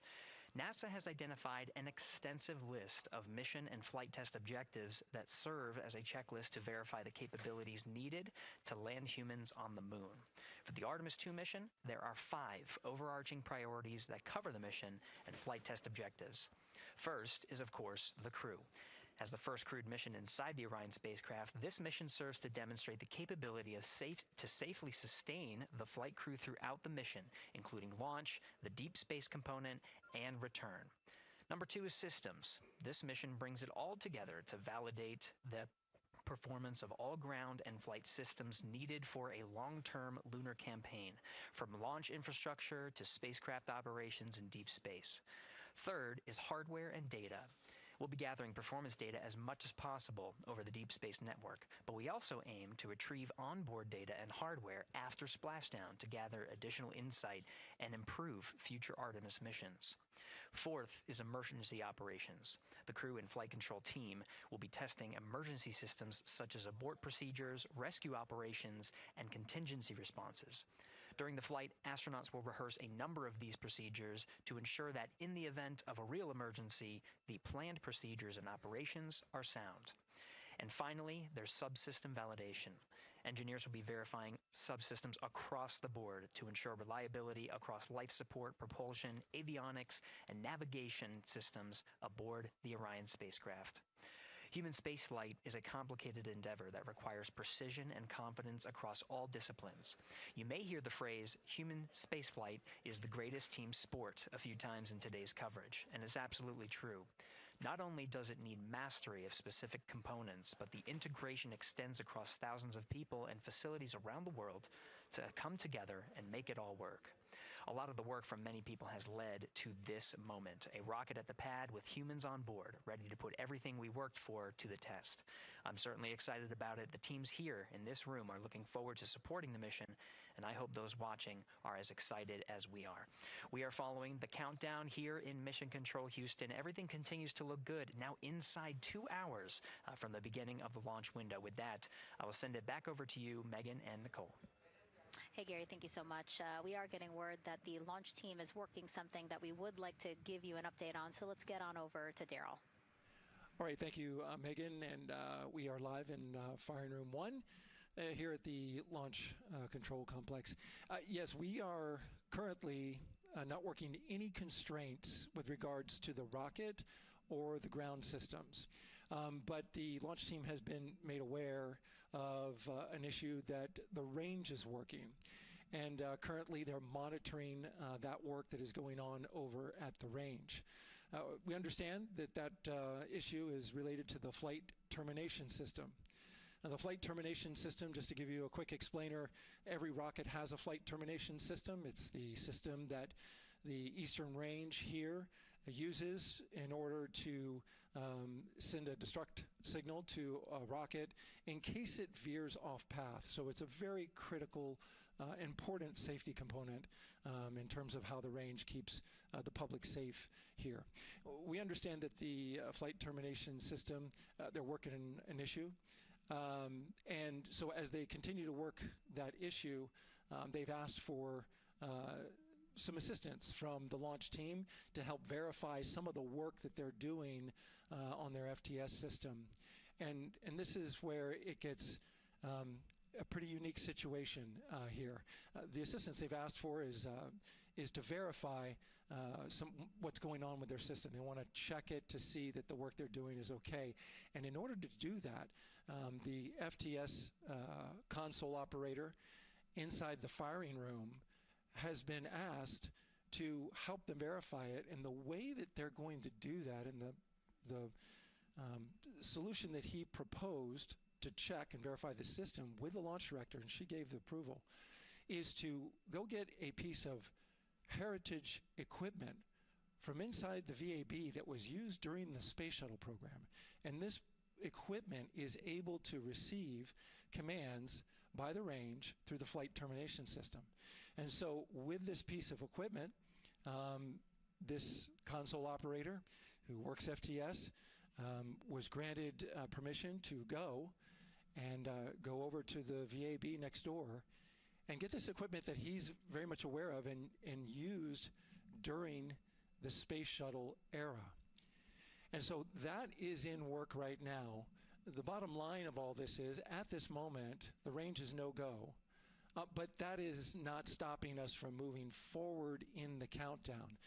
We can continue to process and work the countdown. The closeout crew will continue to do their work, and the launch team will continue to do their work as well. But we'll keep you updated on what happens in regards to, as far as my understanding goes, a pretty unique situation here with trying to bring resolution and kind of help out the situation that we're seeing at the range right now. And that's the latest here from the firing room. We'll send it back to Megan and Nicole out the host desk.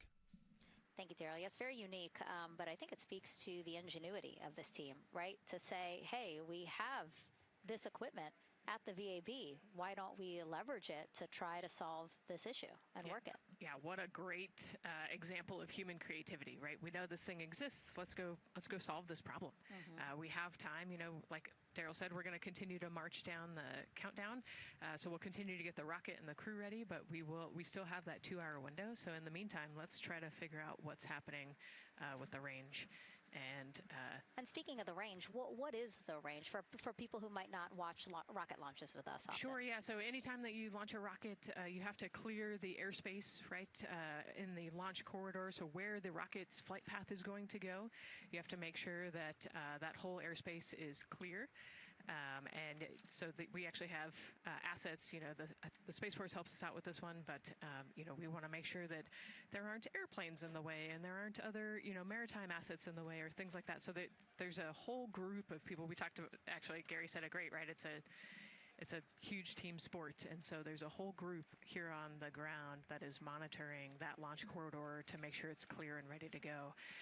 And so if they're having issues, then we definitely can't launch this rocket. We don't want to launch blind into a corridor that we can't see. Yeah, because as Daryl said, I mean, it is very important, the flight termination system, needing to activate it in case of an emergency. So yes, something that we will closely be monitoring throughout the countdown, and hopefully again won't be an issue, that they can fix this issue by going to the heritage hardware that's in the vehicle assembly building. Right, what a great idea.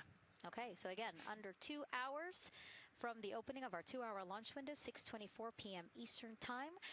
The crew, as you can see there, inside of Orion, relaxing, getting updates from the team, but also just getting in the right headspace for hopefully launch today. Let's learn a little more about each of them now. The moon, to me, it's the thing that connects me together with all the other humans in my life. I remember being a little kid lying in bed at night and just looking out at the moon in whatever phase it was in, and I was thinking, man, my friends that live like 20 miles away, they can probably look out and see that same exact moon. And then when I was in the Navy and I would look out at the moon and I'd be halfway around the planet, I would think, man, my brother can see that moon where he is, and he's halfway around the planet from where I am. To me, it's a connection of life on Earth. We can all look up and see that moon, and it's always changing. The moon is never the same 2 days in a row. I love that. My name is Reed Wiseman. I'm the commander of NASA's Artemis II mission around the moon. I grew up in a little town just north of Baltimore, Maryland, about 20 miles north of the city. There was a National Guard base nearby my house, and there were A-10 aircraft that would fly over every now and then. I just would look up at them and be like, man, I want to be up there. I want to go do that. And then my brother went to the Naval Academy, and I would go every year and watch the Blue Angels fly during commencement, and that just started to grow and grow and grow. For a while, I wanted to join the Air Force, and then I realized Navy flies as well, and they fly from ships in the middle of the ocean, and that was it. Like, done deal for me. That is exactly what I wanted to do for my career. Flying is freedom to me, especially when you're in a jet aircraft coming off of an aircraft carrier in the middle of the Pacific Ocean. Nearest land is over 1,500 miles away. So when you come off of that aircraft carrier, you are truly just alone with yourself out there. It is a magical experience to be out there all by yourself in an aircraft over the Pacific. It's free.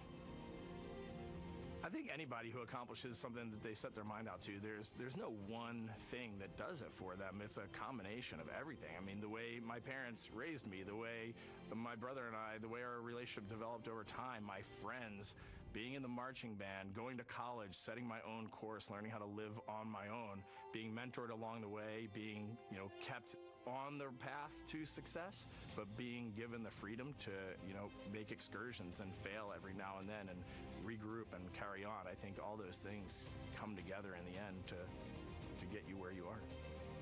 I've had to overcome, I'm a human being. I've had to overcome a lot of fears. I'm pretty scared of heights. I joked about that on the International Space Station, but it turns out I'm only scared like at the edge of a building. When you're up on the International Space Station, even though you're 250 miles up, I never had that feeling of falling or that I was, at risk up there. I just kind of loved the feeling of floating and looking down at Earth.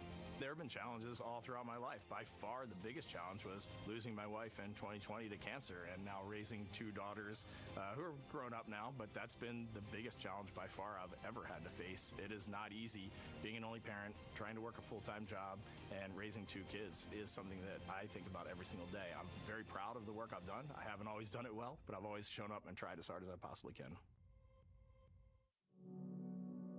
I do wonder what it's going to be like when we are really far from Earth and can see it.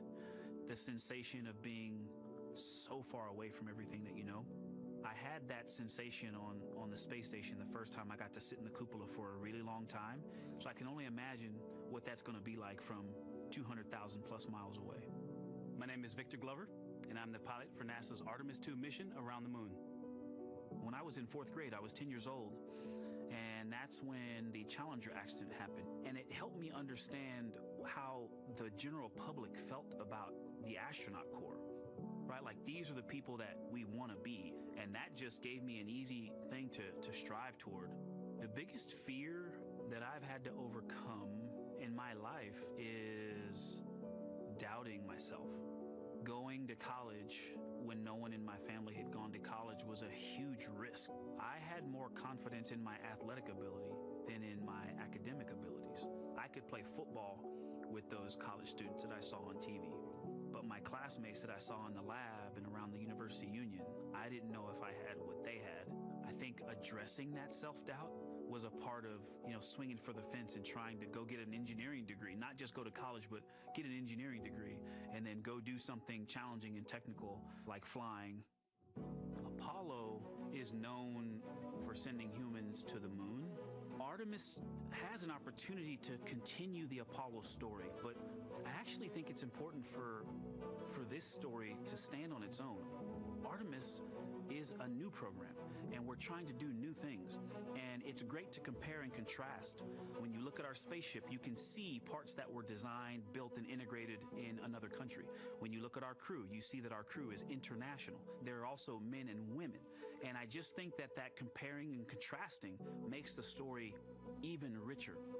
The piloting role specifically, I will have an hour and a half or so where I get to fly the spacecraft by hand. We haven't flown that many spaceships. And so the ability to fly one actually in space on a test mission is just a really unique opportunity. I can't tell you how I'm going to feel when we fly by the moon and see the moon up close and the Earth from 250,000 miles away, but I don't use the word excited because I'm focused.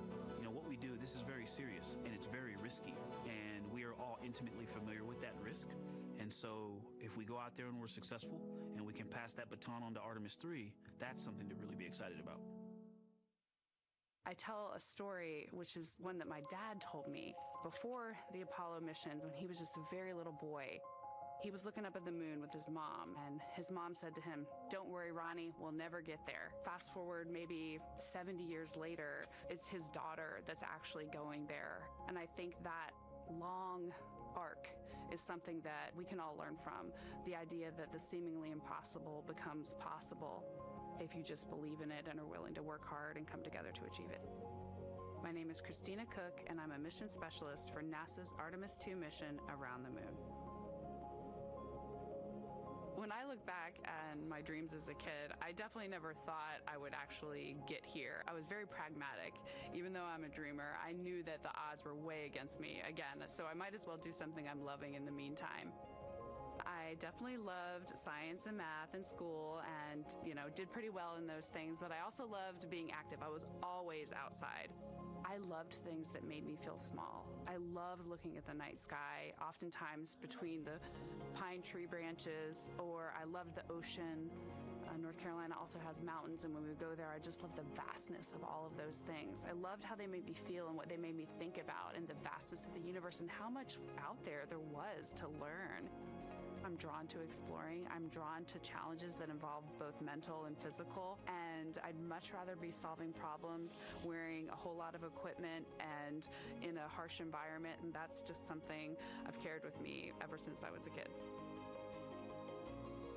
Thinking about the fears or challenges that I've had to overcome, there are just so many. I mean, basically, that has been the journey. I always say to people, do what scares you, and that means I have to follow my own advice. So doing what scares me meant getting on a plane and going to the Antarctic, getting on a plane and going to study abroad in Ghana, applying to become an astronaut, opening the EVA hatch in the airlock and going out of it into the darkness, strapping myself onto a rocket.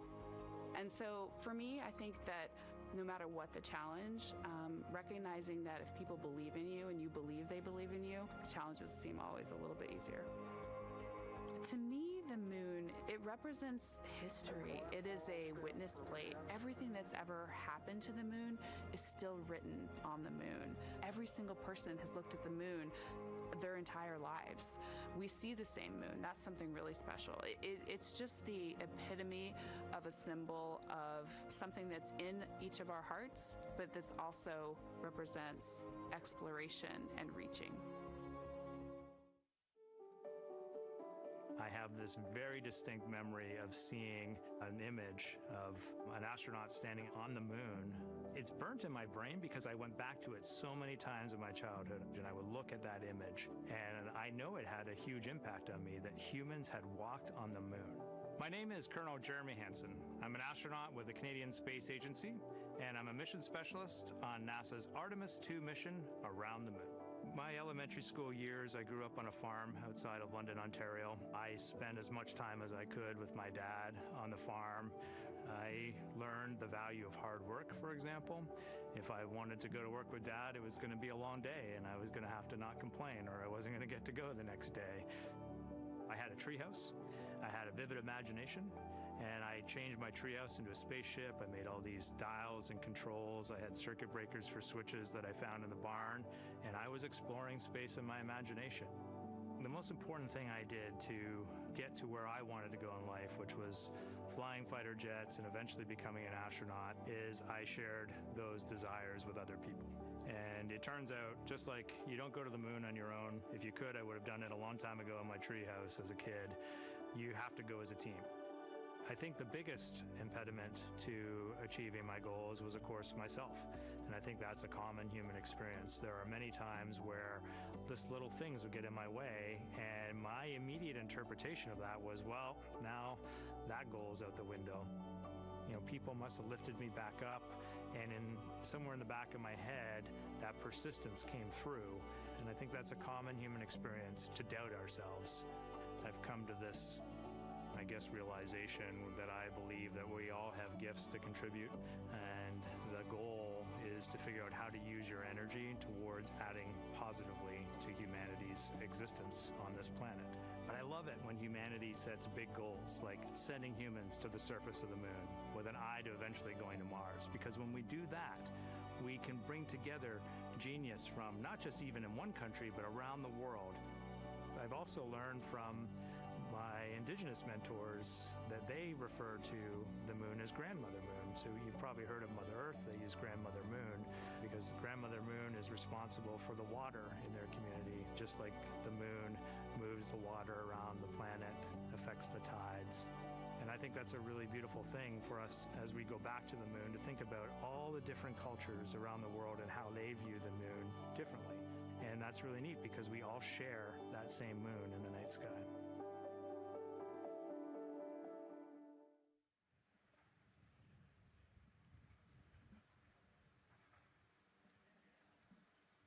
One hour, 38 minutes and counting until the opening of the Artemis II launch window today, 6:24 p.m. Eastern Time. And we are looking at the rocket and Orion out on the pad, historic launch pad 39B here at Kennedy Space Center. What a great view, Nicole. Yes, it is. You know, we can see the clouds out in front of us, but they are to the west. And you can see that there's some blue sky peeking through behind that rocket, which is good news. And more people continue to come on center here. About a couple of hours ago, folks with special passes to come on center were allowed to start driving on with family and friends. And of course, we have media growing by the moment here at the press site here at Kennedy Space Center, setting up their cameras, setting up tents, interviewing folks. Again, this great jib shot that we have from our camera here showing all the interest that we have here at the press site. And actually, even to the right of us, so camera left, no, sorry, the right of your screen, left of us, plenty of other people there, set up with their own tents, broadcasting to their own viewers. And so again, just really cool to see everybody wanting to share in this moment. Yeah, that's, I mean, how many media tents we can see from here. It's a beautiful thing. Yeah. I think it's important to share this message with the whole world. Yeah. And so let's take a look now at people who are watching in other parts of the country. We have this shot here from the U.S. Space and Rocket Center in Huntsville, Alabama. Oh, man, look Just at that. kidding. Museum of Flight, Seattle, Washington. So sorry. Hello to you over there. Sorry, I thought that you were in Alabama. But here you are from Seattle, Washington. Again, the Museum of Flight. They must have had a special event to bring people there to watch, as well as a special event here. Now, correctly, the U.S. Space and Rocket Center, Huntsville, Alabama. Of course, they would have a lot of people here, and I'm sure this crowd will grow when we get closer to launch. Marshall, the home of the SLS rocket. Yes. Yeah, this is a great shot. You can see all the people there, and obviously you've got quite a few artifacts in there as well. Oh, now they they see us. know. Yes. Yeah, now they know. They're on the broadcast. That's too funny. Awesome. Hey, listen, it's all right. We can sit. We can sit and chill until we wait for the opening of the window. No, there they are. Yeah. Everybody's excited. Thank you guys for showing us your excitement. I know deep down it was in there. It's just that you felt like sitting at the moment, and that's all right. There's a little delay. Yeah, that's all right. Well, thanks so much to those supporting these watch parties and bringing them to us live here. Actually, our video paths are taking quite a circuitous route to be able to bring those live views in from Seattle as well as Alabama, but we're glad that we can be able to share it with you in the broadcast now. And so why are we going to the moon? Why does NASA want to build a moon base there? Here's Megan Carter again with our moon board. All right, thank you, Megan. Yeah, so we are right around that hour-and-a-half mark, hopefully for that launch. It's going to be very exciting. So they are going to have a few days to be around the low Earth orbit, and then they'll be heading on to the moon. So yes, let's talk what will be happening. Why are we going to the moon? So obviously this is not going to be a landing, as we've discussed. They are going to be coming with 4,000 to 6,000 feet around the moon's surface, and this is going to connect us directly to our past. Those Apollo missions did have 6 lunar landings, and the Artemis campaign is looking to build on that past by going back to the moon, staying longer, and then going farther. So how are we going to do that, and why? We have obviously talked a little bit about that lunar South Pole, and we are focused specifically on the far side of the moon for this one for a specific reason. You might have guessed we're going to be looking for some resources especially, and that's going to be water or water ice. That is going to be giving us some really critical pieces for future missions. And as you can see here, we have identified 9 potential landing zones. So this is going to be a critical objective for our crew. Depending on when they launch, it will determine what is going to be visible, but we do have these 9 landing zones right here around the Shackleton crater. And as you can see here, a lot of that area is deep and dark, and that is where we are going to be looking for that water ice, because that is obviously going to give us not just water to drink, but as we know, that can actually be converted into our propellant potentially, that hydrogen and oxygen. So that is going to make the moon a critical place for that moon base, because we want to think of it essentially as a backpacking trip. If you have your tent and your hiking boots and your camping stove and all your gear, you don't want to take that out and be on the trail for the first day and then try everything out. You're going to test things out a little bit closer to home before you go out on that adventure. And that kind of goes for us as well. So the moon is going to be critical for us in the future steps towards our lunar landings, and then also for going farther on to Mars in the future. It's going to set us up for that deep space exploration, and we can't wait to see what they see once they get to that flyby. But for now, we are, like I said, getting closer. So I'm going to turn it back over to you, Megan. Exciting stuff. Again, the idea of accomplishing a moon base, like as we've been saying, sometimes things just seem like science fiction, and it's amazing that we're making it science fact. Yes, yeah, we're going back. We're going to scout it out, and then on the future Artemis missions, we're going to put boots back on the moon for the first time in over half a century. But we're going to stay, and we're going to learn from the moon, and we're going to, as Megan talked about, the water ice, and harness that resource, and not only learn from the moon about Earth and about the solar system, but also figure out how we get to Mars from the moon. And so what we're seeing now back inside the White Room with the closeout team, they are removing basically fixtures that protected the crew module hatch while they did work around it, right, Nicole? Yep. Yeah, so anytime that you're moving around and working, there are some sensitive sensors and parts of the crew module that we don't want to kick or bump into, and so it's easier to just put a guard up while you're working in there and then take it down later. And so this is a visual cue for us that the team is getting ready to close the last hatch, again, the launch abort system hatch. Can you tell us about what the LAS is?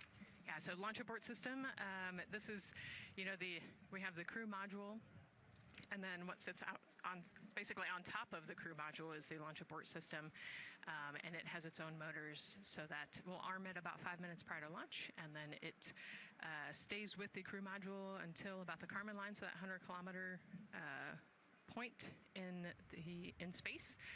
Once the crew could safely get to orbit, it will actually be jettisoned, and the crew module will then be exposed. So this is just a safety mechanism that stays on the outside of the crew module, and then as they monitor the attitude and the thrust and all sorts of the roll, all sorts of different data points to make sure the crew is safely getting to orbit. And once they are safely to orbit, then we will get rid of that launch abort system. And it looks like they're putting all these parts that they're removing from around the crew module hatch into a bag because they have to take this out with them once they leave the pad, right? Yes, yeah, we don't want anything left up there in the white room, and especially because that crew access arm will move away from the capsule and the rocket, and so we want an empty white room, no FOD like we talked about, so that we can have a safe launch. And this orange tube that you see on the right side of your screen, that had been inside the crew module providing breathable air to the crew. And now again, with the crew module closed and them getting ready to close the second hatch that has been removed and is out of the way. So again, the closeout crew can continue to do their work. Yeah, that's just a duct to provide some cooling air and some breathing air to the crew and the closeout crew while they're in there. That's actually a good point, yeah. And so as we continue to watch the crew prepare to close the launch abort system hatch, why don't we take a look at the crew's mission patch? Now, crews have designed their official mission patches since the Gemini 5 launch in 1965. Reed, Victor, Christina, and Jeremy, they really wanted to play on the abbreviation of Artemis II to all, signifying not only the second major flight of the Artemis program, but also a mission to explore for all, by all. The crew chose the iconic Earthrise photo for a reason. It was taken by the Apollo 8 crew in 1968, the first crew to ever fly around the moon. The mission was to prove teams then were ready to land on the moon the same way Artemis II hopes to fly around the moon ahead of a lunar landing with Artemis 4. This time, as we've been saying throughout the broadcast, to stay on the moon and pave the way to Mars. Yeah, we talk about incremental steps, right? And so Artemis II is very similar to Apollo 8 in terms of that increment. They're going to fly around the moon and set up the rest of the Artemis program for landing on the moon, but also with a nod towards the fact that we do this for all humanity. And I love the thoughtfulness and how much importance they put on their patch design. Another camera angle of inside the Orion spacecraft. I was going to say we might be able to see Rise, but I think it's right behind Reed's foot there. And so to orient people again, so basically we have Christina in your upper right hand, Christina in your upper left hand corner. Then you have Jeremy below her. And then the feet you're seeing, those are Reed's feet. And then next to him, the upper right hand corner, that is Victor, who's unfortunately hidden by Reed's feet. But again, that is the orientation of the crew inside Orion right now. Now, earlier this week, the crew got to stick their patch on a wall just outside the suit-up room. We can play that video there now. You can see that crews have been doing this as part of a pre-flight tradition again. Wow, Reed just making sure that thing won't come off. It's flat. And so now Victor is signing there, followed by Christina, and then Jeremy. That's a fun tradition, and your patch is up there too. It is, yeah. Ours is on the left-hand side there. Yeah, it's a fun tradition. This is a really fun day too. You know, they did this a couple days ago, but it's just another step that makes it a little bit more real that you're going to be launching soon.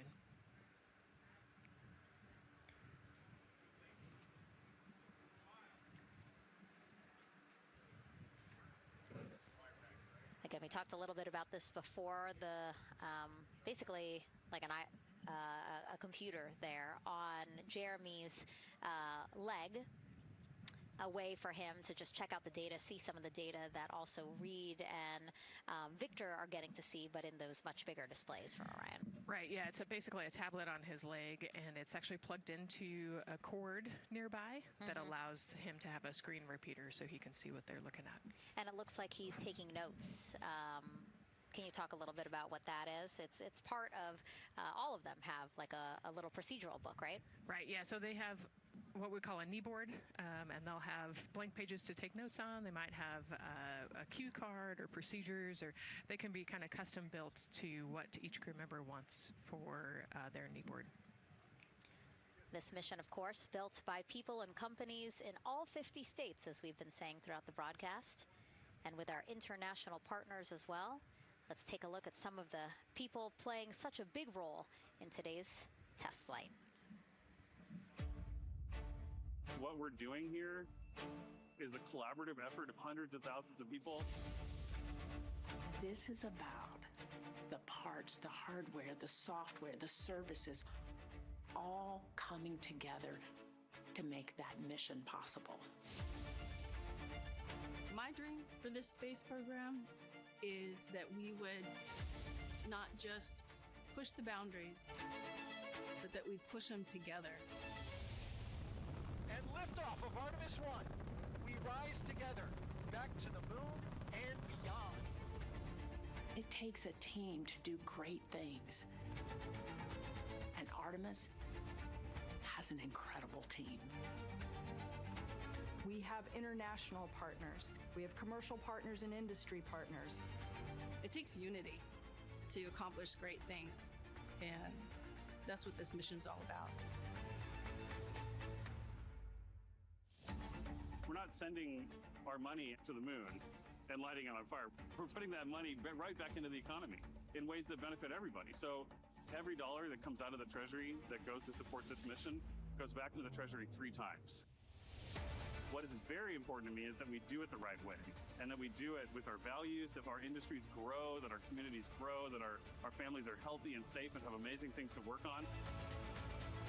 Then we're going to build machines to go even further onto Mars. That is our generation, the Artemis generation, that defines the starting point of our exploration future.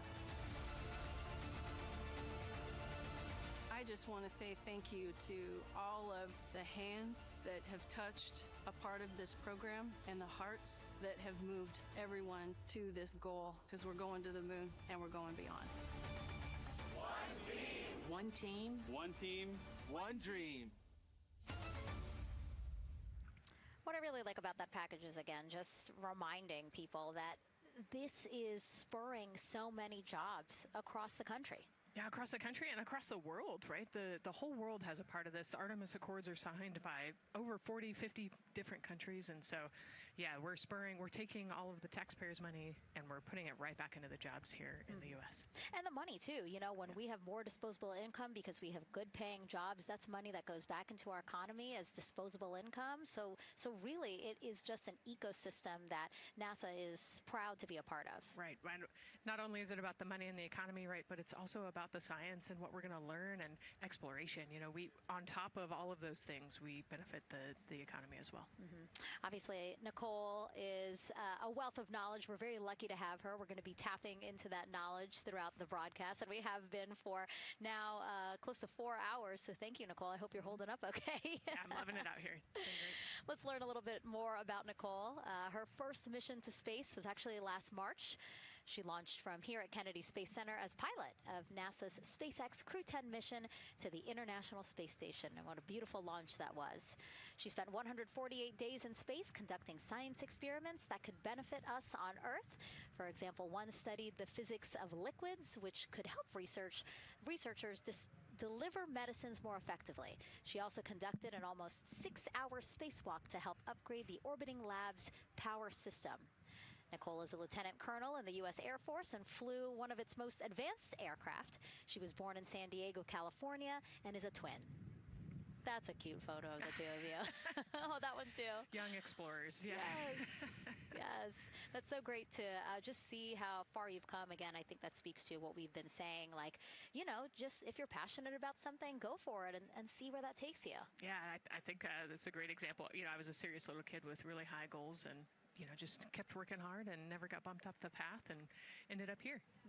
And, I think it's a testament to to the human, like we talked about, if you're willing to work hard, be a good team player, you can really get anywhere you want in life. And that's what I love to talk about. Christina has mentioned similar things, and so it's been kind of a theme for the day. Yeah, definitely a theme for the day, a theme for the team. The team has said the same, the crew has said the same sort of things. So absolutely, Nicole, thank you so much for being here, and hopefully only a little bit more until launch today.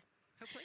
So today's Artemis II test flight will mark only the 7th time NASA astronauts will launch on a new NASA spacecraft designed for crew. And then controlling the flight will be Mission Control in Houston. Our Gary Jordan is inside with flight controllers. Hey, Gary. Hey, Megan, you are right. This is a significant milestone, and we may be putting the names of a few more astronauts in the history books today. The Artemis II crew is set to launch today will join a select list of humans to fly in a spacecraft for the very first time. And Artemis II, like missions before it, is a test mission. During Ascent, the crew and the teams here in the room are prepared for a variety of scenarios. Some of these will be called out directly by Capcom's Stan Love during Ascent, and some are a little more subtle. These calls can be split into 2 categories: alternate main engine cutoff or MECO targets and aborts. First, there are 2 alternate MECO targets, or AMTs. These note milestones to give flight control teams and astronauts an idea of what would happen after that moment should the core stage lose one of the main engines. First is AMT low. You won't hear it called out by the crew or Capcom, since this happens right at liftoff. If the core stage loses one engine at this moment, an abort once around option could be made at main engine cutoff, meaning the crew could target a splashdown in the Pacific. The second is AMT high, which will be called out by Capcom's Stan Love around 22 seconds. After this moment, if the core stage loses an engine, we can still pursue an alternate mission in low Earth orbit to accomplish some of the test objectives.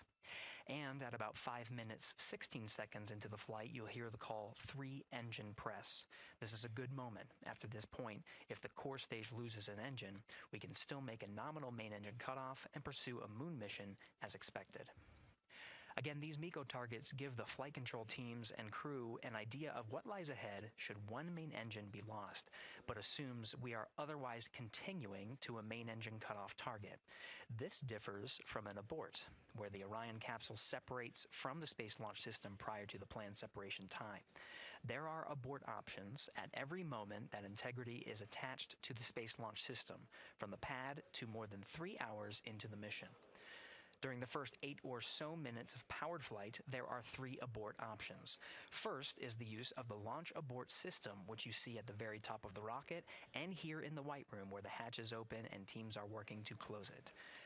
This particular abort capability can be used from here at the pad through roughly 3 minutes and 22 seconds into the flight. Next is an untargeted abort splashdown, or UAS. This uses Orion's service module engines to escape the SLS and becomes available immediately after the launch abort system jettisons. Third is an abort once around, or AOA. You'll hear Capcom Stan Love call AOA open around 7 minutes 30 seconds into the flight. This also uses the service module engines, but the burn profile is a bit different to aim for a splashdown in the Pacific after one trip around the Earth. NASA's expedited recovery teams are staged off the coast of San Diego to get to the crew and integrity quickly for this abort option. An AOA option continues to be available until solar arrays are deployed on the Orion service module a little more than 30 minutes into the mission. At this point, an abort to orbit, or ATO option, becomes available until separation from the upper stage around 3 hours and 23 minutes. Mission profiles can vary depending on when an ATO is executed in that window, but with power being drawn from solar arrays, it buys more time for astronauts and flight control teams to make decisions and stay in Earth orbit, return for a splashdown, or continue to the moon. The Artemis II crew and flight control teams are well trained on all of these scenarios, and the calls you'll hear to the crew on Orion to Earth may help them be in a ready state for whatever challenge may come their way. At this time, we're not tracking any significant issues here in mission control in Houston, Texas. That would be showstoppers for today's launch. We're continuing to, of course, monitor the countdown along the way and make sure all systems are go for when we reach T0. With that, I'll send it back to you, Megan, at the Kennedy Space Center. All right, we are ready for another reading if you are ready over there. Yes, sir. CBA is steady at 2,600 PSI. All right. Copy that. And, the more times we ask you to do that, the closer we get to launch. So that's a good thing. Copy. You heard it there from NASA Test Director Jeff Spaulding. The more that they keep on asking her how the pressure is holding in the counterbalance assembly mechanism is a good thing, because it means we are getting closer to launch. So that's amazing news over the loops that we just heard on Orion to Earth 1. Again, that communication channel with the crew. But now I want to get back over to Daryl with the launch team. He has an update now on the flight termination system that the team was tracking. All right. Thank you very much, Megan. And we're getting an update now from the launch team as we speak.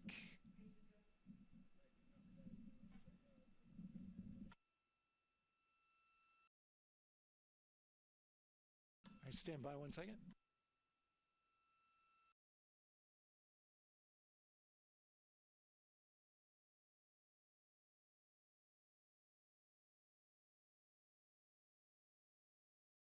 Okay. Sorry about that.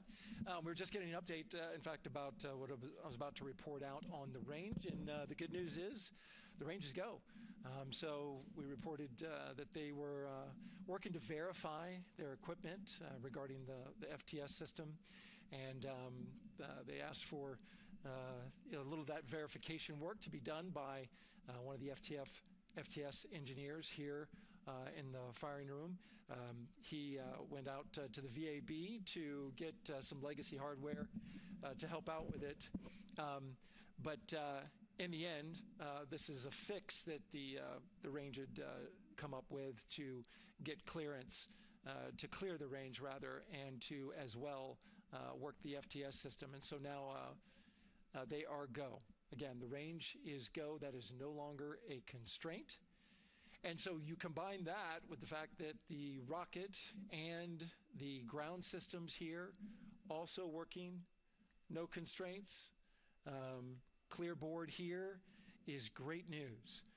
So again, the range is green, and we're continuing to work through the countdown. We got a weather update that came in to the launch director from Launch Weather Officer Mark Berger. He reported out that there's still a little bit of feisty weather activity that's happening up in the Titusville area. That's the city neighboring the Kennedy Space Center. Those showers had passed over Kennedy, and then now they're currently over in Titusville, currently still within that mile kind of constraint of flight through precipitation rule. But we're still far enough from the window that it looks like it won't be an issue. And in fact, we're seeing some good sunlight now breaking through onto the launch pad. As you can see, it's actually shining on the other side of the rocket here. But to the west, we're starting to see some of that clearing that was forecast. And so the launch weather officer held his forecast for 80% go for flight during our launch window tonight, which, as a reminder, is 6:24 p.m. Eastern Time until 8:24 p.m. Eastern Time.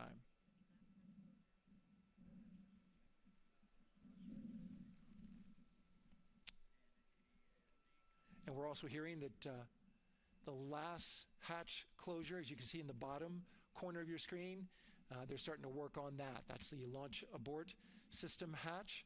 There are two hatches, the crew hatch and the launch abort system hatch. And the closeout crew that you see right there, right on time with their work as they go to shut. And you can see it in motion right now, that launch abort system hatch. That's the latest from the firing room. We'll send it back to the host desk.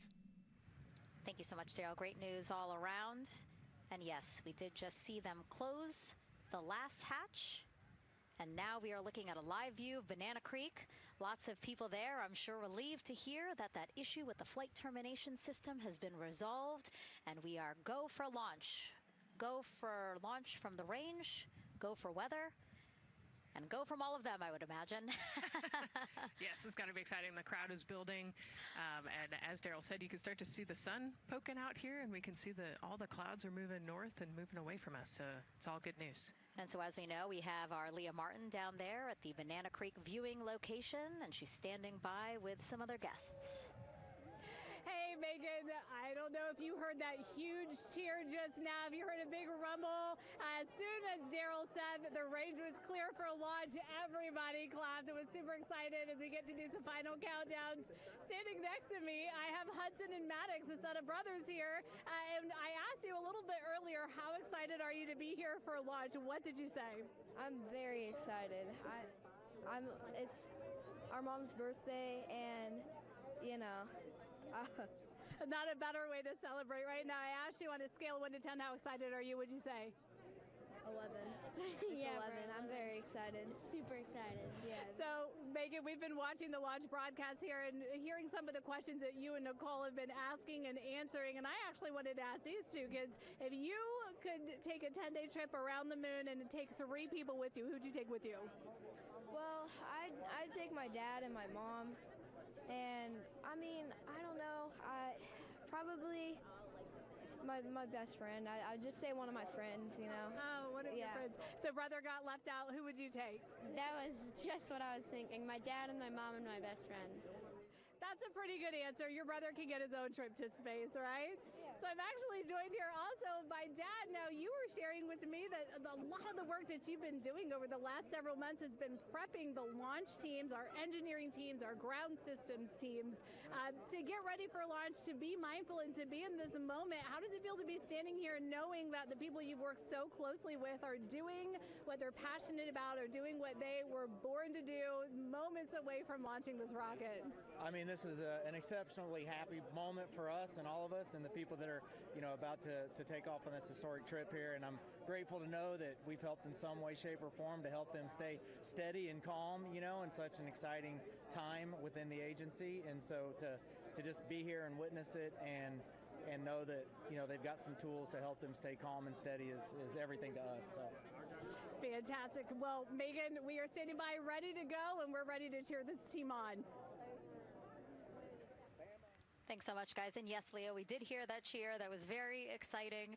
I think the vibe over there is they're celebrating, they're having fun. And here, once they heard that we're go for launch, everybody had to run back to the camera and work. It's a little bit of a different vibe, but I definitely think that people are excited, especially as we see now live inside of the White Room at the launch pad. The closeout crew has closed the launch abort system hatch. You saw there, we took it live. Took a lot of them, I think all of them, except for one. I think it took 3 or 4 of them to push that hatch door close, and then they felt around the perimeter of the door to make sure that everything was sitting just right. Right, yeah, we talked about how heavy the crew module hatch is. This hatch is just as heavy probably, and so, they're working the closure here and working those connections, and you can see, there's still 3, 4, 5 people that we can see in the White Room. It takes a lot of people to get these hatches closed and this rocket ready to launch. Mm-hmm. And so the next step in the countdown is that this team will start closing out the White Room. So basically disconnecting things, stowing things, making sure that when they leave, there is nothing that isn't supposed to be there. And really, then at that point, it's just all 4 of the crew member, Victor, Reed, Christina, and Jeremy by themselves at the top of the launch pad. Yeah, and then eventually that crew access arm will move away, and then it'll really just be them up on top of that rocket. Mm-hmm. Yeah, your eyes lit up when I said that. That's exciting. It is. It is. Yeah, we had a moment, we talked a little bit about my fear of heights, but most of our crew is afraid of heights. And so there was a moment where I realized that it was just us, 100 and some odd feet up and no crew access arm, and may or may not have said something that made everybody go, huh. Were you wondering to yourself, how did I get here? We're pretty far up.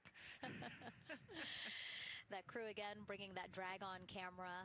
That camera is a handheld camera that is a live look for teams who are remotely watching these operations closely. Again, verifying that things are as they should be before the crew starts, the closeout crew starts leaving the White Room. You see them checking their procedures. You can see they're covering the ends of those hoses. That's to protect those hoses from FOD. So we don't want any dirt or anything to get into those while we transport them and stow them. So you can see Andre there working to close out the hoses as well while they're cleaning up the white room. And so they'll tape that close. You just saw number 5.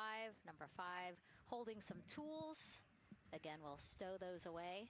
You have to account for everything. Obviously, you know, they did have tools out. They did have procedures, paper, notes out. Like, all of that has to go. Yes, and you can even see on number 3's hat, he's got a string that's connected to his suit there. That's, again, just to make sure that we don't lose anything. If, you know, gust of wind or you get knocked or something, you don't want to lose a single thing in the white room. So everything is tethered, everything is accounted for, and everything is protected. The crew now, another live view of them inside Orion. Jeremy, Christina, and Reed and Victor on the right side of your screen. What do you think they're thinking right now, Nicole? Oh man, just over an hour to launch. You know, there's probably a little bit of a lull right now, monitoring some systems, but you can see Reed's got his feet crossed. So I think just trying to relax and, you know, pass the time by maybe thinking through the items that they're going to monitor through the launch, you know, the different jobs that each of them have throughout the launch. And once they get to orbit, you know, this first day on orbit is actually really busy for them. They've got, you know, 2 burns that they have to monitor. They've got to get the system set up, and they've got to get the cabin set up. So there's a lot going on in the next 24 hours for this crew. I think they've got a couple sections where they get to take a nap, but I don't think they get a full night's rest for quite some time. So, yeah, you know, going through what's next. And so as we say that, I mean, imagine what it would be like to live in a spacecraft for 10 days. Let's take a look at what life will be like in Orion. Artemis II is our first crewed mission back to the moon since the Apollo program.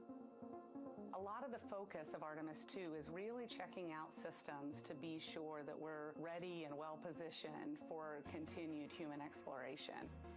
My name is Susan Baggerman, and I'm the Chief Health and Performance Officer for the Orion program and the Artemis II mission. And this is 10 Days in Orion.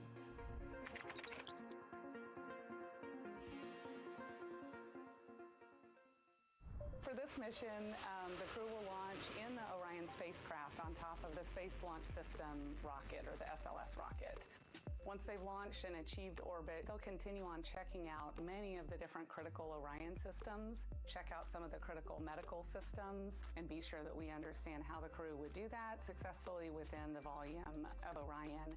We also have, of course, systems to feed the crew. They have a potable water dispenser that they'll check out.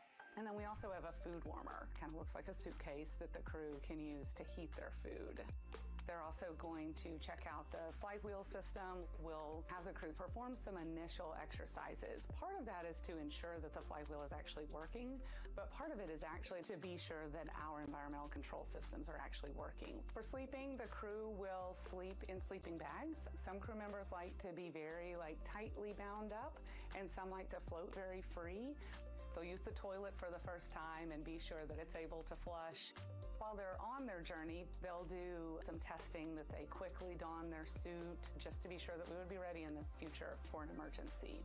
They'll also check out our radiation shelter. If we were to have a solar particle event, we would be asking them to take stowage out of the stowage bay and put it in some specific locations on the vehicle, basically for it to serve as shielding.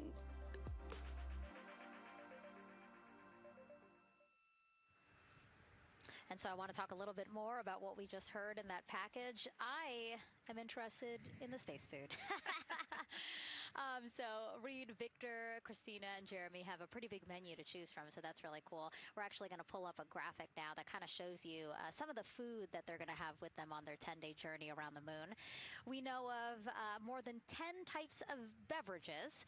There's coffee, a mango peach smoothie, apple cider, lemonade. So those all sound delicious. And now I've just remembered I haven't eaten lunch. They're actually not too bad. I actually have a mango peach smoothie with me today. No way. Yeah. So you can see they come in these little packets here, but it's just kind of a dried powder that you add water to. So this would actually, you'd add 175 milliliters of water and let it sit for 2 to 5 minutes, and then you can stick a straw in it. You saw in that package they put a straw on the top septum portion there, and then you can drink it. And so this is the packaging. This is food that you brought up with you, or that you had while you were at the ISS. Yes, yeah. Actually, this is all food that we have available to us on the standard, what we call the standard menu on the space station. And so, actually, the graphic there showed quite a bit of the standard menu that they're going to take with them. So, yeah, let's pull space it back food up, is space actually. food. Yeah, we can use the food that we have been using. You know, our food lab at Johnson Space Center actually creates that food, and then they stabilize it and they package it for us and everything. So they do a really wonderful job out there. We've got different types of food. You know, you can see I've got this is a soup, tomato basil soup, so thermal stabilized. It's already hydrated, so you just throw it in that food warmer that we talked about, and then you can eat it. But then we also I have some shrimp cocktail here that's, you know, irradiated, so it's in a package that protects it. I'll show you. I've got a brownie too. This is probably my favorite one. But are we eating it? We might, if you're. Yes. Look, see, they want us to eat. I don't know what happened, but it worked out. Yeah. With what we were saying here. So it's in an outer package to help protect it against, you know, radiation, and then it's this inner package. And so this cosmic brownie, actually, the trick, Anne McLean, my crewmate, taught me. The trick is you got to put this in the food warmer and get it nice and warm, and then you can get it. But so what we do is we just take scissors and you open it up, and then it comes right out. So these brownies are nice because they don't have a ton of crumbs, and so you can actually just eat it pretty easily in space. You know, if you imagine, that would not happen in space. It would not fall. But yeah, so we've got all sorts of things that you can actually eat. The menu's pretty good and pretty diverse on the space station, and then as you saw, pretty diverse for Orion. Nice. Yeah, that's amazing. And again, here's a look at the crowd that's starting to continue to grow here as we get closer and closer to launch. We are now under an hour from the opening of our 2-hour launch window at 6:24 p.m. Eastern Time. And so let's take some questions from social media. We haven't taken some of those for a while. You put that brownie away, Nicole, or I'm going to steal it. Nicole, we have another celebrity who submitted a question. Let's take a look. Okay. A quick question for the Artemis crew. What food from Earth would you bring with you into space? And why would it be lasagna? Because that's the greatest food. Again, not really a question. Yeah. Because he was like, it's lasagna. It's got to be lasagna. You know, there is lasagna on Space Station, and it wasn't too bad. Probably not my favorite food of all, but yeah, lasagna's not a bad option. It's a high-calorie meal. If you're trying to, you know, carb load for a spacewalk or something, it's a great option. Yeah, I remember Christina saying that her favorite food on the menu, and actually, she was saying that she was getting in trouble because people kept on saying, you can't eat mac and cheese every day, Christina. You know, we mentioned the mac and cheese and brisket earlier. Man, I would put those two on a tortilla. That would be great. That sounds delicious, delicious. Well, thank you so much, everyone, for sending in those questions. For everyone from a 5-year-old that we got a question from to all the way to Roy Woods Jr. there, a comedian. So thank you so much. And if you're just joining us, welcome to the Space Coast of Florida, where we are counting down to liftoff of Artemis II. You see a beautiful aerial shot there of our rocket on the pad. For the first time in more than 50 years, we are sending humans to fly around the moon and back, and we're taking you all of you with us on this next chapter of human spaceflight. I'm NASA's Megan Cruz, and this is NASA astronaut Nicole Ayers. Great to have you here, Nicole. Yes, this has been a beautiful day. Excited. We're continuing to march towards this launch. Yeah, and if all goes as planned, this crew could travel farther from Earth than any other humans before them and see parts of the moon no one has ever laid eyes on. How exciting. Yes. Exciting is an understatement, I think. That's true. We're going to see the far side of the moon for the first time by humans in a long time. It's important. And as the crowd again builds behind us, more activity that you're seeing here at the Kennedy Space Center press site. We also have a ton of people gathering around the world to watch this history-making moment. So let's take a look at those watch parties now. Oh. that crowd has grown. We checked with them probably like 30 minutes ago, and it was half that. But again, as we get closer and closer to launch, we are seeing more and more people gather together, wanting to experience this together and not just in a vacuum at home, you know? Yes, this is so exciting. Look at all of those people. Man. And now here we are back in Seattle, the Museum of Flight. Again, people gathered there to show their kid. We see someone walking in the second row there. His first crewed launch to the moon. How exciting. That is exciting. Hello, everyone. Oh, that's so great. And now let's get you up to speed on what's happened so far. Again, we are now within an hour of the opening of our launch window. So what has been happening so far today? Well, a lot. After waking up and grabbing a bite to eat, our Artemis II crew suited up inside the historic crew quarters, a tradition that dates back decades. Teams helped them into their custom Orion crew survival suits, and just like other crews before them, they gathered around the table for a card game to pass the time, but to also burn off any lingering bad luck before they walked in the footsteps of every NASA astronaut launching from Kennedy Space Center since Apollo 7 in 1968.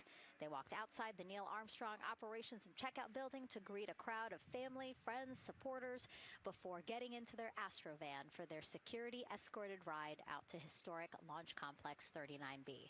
They got a close-up look at the SLS rocket, then walked across the crew access arm and climbed one by one inside their Orion spacecraft.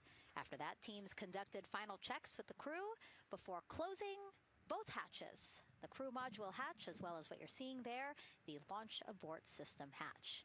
And now we are back live at the pad where the closeout crew is getting ready to leave the White Room.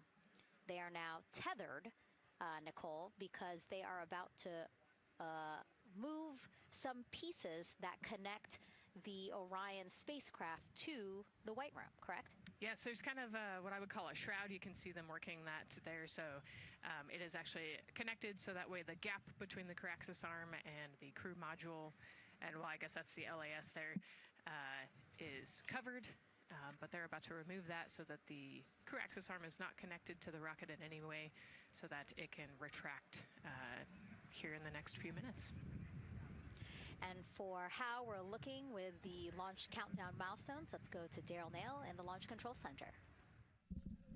All right, thank you very much, Megan. And as you can see there, the finishing touches, as you've been talking about, to the LAS, which brings me to that subject, because we currently are hearing the launch team is working an issue that was reported out with the LAS. At least there's an issue apparently with a battery on the LAS. The engineer who is in charge of the launch abort system sits on console here, reported that a temperature for one of the two LAS batteries is out of range, and although it's not a constraint for launch right now, it would be when that temperature is checked inside of T-minus 6 minutes, which is inside of terminal count. So right now the team is working some troubleshooting on this issue. Going to follow, of course, along closely with what they learn. But again, a battery temp for one of the two batteries on the LAS is out of spec, and the team is working to understand, first of all, whether or not this may be a sensor issue, or is there an issue with the battery itself. So again, looking into it, troubleshooting and researching as we speak. With regards to the weather, we did get some good news there. Launch Weather Officer Mark Berger reporting to the launch director that the weather chances have now improved for the window. We are up to 90% go, which is great news. Again, 90% go. That is up from the 80% that we started when we had the first weather forecast come out officially 3 days ago. And so that is great. And for anybody who's here in the launch area knows that is certainly viewable. They can see that by just looking up. So we're getting some good clearing as forecast. And then just a reminder for those people who are watching the launch from the nearby area that if you're watching on an internet-enabled device, just remember that there may be a little bit of a delay. Can't tell you how much of a delay, but since it's on an internet device, sometimes this broadcast might be a little behind what you're actually seeing. So just keep that in mind as you are watching. Don't wait to the last second to run outside if you're inside your RV or your camper or your house. That's the latest here from the firing room. Of course, we'll keep track of that last battery issue. We'll send it back now to Megan and Nicole at the host desk. Two of them there had to be tethered to the inside of the white room, because obviously now we have detached the white room from the Orion spacecraft. Yes, that view is quite something. Yeah, spectacular. Yep. Oh, no, I'm sorry. I forgot. Nicole's scared of heights.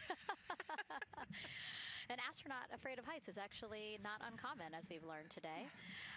But yes, so obviously, again, things proceeding as we march closer to the opening of our 2-hour launch window at 6:24 p.m. Eastern Time. Again, the closeout crew just finishing up those last couple of things they have to do before leaving the white room and then leaving the pad, leaving only the 4 Artemis II crew members inside the spacecraft by themselves at the pad.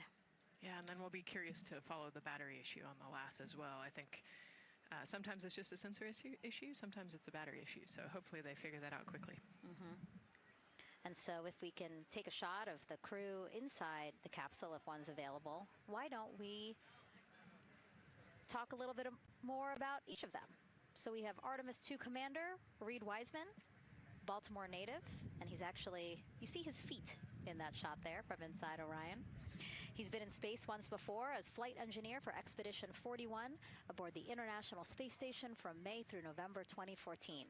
During the 165-day mission, Reed and his crewmates completed more than 300 science experiments in areas like human physiology, medicine, physical science, earth science, as well as astrophysics. They actually set a milestone for station science by completing a record 82 research hours in a single week.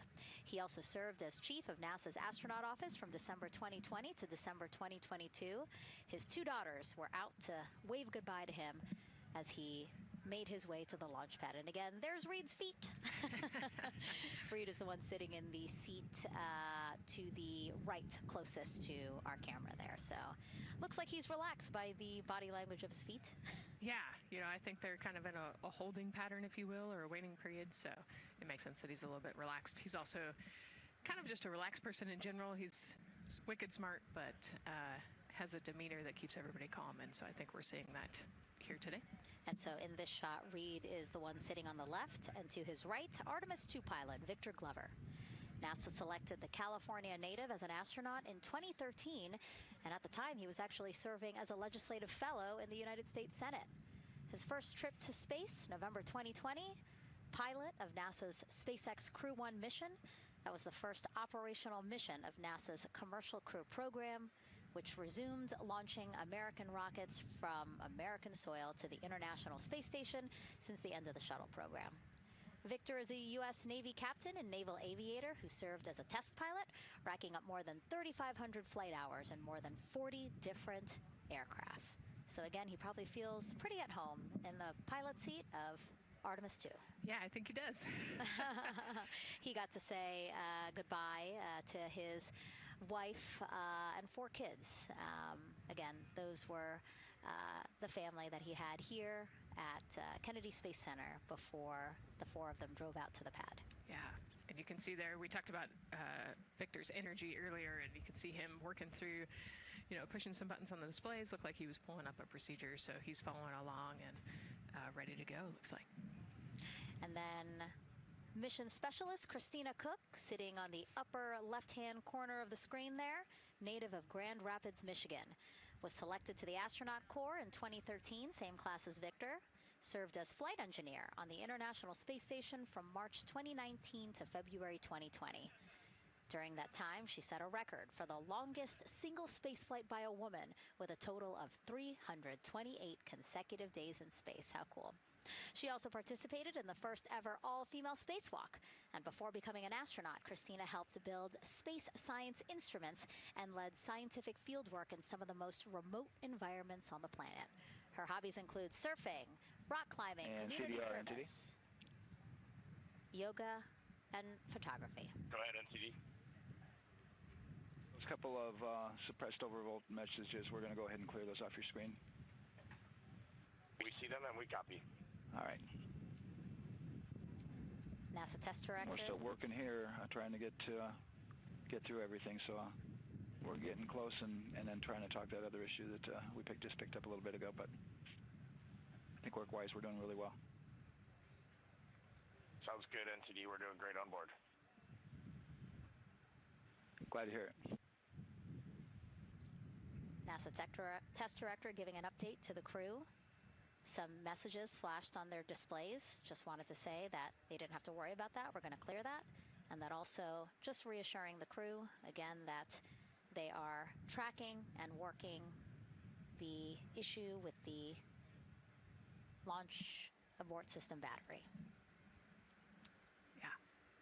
All right. And then first-time flyer, Canadian Space Agency astronaut Jeremy Hansen will fly to the moon as mission specialist on the Artemis II mission.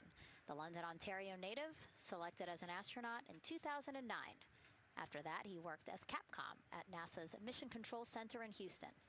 Capcom stands for Capsule Communicator and is the sole direct voice communicating with astronauts while in space. Jeremy also participated in training exercises, really cool ones like living on the ocean floor off the coast of Florida to simulate deep space exploration for a week.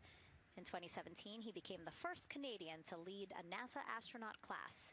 He also enjoys getting out on a sailboat, rock climbing, and mountain biking. He has a wife and 3 children. And he's the one that you see bottom left-hand corner of your screen. I know, I'm trying to see what he's doing there. Christina's looking too. And so there is your Artemis II crew inside the Orion spacecraft.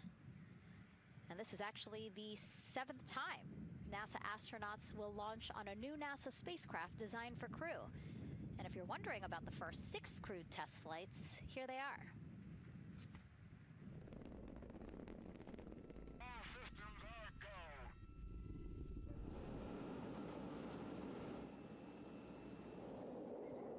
Gemini 3, Gus Grissom, John Young, March 23, 1965. Apollo 7, Wally Schirra, Don Isley, Walt Cunningham, October 11th, 1968. Space Transportation System, or STS-1, John Young, Robert Crippen, April 12th, 1981.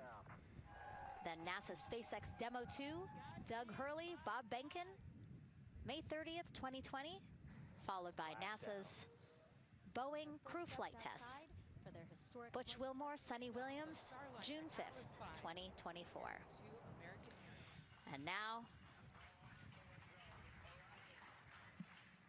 Artemis II with Reed, Victor, Christina, and Jeremy. It is really surprising, honestly, to hear that through all these decades, through all these launches we've had, this is only our 7th new vehicle that we're testing for crew. Yeah, you know, we have so many different missions that we think about and we talk about, but really 7 vehicles that we've tested and that we're flying. You know, I like to think of spaceflight really as a permanent test, right? We have, you know, hundreds of missions or so. You know, an airplane that gets tested and then flown has thousands of data points. And so really spaceflight is always going to be in the test field.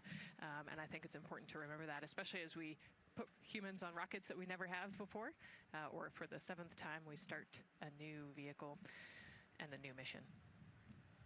Just getting word now that White Room closeouts are complete.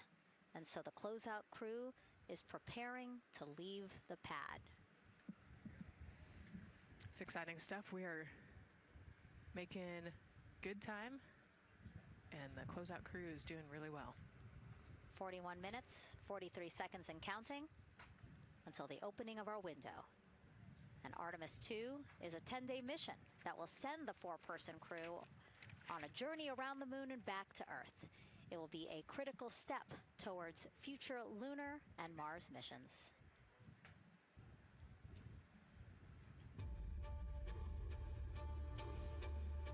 We're going back to the moon because it's the next step in our journey to Mars. We need to go explore the moon. There's vast regions of unexplored areas with the coldest, darkest places in our solar system. This is a test mission, and when we get off the planet, we might come right back home. We might spend 3 or 4 days around Earth. We might go to the moon. That's where we want to go, but it is a test mission, and we are ready for every scenario as we ride this amazing space launch system in the Orion spacecraft. But another reason we're going back to the moon is to fulfill NASA's mission, which is to explore the unknown in air and space, to innovate for the benefit of humanity, and to inspire the world through discovery. And when we succeed and when we accomplish the things that we set out to accomplish, that inspiration not only can set up new things to happen, but it also is a reminder in tough times that we're capable of doing great things when we work together. The thing I love about the moon is that it's not just a beacon for exploration and this platform of possibilities for incredible missions like this, but it has benefits. That's actually why we're racing towards it. Those benefits are really wide in nature. You have everything from innovation, technology development, not only for future missions going deeper into the solar system, but technologies that come back to Earth. You have inspiration, a whole generation of people starting this pipeline of STEM workers and manufacturers and operators that are excited to see what you can do when you work hard and you come together as a team. When I think about the 4 of us flying around the far side of the moon, seeing that Earth rise, taking images and video and sending them back to you, the feeling that I have inside is hope. We know that Artemis II is not the solution for humanity on planet Earth, but it is a contribution in the positive column. We hope that just for a moment that people will pause and say, wow, it's extraordinary when you look back upon the Earth with over 8 billion people, and you see this concrete example of what humanity can do, this extraordinary thing when we set big goals And CDR entity to achieve them.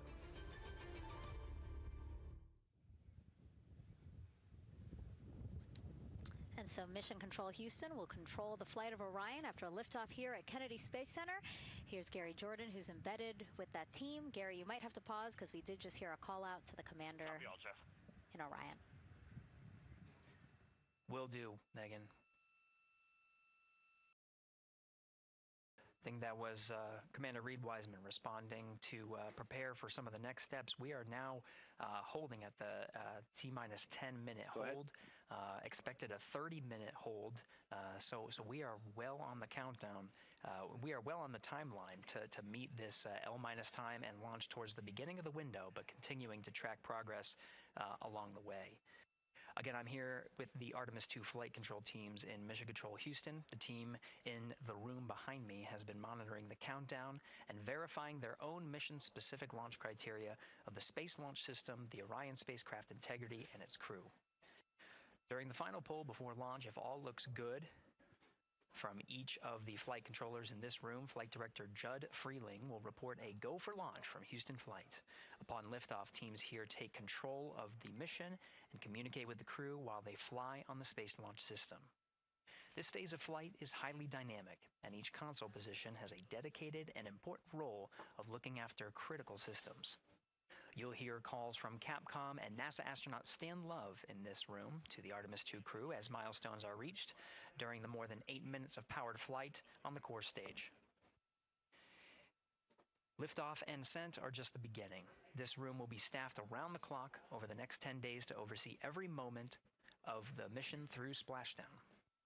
Here from the Johnson Space Center, we'll be streaming the mission live 24/7 so anyone can follow the crew's journey, take peeks inside the spacecraft, and share the experience of a lunar flyby with astronauts looking down at the moon's surface.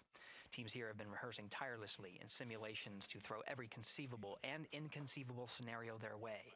We are ready and eager to begin the Artemis II mission.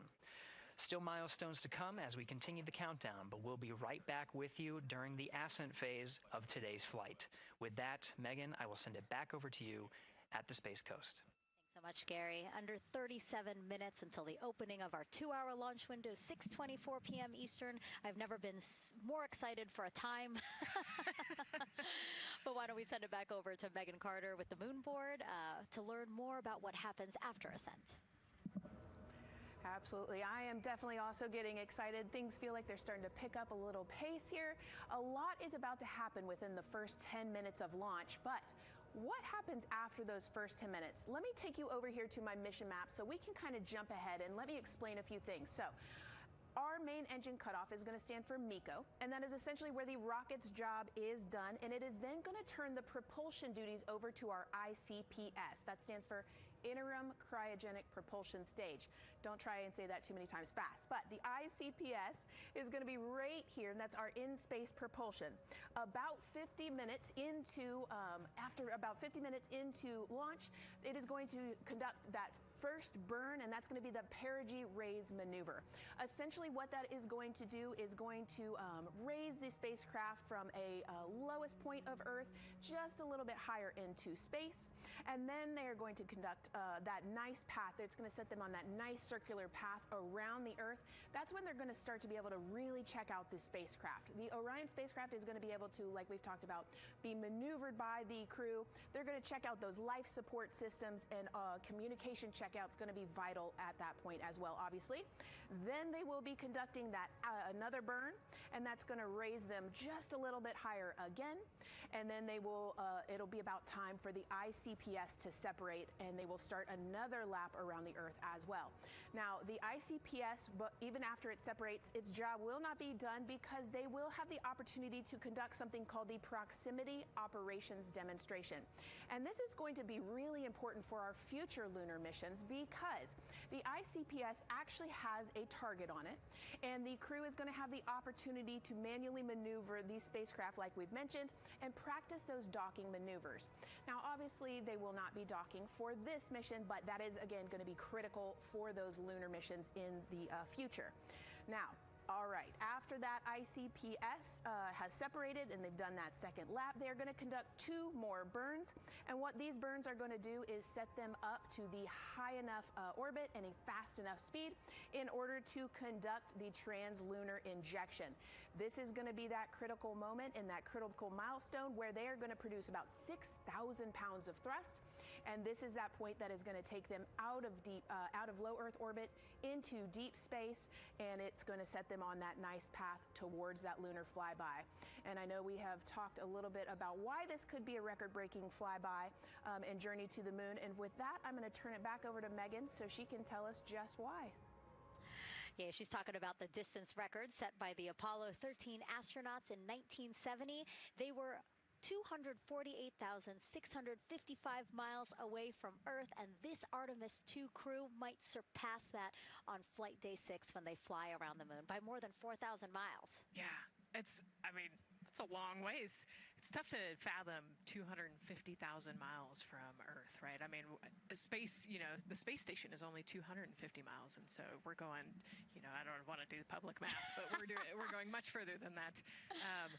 But it's important, right? Because we want to get back to the moon. We want to see the surface. We want to see the far side of the moon. And the way we do that is by breaking distance records. Yeah, and the exact distance record depends on exactly when they launch, like the time, the day. So we'll learn more as we go into this 10-day mission with the Artemis II crew.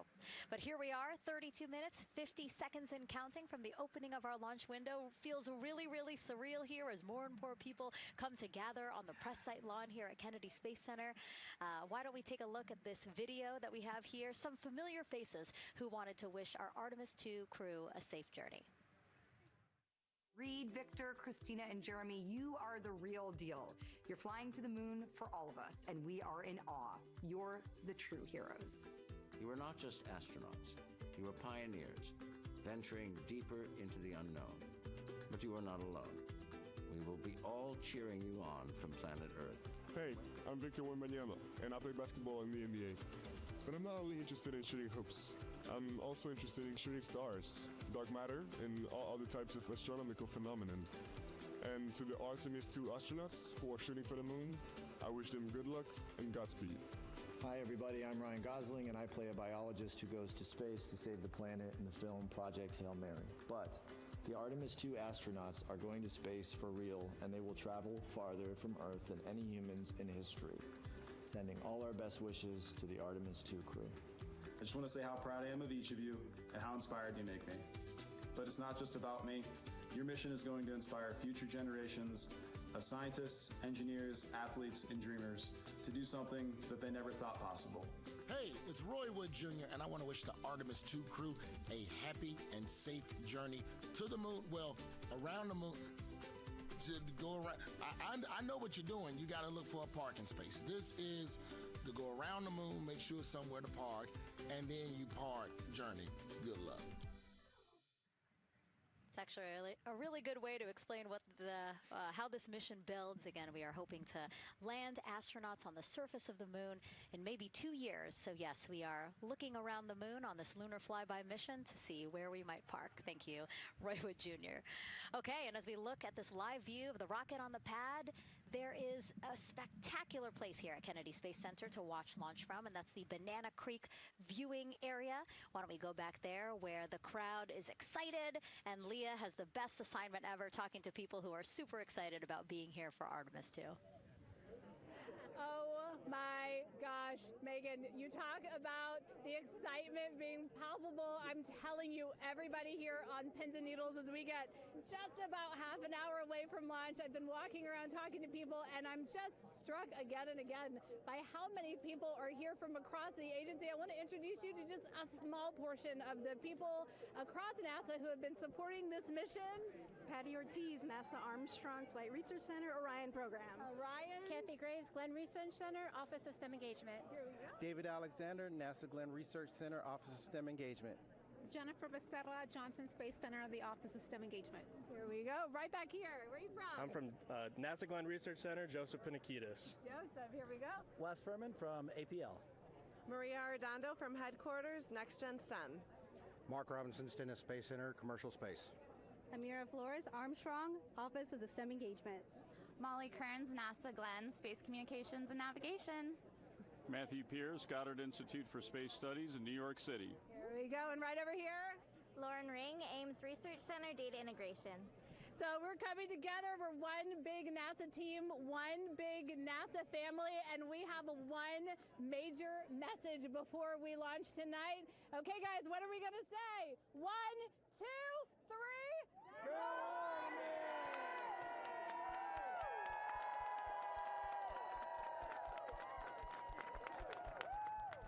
Oh my gosh. Oh my gosh, that made me so emotional. That was so inspiring to see. I mean, wow. Yeah, that was great. I mean, just to hear everybody say their position, what they're doing to support this mission is amazing. And I'm sure this was something that really rang true and resonated with NASA's Administrator Jared Isaacman, again, to see the workforce come together, to do the work, and then to be here for launch. So why don't we actually go over to him now with our Jasmine Hopkins at one of our other viewing locations. All right, Megan, thank you so much. The energy here on the balcony is honestly becoming electric as we get so close to launch, and now we are thrilled to welcome NASA Administrator Jared Isaacman. Jared, we're really entering a golden age of exploration. How will Artemis II set the pace for the coming years? Well, I mean, Artemis II is the opening act, right? This is the test mission. This is getting very comfortable with the SLS rocket, the Orion spacecraft. No humans have ever flown on this before, right? And we're going to put it through its paces. We'll go into Earth orbit for a little bit, make sure Orion's doing okay, and then we are sending them, right? We're going to send them farther into space than any humans might have gone before, 250,000 miles away, and it's going to set up for the subsequent missions. That's why we're going into the golden age of science and discovery right now, because you're going to see a moon rocket launch in 2027 when we do our testing with the lander. We're going to go for the landing on Artemis IV in 2028, and in parallel, we're going to build the moon base, right? And that is going to be filled with science discovery and tech demonstrations that's going to support the enduring presence we're trying to create on the surface. Absolutely. So honestly, history-making years ahead of us, you know, with Artemis 3 and 4. But first is Artemis 2. What will be our single greatest takeaway from this mission? Well, I'll tell you, I mean, after ignition, to me, the moment that I'm going to be most excited for is splashdown. There's no question about that. Good shoots coming down off the West Coast. But look, I think the takeaway from this is gaining extreme comfort in the Orion spacecraft, right? I mean, this is very different than what we've done for more than a half century, right? I mean, the velocities that spacecraft is going to re-enter at, it's going to be new territory for us. We want to get our arms around that completely. So I would say the performance of SLS plus Orion is everything on this one. We want to make sure we do it in as a safe way as we possibly can, understanding what we are undertaking right here. Bring our crew back, learn as much we can from the vehicle, set up for Artemis III in 2027. Right. And Administrator, we've actually had a pretty young audience today here, some kids running around the balcony. How do you hope Artemis II inspires that next generation? I talk about this all the time. One of our overarching KPIs that we should always be tracking is the number of people living and working in space. Well, what's another strong number 2 on that one? It's the number of kids that are dressing up as astronauts for Halloween, so that they grow up, that they're inspired to want to join in this grand endeavor, whether they come work with us here at NASA or they join in industry, but they're helping humankind venture out farther, pursue all the secrets of the universe. Yeah, I think we'll see a lot of kids dressed as astronauts this year. And finally, Jared, you've really made it a personal mission to get to know the people behind the work at NASA. Do you have any final thoughts, any final words before today's history-making launch? Yeah, well, one, I want to express a lot of appreciation. I'll tell you what, the 4 astronauts on top of Artemis II know this. It takes an army to pull a mission together like this, right? Across all 10 of our centers, all of our commercial partners, the international partners that come together to make this possible. My sincere appreciation for everyone who is currently working the mission right now, so getting them ready for launch, that will be watching over them in mission control, recovering this crew when they splash down off the West Coast. I have complete trust and confidence in your abilities, and everybody else who's not directly working on Artemis II. Artemis III is coming up next year. When this mobile launcher gets back in the VAB, we're going to start stacking. Wow, plenty of excitement ahead of us. Jared Isaacman, thank you so much for being here. Thank you. Thanks for being here. Of course. All right. And with that, let's get back to the countdown with NASA's Megan Cruz. Under 25 minutes and counting from the opening of our 2-hour launch window, and take a look at all these people behind us. I literally, every moment I turn around and I see the clock, I am like, oh, wow. Oh, wow. There are more people and less time. Yes, exactly, which is a great problem to have. Yes. Now, this first crewed test flight of NASA's Artemis program coincides with the 250th anniversary of our country's founders signing the Declaration of Independence. Exploration is a part of America's DNA, and it continues now with our return to the moon. 250 years ago, 13 colonies laid the foundation for the greatest and most enduring democracy in the history of the world. One driven by courage, faith, and freedom. From that moment, we became a nation defined not by where we stood, but by how far we were willing to go. We conquered vast frontiers, invented tools that shaped a modern world. We found light in the dark, and we rose from the earth. Faster, higher, farther. We pushed beyond the sky and into the unknown. We carried our courage into the cosmos, and we planted the American flag on the moon, the defining achievement of American superiority in space. Today, our curiosity stretches farther than ever. American robots search ancient rivers on Mars. New telescopes unfold to glimpse the first stars. And a new generation prepares to return to the moon, this time to stay. For 250 years, America has carried the light of humanity forward. But American exceptionalism isn't inherited. It's earned. Our greatness comes not only from what we've done, but what we're still determined to discover. Because in every era, across every horizon, America is at its best when it's reaching for something greater. America celebrates 250 years, and we are leading the world into the future. "22 minutes, 15 seconds and counting from Artemis II, NASA's boldest test flight in a generation. The crew has said this often, that they hope it inspires children around the world. And recently, a group of kids here at Kennedy Space Center got a surprise of a lifetime while watching that rocket roll to the launch pad.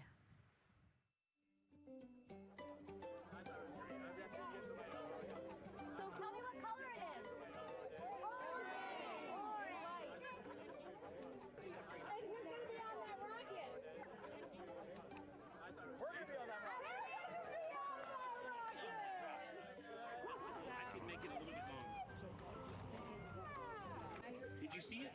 Okay, so everybody's looking at the rocket because it is kind of cool and impressive.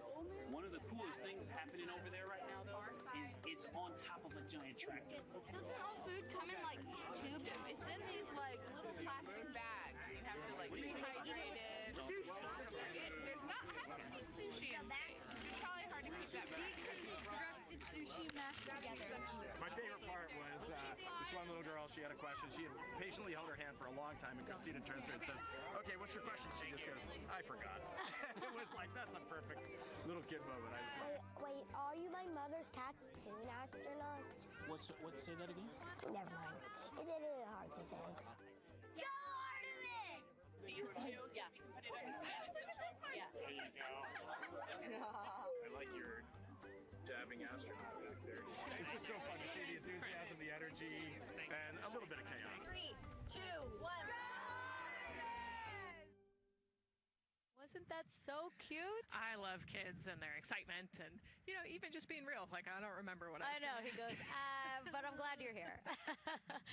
Now here we are, Space Center Houston. The crowd has exponentially grown throughout the day. We started showing you live shots from in there probably an hour ago, and now take a look at all the people there getting ready to witness history together. It's something really special to be able to witness something like this together. Yeah, you know, we've heard from celebrities and officials and kids, and, you know, it's amazing. People from all around the world came here today to Florida to watch, so it's something, it's hard to put into words, just how much support for this mission we're seeing today. And great news, too.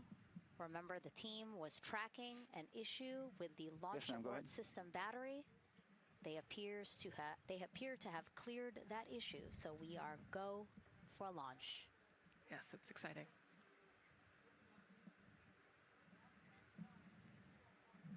U.S. Space and Rocket Center here, Huntsville, Alabama, waving to the Artemis II crew sitting right there inside Orion. Inside of 20 minutes from the opening of our launch window, and right now we are targeting the top of that launch window, so we could be launching here in about 19 minutes, Nicole. Wow, I don't know if I expected this today. I'm excited, and, you know, I'm glad they were able to clear the problem with the battery on the LAS, and everything has gone really smoothly today. It's been great. The weather cleared up.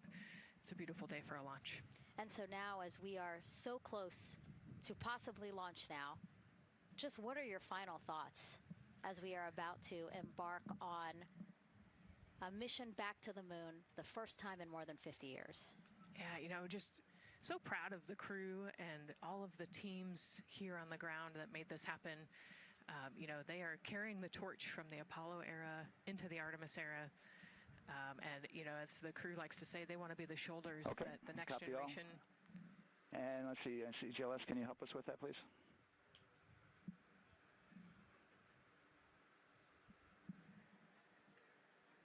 They want to be the crew wants to be the shoulders that the next generation can climb on. 0018.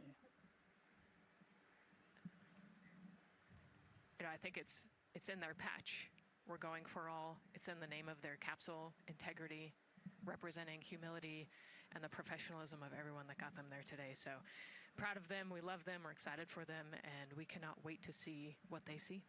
Just leveraging everything we've learned so far as an agency, taking us from Apollo now to the launch pad here, 39B, with Orion and SLS poised to again fly us into the history books. And before we leave you now here at the host desk to get back into operations, we just wanted to answer one question for you guys. We asked you earlier on today, what are you most excited for? And we asked you to go vote on Instagram and Twitch. Instagram, you guys said launch. Twitch, you guys said lunar flyby. So I think you guys will all be very excited since we are now about 17 minutes from the opening of our launch window today. And so with that, as we approach terminal count, let's send it back to Daryl Nail in firing room 1. Daryl. All right, thank you, Megan and Nicole, and just want to give you an update on the launch abort system that you just reported that they cleared. They believe, they're convinced, this is an instrumentation failure. So there are 2 batteries on the LAS. The LAS, of course, and with the help of my 2-year-old son's model rocket. Daniel said I could use this, so it's okay. The last is right here. It's the tower above Orion. Orion capsule's inside of here. It's used to pull Orion off the rocket in case something's going on with the rocket, either on the pad or in flight. 2 batteries are bad. Well, I'm sorry, one of the 2 batteries reported an out-of-family temperature, and it was very much out of family. And so they checked their data going back into the vehicle assembly building where they recharged the batteries and worked on them. And they have good, solid data, they reported, that tells them that this is an instrumentation failure, that there's something wrong with the sensor. And so they took it before the mission management team, which has to accept the risk, any changes to launch commit criteria, which this would be one, and they all fully accepted it. So now we are clear as far as that constraint is concerned. And one quick thing as we count down now, we are getting into the final minutes before liftoff. There's a 2-hour window. We haven't quite set the T0 yet, but this is a list of the cutouts. There are 150 cutouts that are included for this 2-hour launch window, and that's important. They're in very small print. That's important because there's basically 16 minutes inside this window that they cannot launch, and these are because of small things flying in orbit. There's a lot more things in orbit than there were back in Artemis I when we had 35 to 40 cutouts. For that reason, because of these 156 cutouts, they're going to be managing the launch window as we go forward. So they may have to wait out one of these cutouts. They range in time between 2 seconds to 23 seconds, but you'll hear the NASA test director talk through that. We're getting ready to merge that loop from NASA test director Jeff Spaulding.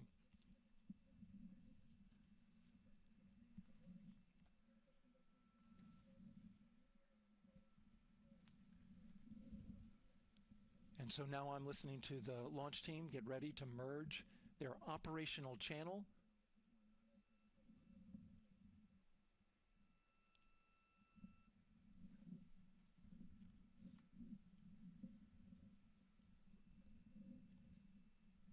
We're now entering one of the most consequential phases of launch day, and that's terminal count, the final 10 minutes. And OTC, NTD on 212 for comm check? Good, comm. How me? I hear you the same. STC? 2. GTC? GTC is on 212. All right, copy that. NASA Test Director Jeff Spaulding confirming communications with his team.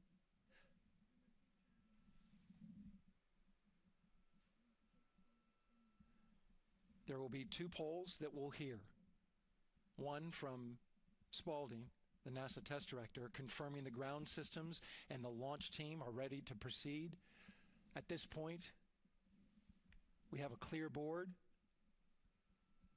no constraints, but we need confirmation from each individual on the NASA Test Director team. So we'll hear him poll his team. The other poll that we're waiting for is the poll from Launch Director Charlie Blackwell Thompson, who will take that final status from NASA management before giving the go to come out of a hold. And you're seeing the clock count down at L-12 minutes. CCL, OTC, Orion, Earth-1. CCL. Yes, sir. Reconfigure ARS primary loop ISO valves. Copy, that's in work. And CDR, OTC, Orion, Earth-1. Go. ARS loop ISO valves are being closed at this time. Integrity copies. NGDLP. Go. Yes, I had a discussion with sea ice and with MER manager regarding the observation the sea ice had a few minutes ago. They were able to confirm with BCI photos that the condition that they observed has been there since 2025. MER manager has had a chance to review the findings, and they do not have any constraints from either a sea ice or MER manager perspective. Okay. Copy all. And Launch Director NTD, you copy? Yes, sir. I copy. That's good news. OTC, CCL 212. OTC. ARS primary loop isolation valve configuration is complete. Copy.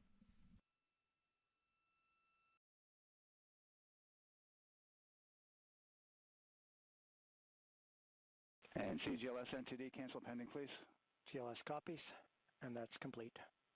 All right, and for all personnel, we got a little bit more work to do before we pick up the clock, and we're about a little over a minute from getting to T-minus 10 minutes, but we've canceled the resume time there, and then we'll pick it up after we get through all of our work and anything else that we need to do to get through the remainder of counts. So we'll continue working that to get to our T0 today. So when we get to about 50 seconds from now, we'll extend that hold. CVSE OTC. CVSE 400-290, looking to verify that we are configured for Ascent.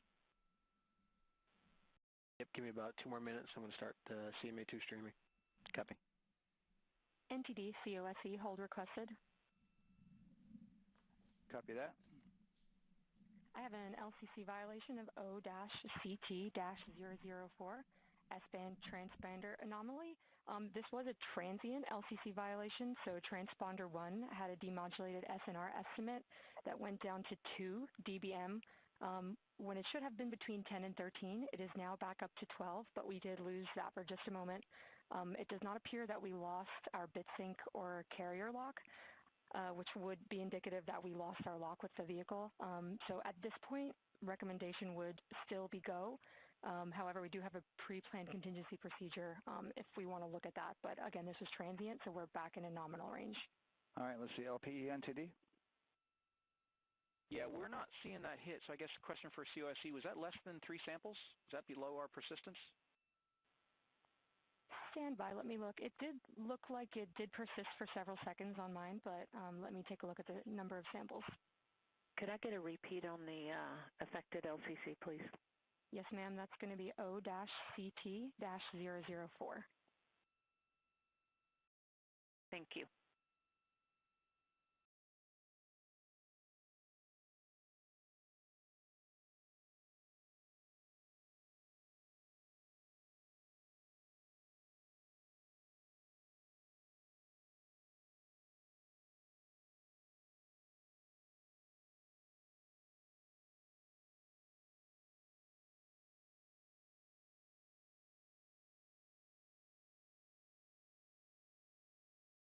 Yeah, us taking a look at the data right here, looks like that was a single sample.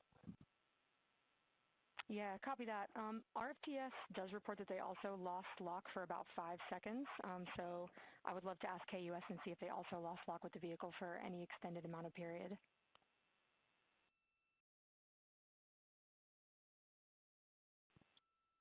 And COSE, while we're doing that, these are 1/10 hertz measurements, correct? So we would have had to lose it for over 10 seconds to get a second sample?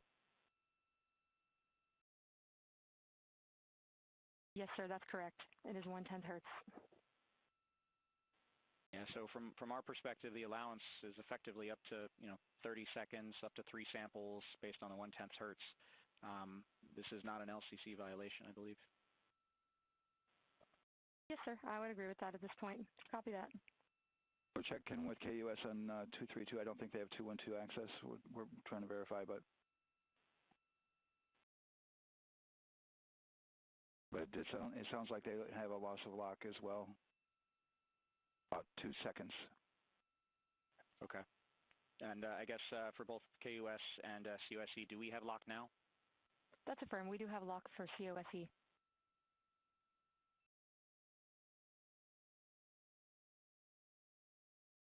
Yeah, so from the integration console perspective, we did have a temporary loss there within the allowable, and per the requirement, let's go. And this is Houston Flight. We have lock and we have good telemetry here in GSE. And KUS has reported too, they have good lock now. So with all of that, OSC, then are we in a go configuration per your LCC? Yes, sir. Recommendation would be go. Okay. LP, you concur with that? Yes, sir. LP concurs go. And Launch Director?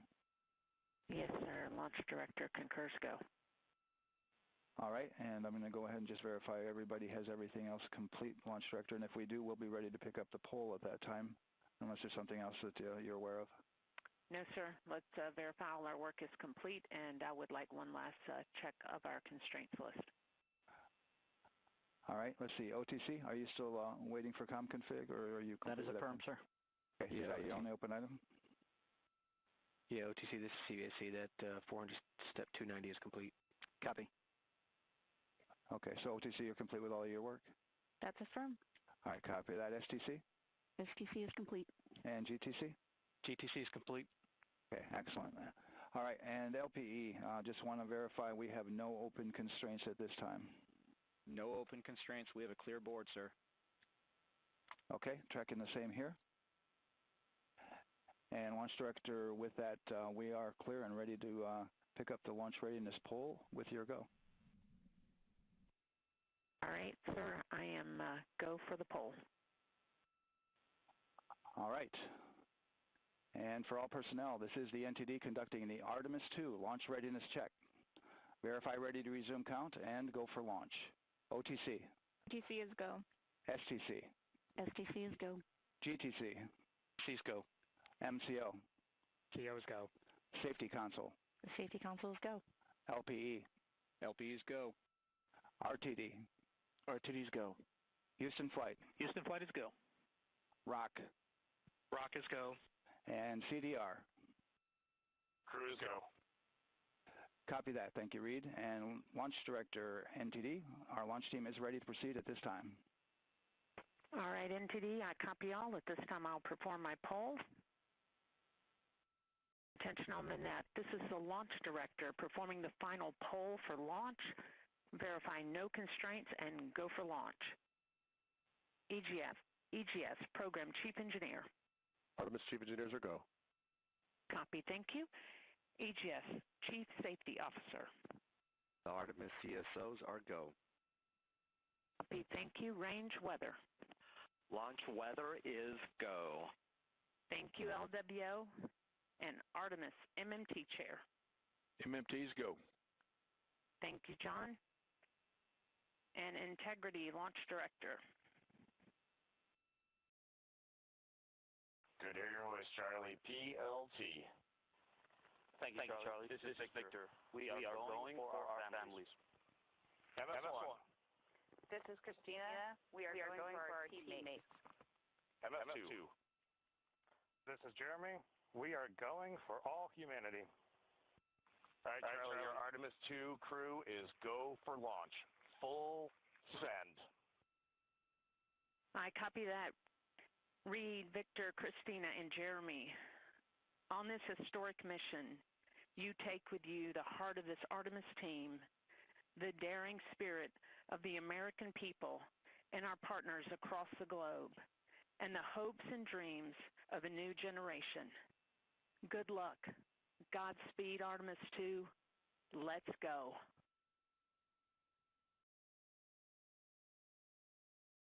And NTD Launch Director. Go ahead, Launch Director. Yes, sir. You have a go to proceed with countdown. Copy that. I'll put it in work. CDR, NTD. Go. Gear risers and initiate short purge per your EPROC 10.1.1, steps 8 and 9. 10.1.1, 8 and 9 going to work. Copy. CVSC, NTD. Start and verify recordings of our Orion cameras. Copy. Okay. Well, there you heard it. RSR, NTD. RSR. They're getting ready to start terminal count. arm rotation enable at this time, please. It's currently at T-minus 10 minutes. Once we wrap up this last bit of work, SNA arm rotation enable complete. we're going to start that clock. Copy that. Thank you. Integrity crew, close and lock visors.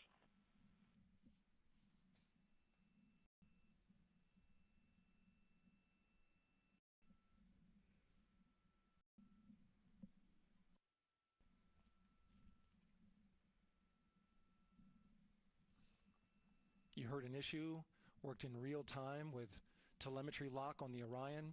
It was transitory. It was very short. They checked the data, confirmed that they had a good lock. This was with the S-band transmitter on the Orion. Worked through that issue, looked at the data, and cleared it. All with the world watching. Impressive work by the launch team. So we have a 2-hour window, which starts in just a few minutes at 6:24 p.m. Eastern Time and goes until 8:24 p.m. Eastern Time. And ECL NTD will be waiting for your verification on the short purge. ECL copies. And for all personnel, once we get that short purge verification, we'll verify that we are clear to go, and then we'll proceed with the terminal count.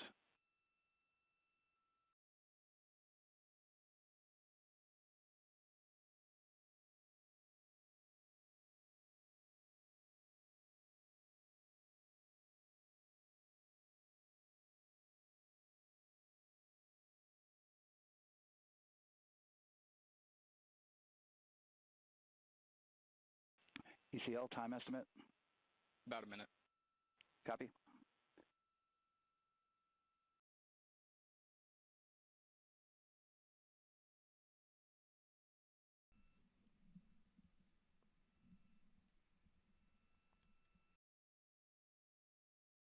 So we're going into the launch window, but not by much, it looks like. Just wrapping up some final work. And once that's completed, you'll hear NASA Test Director Jeff Spaulding ask for the ground launch sequencer operator to go ahead and start the clock. The ground launch sequencer is an application software.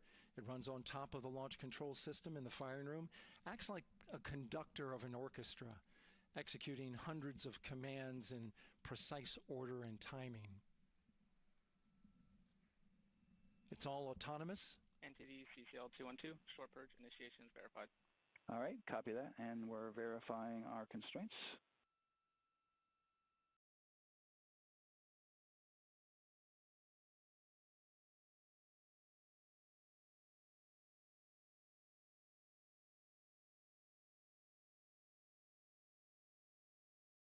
All right, and we're clear from cutouts. And with that, we're going to resume the clock momentarily.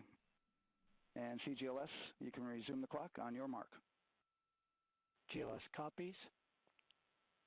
3, 2, 1, mark. GLS mainline has been initiated. T-minus 10 minutes and counting.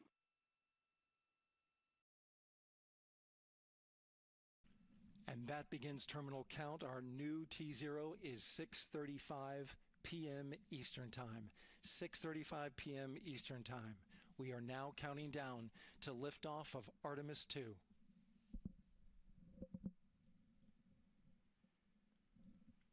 From now on, you're going to hear two voices on the loops. If everything goes nominally, NASA Test Director Jeff Spaulding, who's directly managing the launch team, and Alex Bendelos, the GLS operator who closely monitors the software. He has the ability to stop and restart the countdown.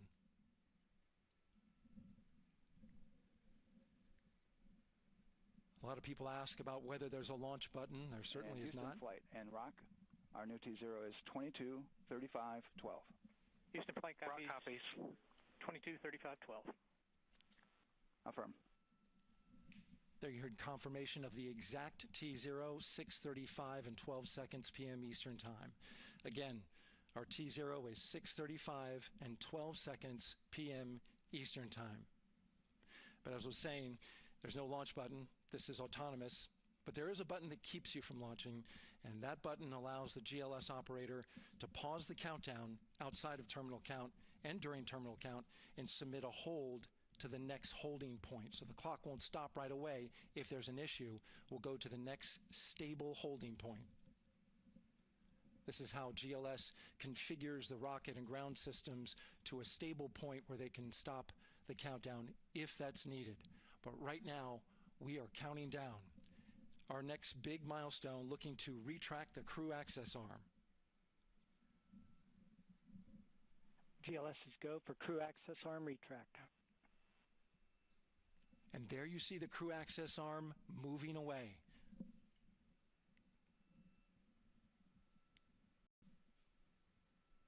That's the path that the astronauts took to ingress into the rocket.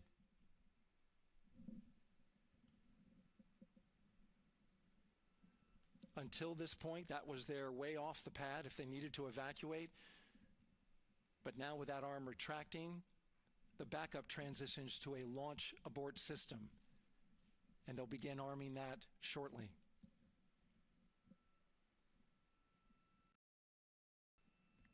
Of course, the launch abort system, great shot there of the crew access arm retracting away. The launch abort system is the tower at the top, and that's what would pull Orion and its crew off the top of the rocket in case of an emergency, whether it's on the ground or in flight. This is critical safety hardware that protects the lives of the astronauts.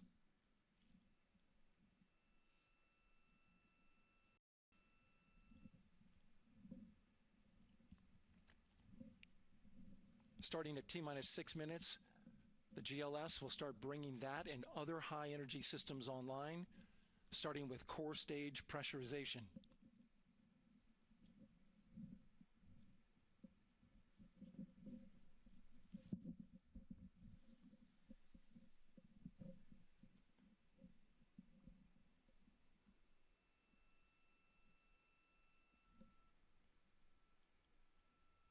Weather is 90% go. The range is go. All systems are go.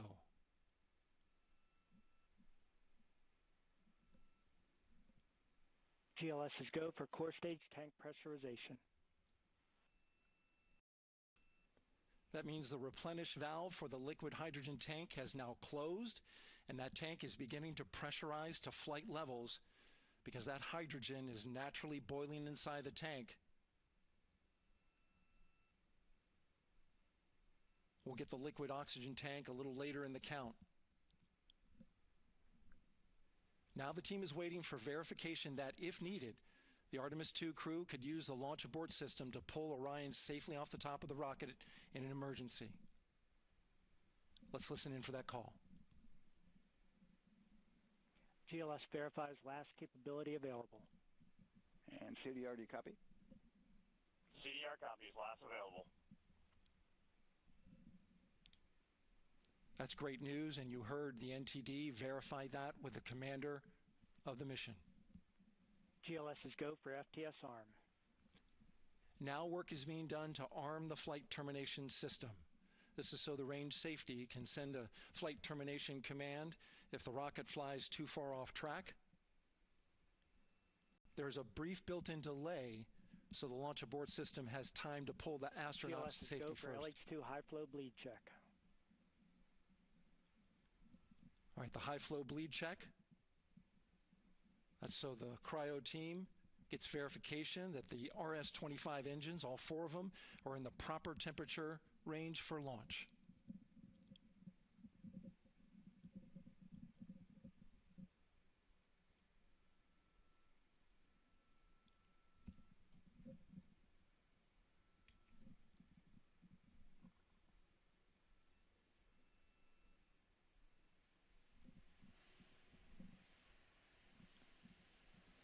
GLS is go for core stage APU start.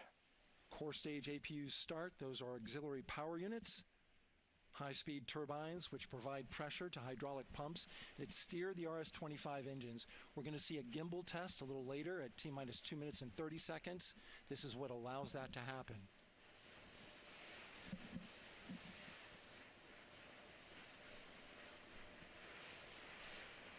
Coming up in about 20 seconds, we're listening for go for purge sequence 4. That's a helium purge of the 4 core stage engines downstream of the propellant valve. This gets all the air and moisture out of there.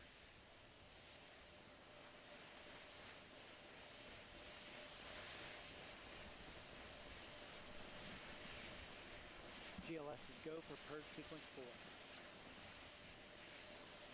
4. Moving through the milestones. All is looking good.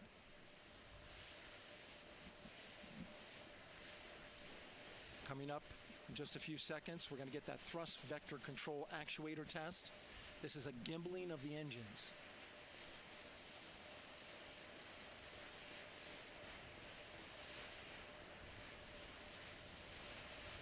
are the 4 RS-25s, 3 of them Shuttle Heritage, 1 of them built from shuttle parts.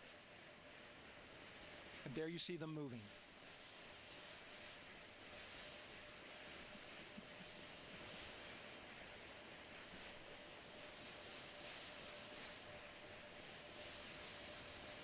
Now we're going to start moving the power from both the upper stage and the lower stage of the rocket to internal, taking ground power away and now going to battery power.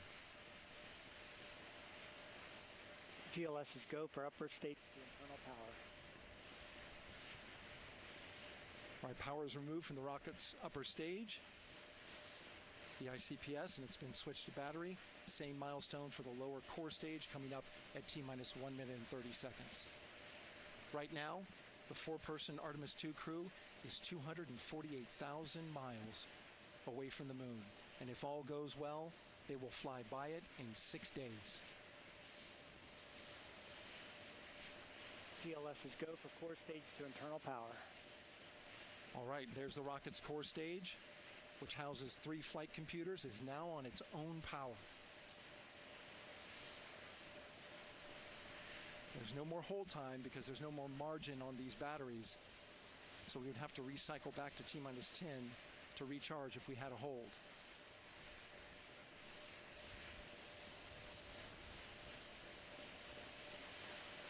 One minute. Right now, the rocket does not know what the T0 is, but coming up at T-minus 33 seconds, control shifts from the ground launch sequencer to the rocket's onboard autonomous launch sequencer, or ALS. The rocket will count itself down, but honor any holds that could come from the ground. Now, shortly after liftoff, Houston will take control of the rocket, and my colleague Gary Jordan will take over commentary. GLS is go for ALS. Great call out. The rocket is on its own. 4 brave explorers ready to ride the most powerful rocket NASA has ever launched. Sound suppression water is flowing. 15. And here we go. 10, 9, 8, 7. RS-25 engines lit.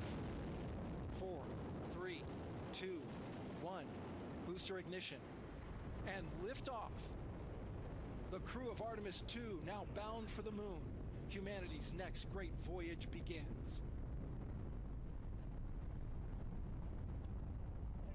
Good roll pitch. Roger, roll pitch. Houston now controlling the flight of Integrity on the Artemis II mission around the moon. Integrity, AMT high. AMT high. On time, passing 30 seconds onto the flights. Integrity passes the alternate beacon. Target milestone. Mission Control Houston seeing good performance on the Orion engines. Space Launch System core stage. Integrity, 3 miles in altitude. Traveling more than 1,200 miles per hour.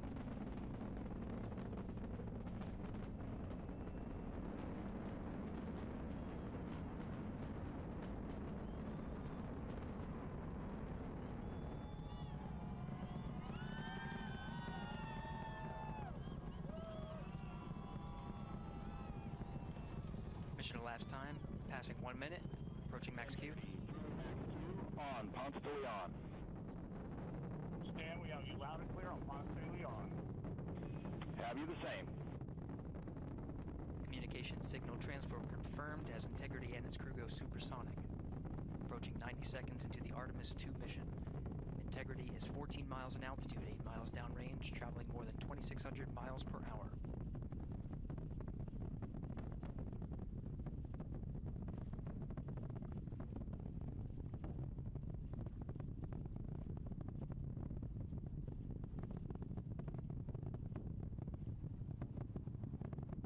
Minute 50 seconds of mission elapsed time, standing by for main engine throttle down to 85%, ahead of solid rocket booster separation expected at the 2-minute 9-second mark.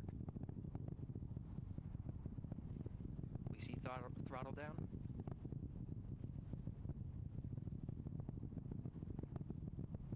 Confirmed separation. Main engines throttling up, guidance converged.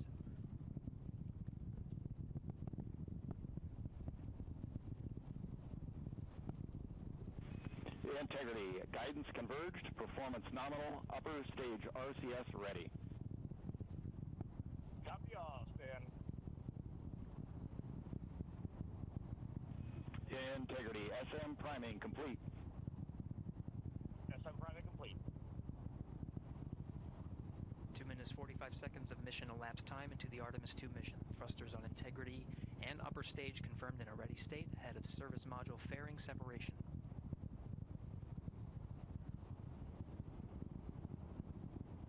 Three minutes into the flight. Integrity 49 miles in altitude, 78 miles downrange, now passing 5,000 miles per hour.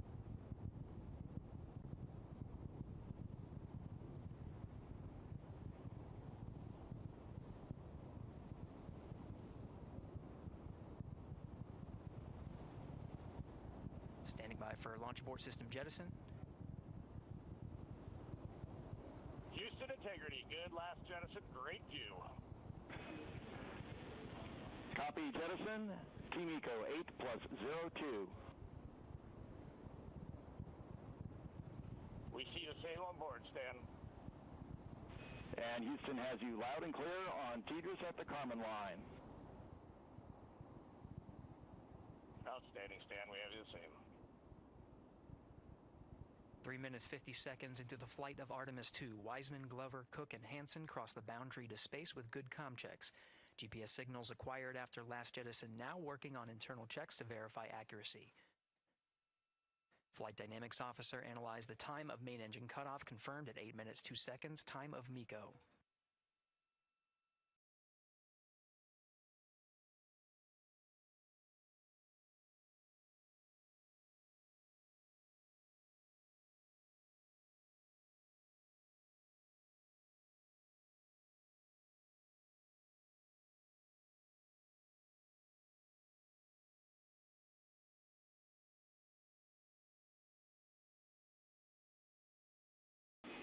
Integrity, GPS processing. Outstanding, Stan, we see the same, and we have a beautiful moonrise. We're headed right at it.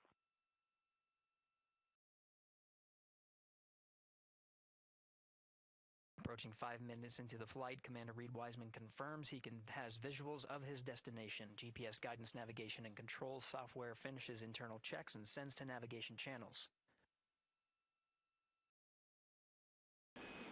Integrity, 3 engine press. 3 engine press. On time, now passing 5 minutes 20 seconds of mission elapsed time into the Artemis II mission. At this point, 3 good main engines are all that's needed to carry Integrity to a nominal main engine cutoff target. Though at this time, we're seeing 4 good engines here in Mission Control Houston.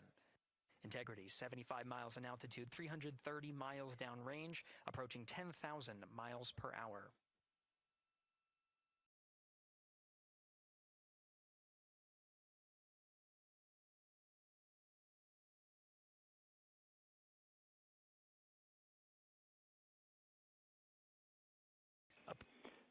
Integrity, looking good at 6 minutes. Same on board, Stan. Good trajectory and engine performance. Booster officer will soon report the shutdown plan to Flight Director Judd Friedling, expected at the 7-minute mark. Integrity, 78 miles in altitude, 460 miles downrange. Integrity, expect nominal shutdown. Integrity copies, nominal shutdown.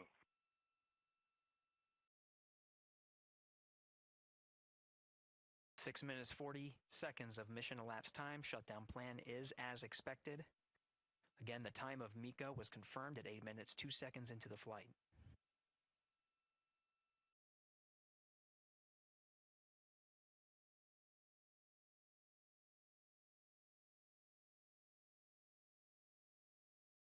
Seven minutes of mission elapsed time.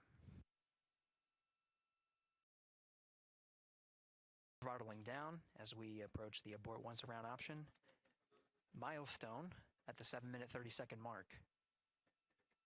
Now 84 miles in altitude, 650 miles downrange, traveling more than 15,000 miles per hour. Integrity, AOA open. AOA open. Window is now open for an abort once around option that would target splashdown in the Pacific Ocean. Still following nominal ascent at this time.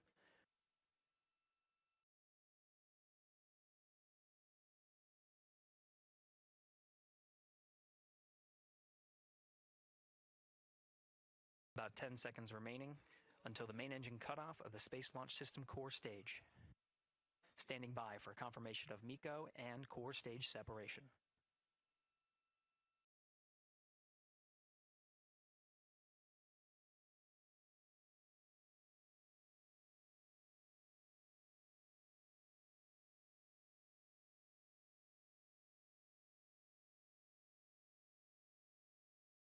Integrity and nominal MECO, core stage separated.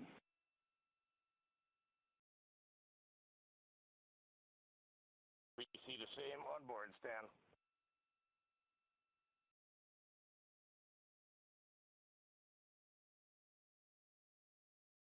8 minutes 40 seconds into the flight, we have a nominal main engine cutoff heading in the right trajectory on the way to swing around the moon. Core stage has separated, done its job. The Space Launch System upper stage, the interim cryogenic propulsion stage, or ICPS, still attached to the Orion spacecraft.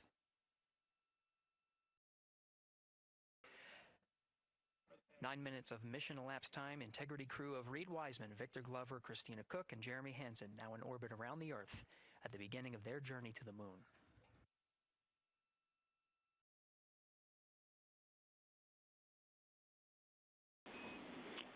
Integrity Houston, looking ahead to PRM numbers so far per the pad.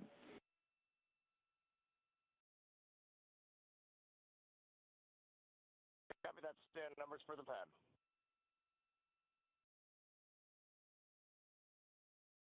Capcom Stan Loves now reminding the crew that the Perigee raise maneuver time of ignition is as expected prior to booster ignition.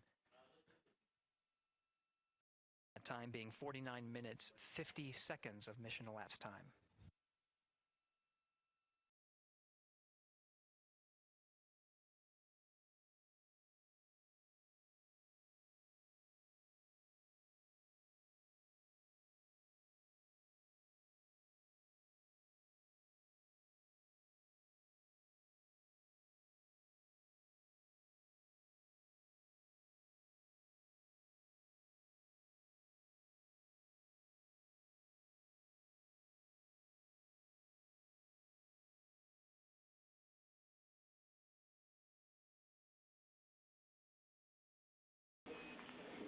Integrity, good. NEDS deploy.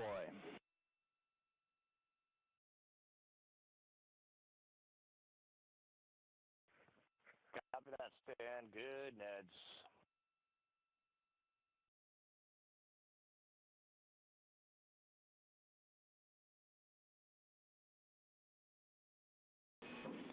And Integrity Houston for PWD setup. Just a reminder, halfway open on the secondary. Copy that, Stan. Halfway open.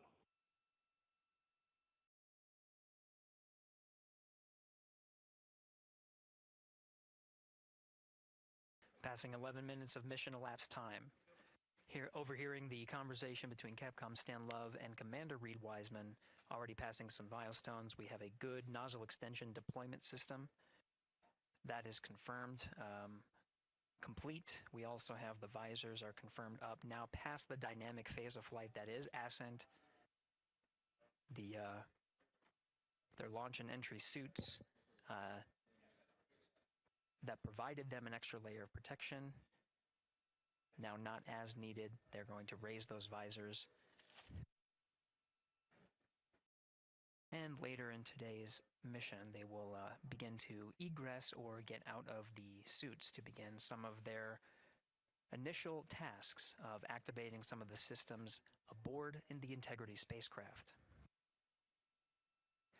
It's passing 12 minutes of mission elapsed time. Again, the Perigee raise maneuver that's targeted near 50 minutes of mission elapsed time, 49 minutes 50 seconds. That's what the crew is going to be working towards. The Commander Reed Wiseman pilot Victor Glover will focus on preparing for that milestone. In the meantime, mission specialist Christina Cook and Jeremy Hansen will start some of the activation of environmental control life support systems. You may hear confirmation of their activation over the Orion to Earth communication network.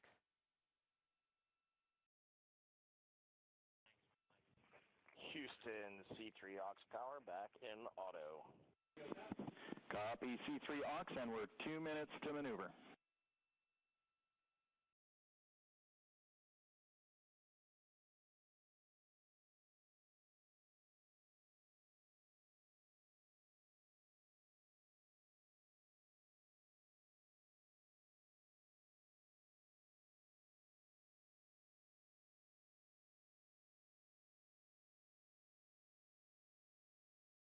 "13 minutes and 30 seconds of mission elapsed time. We're going to continue to follow the crew of the Artemis II mission. They are beginning their journey around the moon to verify the systems that will take us to its surface. An incredible ascent. Artemis II is underway. Reed Wiseman, Victor Glover, Christina Cook, and Jeremy Hansen begin their journey to the moon.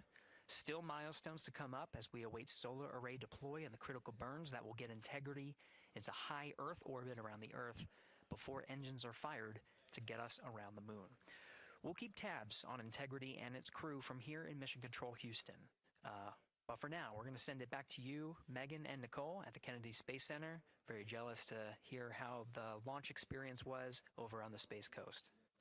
Yeah, Gary, if people are just joining us, welcome back to the Space Coast, where we just saw Artemis II lift off 14 minutes ago. And wow, what an amazing launch, and an emotional one too. As soon as the rocket lifted off, Nicole, you had tears in your eyes, I had tears in my eyes, and we had all these people around us cheering. It was amazing. Yeah, the energy was wonderful. I mean, it was a beautiful launch. You know, we've got 4 friends and family members headed to the moon. It's pretty amazing. Yeah, how does that make you feel as someone who, you know, is an astronaut as well, but also, as you said, friends? Yeah, so proud of them. You know, man, we don't have the words in the English language to describe this kind of an event, and pride, love, so many emotions. You know, they are truly breaking some barriers, and hopefully, you know, as Gary just said, they've got a long day ahead of them, so wishing them well on everything. But so far, what a beautiful launch to watch. Yeah, to be returning to the lunar orbit in more than 50 years. Maybe they go farther from Earth than any other humans before them. Maybe they see parts of the moon that we've never seen before. I mean, what a great start to what could be all of these milestones that we break in just a 10-day mission. Yes, what a way to welcome in the Artemis generation. Yeah, how do you feel? I mean, we saw some beautiful shots we were covering of course, the rocket, of course, the Earth falling away as we continued up into our ascents, but also some of those crowd shots where we saw young and old, just emotional, overcome by this history-making moment. Man, we are going back to the moon for all, and we saw that today. We saw that in all the crowds. And yeah, you guys just saw that view, the sunrise or sunset, I guess. They just made it over the crest of the Earth, and you could see the sun peeking over. One of my favorite views from space. And I can't imagine what they're looking at now, and I can't wait to see what they're looking at in about 5 or 6 days. Yeah, and you know, I know a lot of people are like, you know what, I'm surprised this launched on the first try, because we know, like any little thing, we have to be keeping safety in mind, and we want to make sure we're ready to go. But we were ready to go, and I think it surprised a lot of people.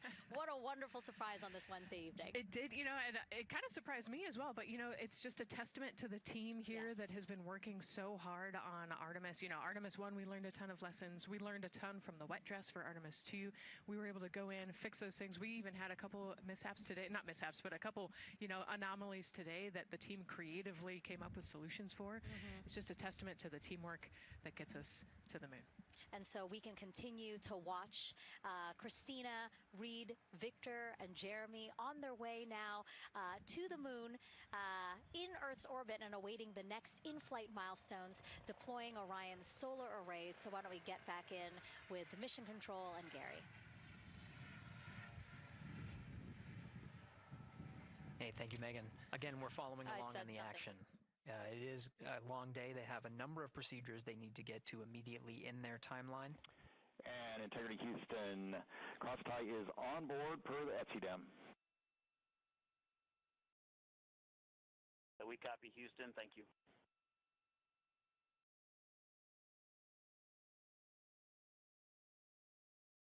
Cross-tie referring to flight controllers here initiating a connection between some of the batteries aboard the Orion spacecraft, allowing for an even distribution of power. This is the flight control teams that took us through Ascent of the Artemis II mission today. Right now we're, as you see, passing 18 minutes of mission elapsed time. The Orion spacecraft integrity and the interim cryogenic propulsion system are maneuvering tail to sun. It is in this orientation, this attitude. Integrity any words on that momentary prop caution?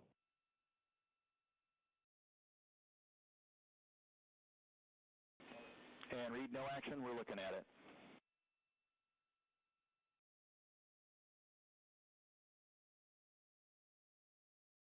Commander Reed Wiseman verifying what is being routed to his displays aboard integrity. Propulsion engineer confirming that no action is needed at this time. They're pressing through with their nominal procedures to prepare for the Perigee raise maneuver. And of course the solar array wing deploy ahead of that.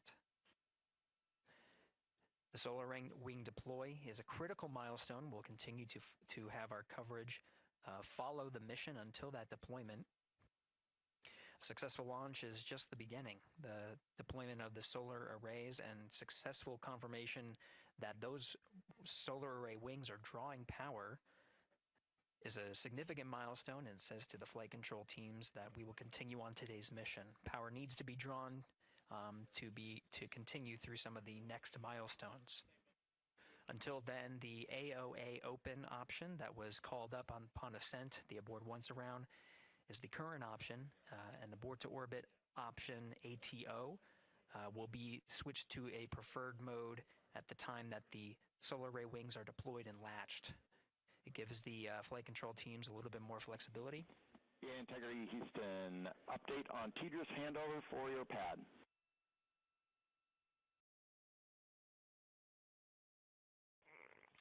Give us just 1 minute.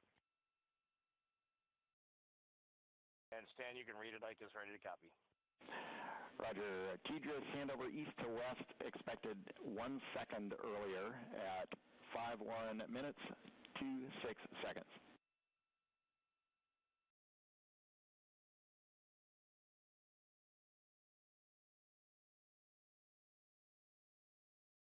Hi, Stan. We copy 1 second earlier for 5126 TDRS east to west, and saws are starting to deploy. Thermal knives are firing.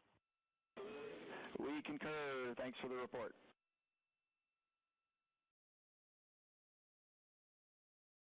Read back of the reports that you just heard on the Orion to Earth network. Integrity has maneuvered tail to sun. The deployment sequence has begun. With the deployment confirmed, it'll be several minutes until they are what is called in a latched position. Once they are latched and confirmed to be drawing power, they can switch the mode to ATO and continue along the mission. The teacher's handover at the pad, that message meant the crew was provided some preliminary numbers of when to expect handovers between the tracking and data relay satellites. Currently orbiting Earth at an altitude of 545 statute miles above the Earth. They are in a near-Earth network communication system. The tracking and data relay satellites, geosynchronous satellites that are stationed about 23,000 miles above the Earth. After the apogee raise burn that occurs later today, the burn itself will put them in an altitude that surpasses the range of the tracking and data relay satellites, and they will transition to the deep space network today. And Integrity, for prop messages, we see 2 temperature measurements right near the line. It's that momentary message you saw earlier. We're going to suppress those. It's CM helium heater 2T1 and heater 1T1. They're going suppressed. Integrity, thank you. We see the same.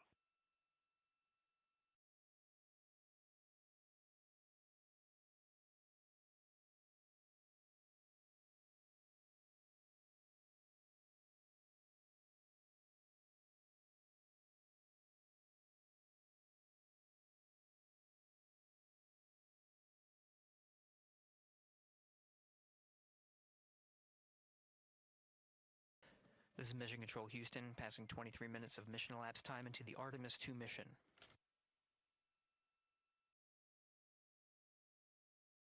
This is after a launch that began at 5:35 and 12 seconds Central Time, 6:35 and 12 seconds p.m. Eastern Time.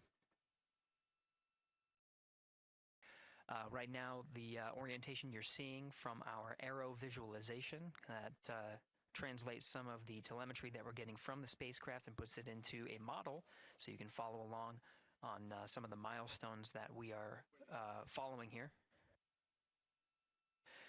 The RL-10 nozzle that you see at the left end of your screen, though it is currently not firing, that nozzle is pointed towards the sun, and the solar arrays are currently deploying. From this visualization, they look fully stowed in a position. Integrity, we are happy to report that Jeremy has the O2 sensors on. Copy O2 sensors.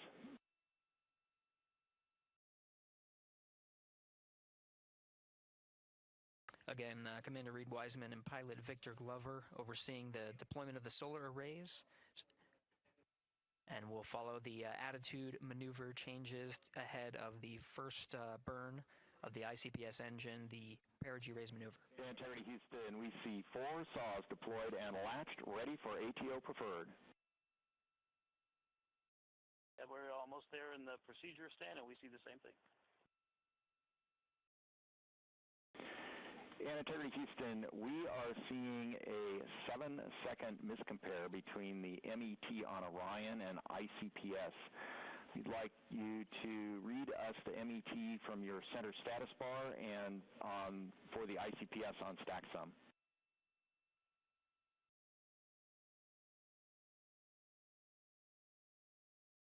And Stan, we see a absolutely precise alignment. MET 25, 14, 15, 16, precisely aligned with ICPS MET. Copy, thank you for that. We'll investigate a ground issue. And Houston Integrity, ATO preferred set. Copy, ATO preferred.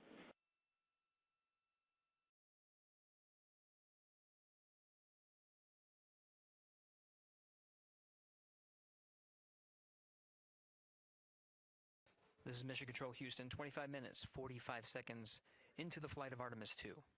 We have confirmation that all 4 solar array wings are deployed and latched. This is the configuration needed to switch to ATO preferred, which you did hear confirmed from pilot Victor Glover. That mode has been switched.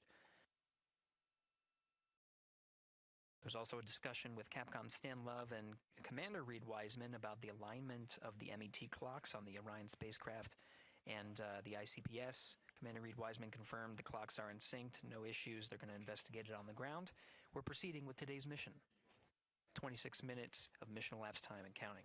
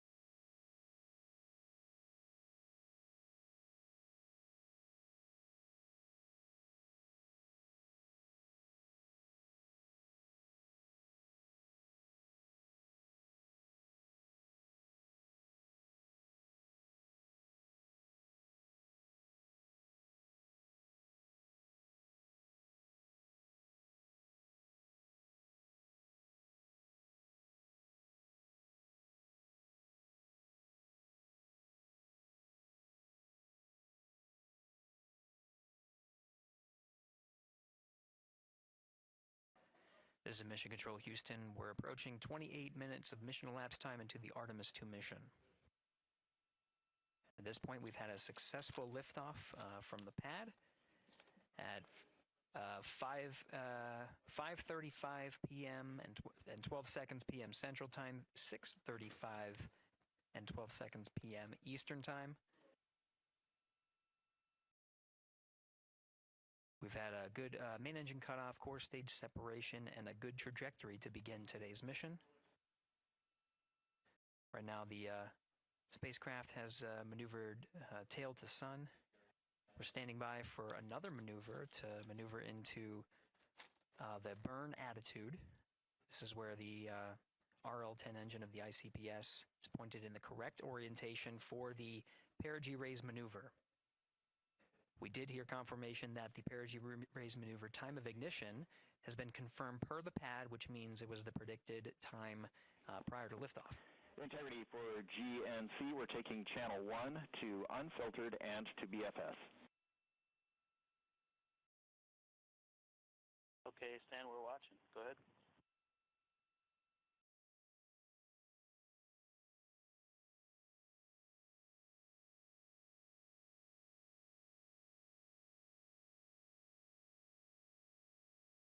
Capcom Stan Love reading up to the crew of Integrity. They will switch the navigation source from channel 1, standing by for confirmation that that switch has occurred. Pilot Victor Glover will receive confirmation when, and as at least watching to confirm that that switch has occurred. Again, the Perigee raise maneuver that we're heading towards, not too long from now, we're actually inside 20 minutes at this time from the time of ignition of the Perigee raise maneuver. We did have a successful deployment and latched of all 4 solar array wings. This is the configuration needed to commit to the Perigee raise maneuver. Of course, flight controllers here in Mission Control Houston will continue to evaluate that everything is good before committing to that burn. The Perigee raise maneuver does raise the Perigee, the lowest point in the orbit, from 15 to 100 nautical miles. The 100 nautical mile mark is needed to continue in low Earth orbit and hit the target for the apogee raise burn. That will put them in a high Earth orbit for the remainder of the day and set them up for the right position to execute the translunar injection and head to the moon tomorrow. The burn duration of the Perigee raise maneuver is 26 seconds. It's a relatively short burn, but it does raise the Perigee and do the job to get into the correct position before firing that main engine on the ICPS. The pad had a teacher's handover. This is the tracking and data relay satellites. East to west, they are geosynchronous satellites that are positioned around the globe. And as Orion makes its way around the Earth right now, above the west coast of Africa, at an altitude of about 923 statute miles, and counting.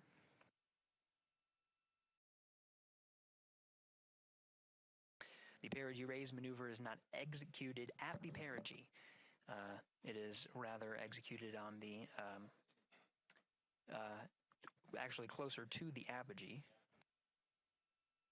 What it does is it raises the Perigee on the other end of the orbit to 100 nautical miles.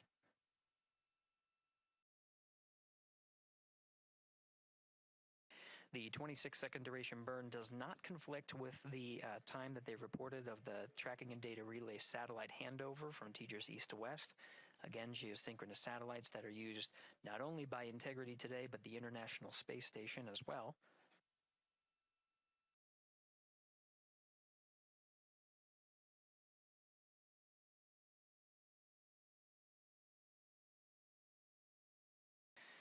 That time of handover is 51 minutes, 26 seconds. Plenty of margin before the Perigee raise maneuver cutoff happens, and the trajectory is analyzed to see whether it was a good burn A good burn means that the burn was performed as expected and sets the trajectory on course for that 100 nautical mile perigee target mark.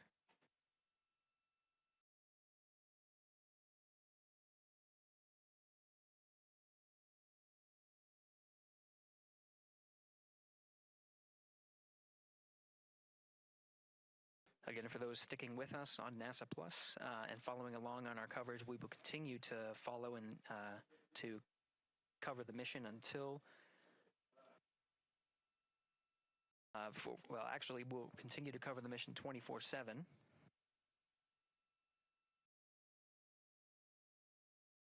But we'll wrap up our coverage here shortly.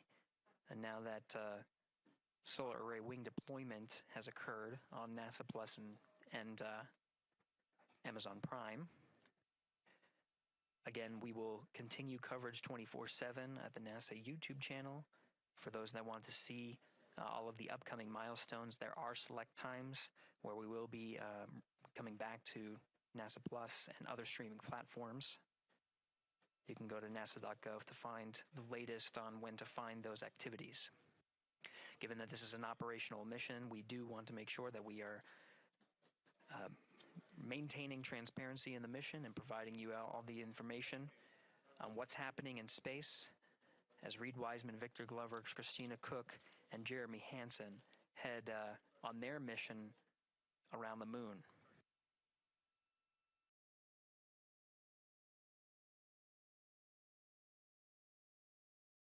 Inside integrity at this time. Again, the solar array wings have deployed. The integrity is maneuvering to its burn attitude ahead of the execution of the perigee raise maneuver. Overseeing these steps is primarily done by Commander Reed Wiseman and pilot Victor Glover. Mission specialist Christina Cook and Jeremy Hansen focusing on some of the system activation inside of Orion, namely the environmental and control and life support systems. The activation and checkout of some of these critical systems are very important to continuing on the mission, making sure that those systems are in a good condition and in a reliable condition to provide the necessary environmental and control needs of the crew with humans on board through the duration of the mission that extends 10 flight days.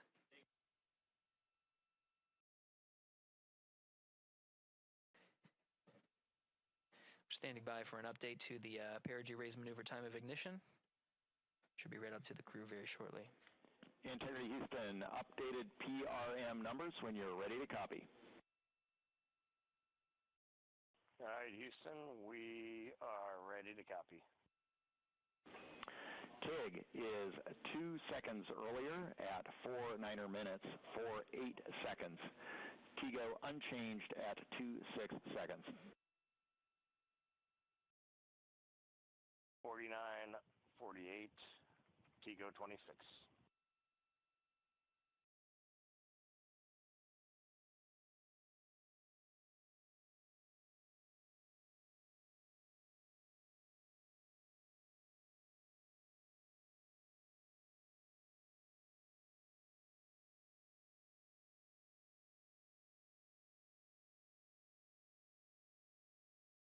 This is Mission Control Houston. With that update, we are approaching a little more than 13 minutes from the time of ignition of the perigee raise maneuver. That time updated to be 2 seconds earlier was 49 minutes, 50 seconds of mission elapsed time. We'll now move to 49 minutes, 48 seconds. The duration of the burn, that's what was referred to as the TGO, will still remain at 26 seconds. Relatively short duration burn, again, just raises the perigee of the orbit today.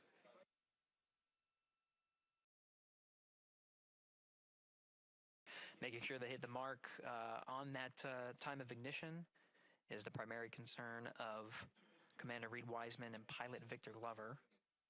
Mission specialist Christina Cook and Jeremy Hansen inside activating those environmental control and life support systems.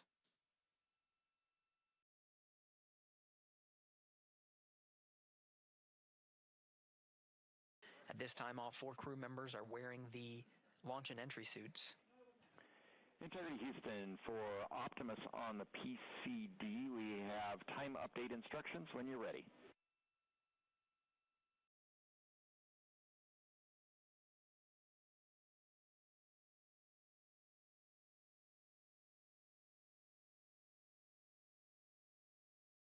Houston, Integrity, we copy. Hands are pretty busy at this time. I think we will call you back when we're ready for that. All right, that one is not urgent. 2 minutes to maneuver to PRM attitude. We are watching and concurred. 90 seconds-ish, maybe. Pilot Victor Glover confirming that that maneuver less than 2 minutes. Again, that the point of that maneuver is to point the main engine of the ICPS, the RL-10 engine, in the proper orientation to execute that 26-second burn. It needs to point in the correct position to achieve the goal of raising the perigee to 100 nautical miles.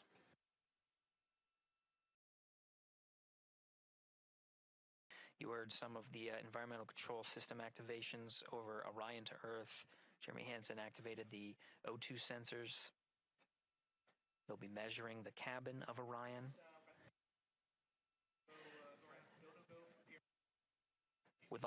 During all of the activations, here on the ground in Mission Control Houston, Flight Director Judd Freeling is doing a poll with all flight controllers in the room to see if we are in a go position to go ahead and execute the perigee raise maneuver.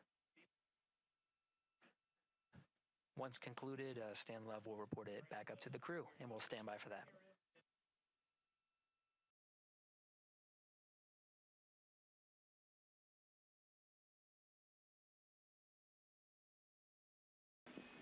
Integrity Houston, MCC polls go for PRM pending attitude and saws.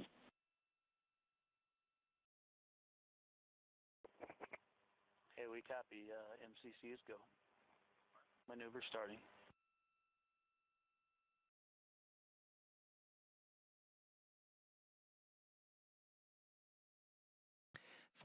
minutes of mission elapsed time. The maneuver to the burn attitude has begun. The maneuver also is paired with reorientation of the solar array wings that have been deployed. They will have various positions throughout the duration of the flight. Of course, solar array is meant to maximize the draw of power from the sun. So when deployed, we're in a biased solar array wing configuration that was called solar normal. This allows for the greatest surface area of the solar array wings to be drawing power and powering up those batteries of Integrity, of which a cross tie was enabled between the four batteries, the four battery buses that are inside of Orion. However, for the perigee raise maneuver, the solar array wings will be put into a position to take on the loads imparted by the ICPS main engine when they execute the 26-second burn. You can see in the animation here, the solar array wings are in motion, and the attitude is being reconfigured to point the engine in the correct direction, those solar array wings being pointed forward.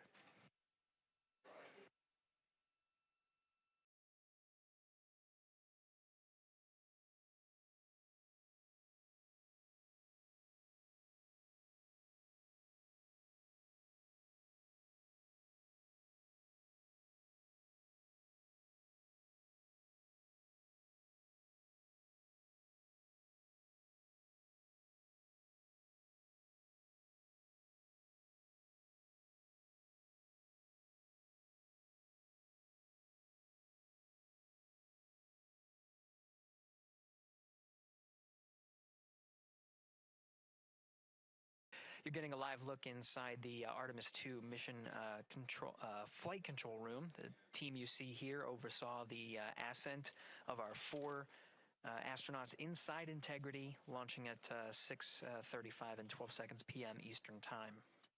Now again, this room will be occupied 24 hours a day, 7 days a week, with flight controllers shifting on 3 shifts to oversee 24/7 operations of Artemis II while in flight.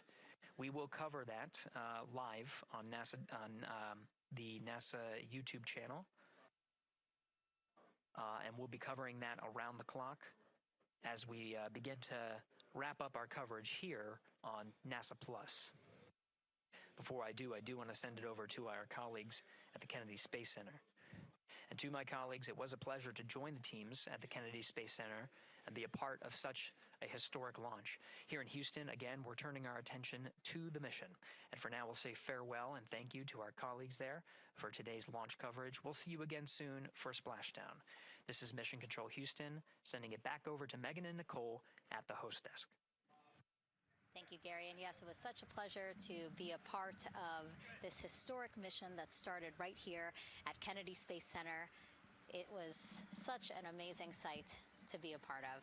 And now, as Reed Wiseman, Victor Glover, Christina Cook, and Jeremy Hansen begin their journey, we here at the Kennedy Space Center are about to wrap our broadcasts. We'll, of course, though, have 24/7 coverage with our colleagues at Johnson Space Center starting as soon as we sign off, so don't worry.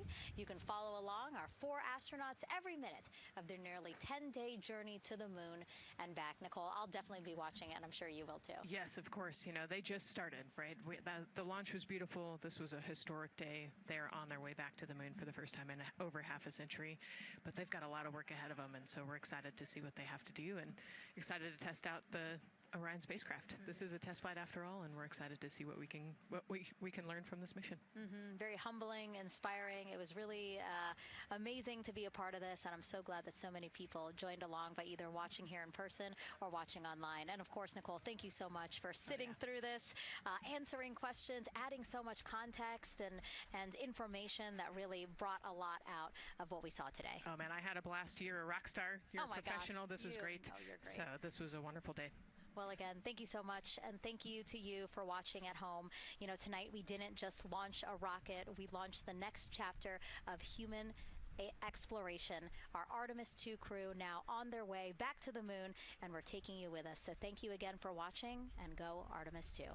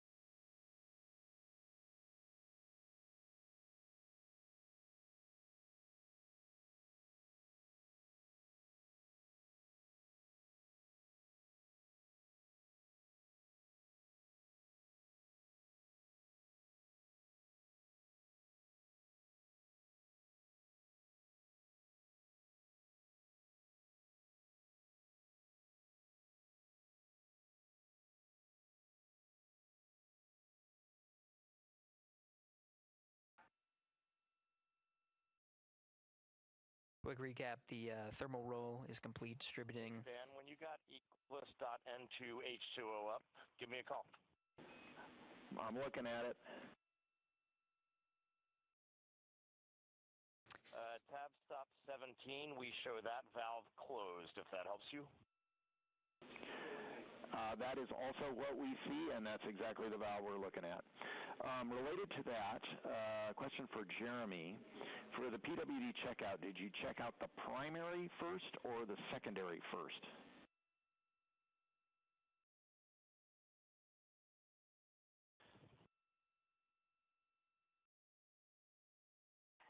And Stan, Jeremy says primary first because he had trouble getting the secondary on, and I'm also ready to take your call. Copy primary first. We appreciate that. Christina, for the toilet, can you please tell us what the status LED is doing? Or was doing when you saw the fault?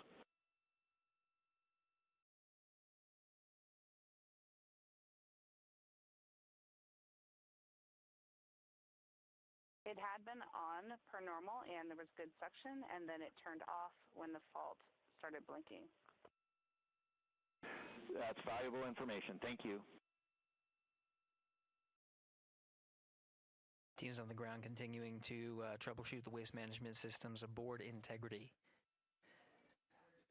Now we'll continue to follow the mission here as the 4 astronauts work on the steps to activate some of the systems and prepare for the apogee raise burn. About 3 minutes from now, 7 p.m. Central Time, 8 p.m. Eastern, we'll start the press briefing. That press briefing will happen on our 24/7 live coverage. While that is happening, you can listen to the Orion to Earth loops and continue to cover the mission and views from the solar array wing cameras aboard Orion. And you can follow that at our clean live stream, also available at NASA's YouTube channel.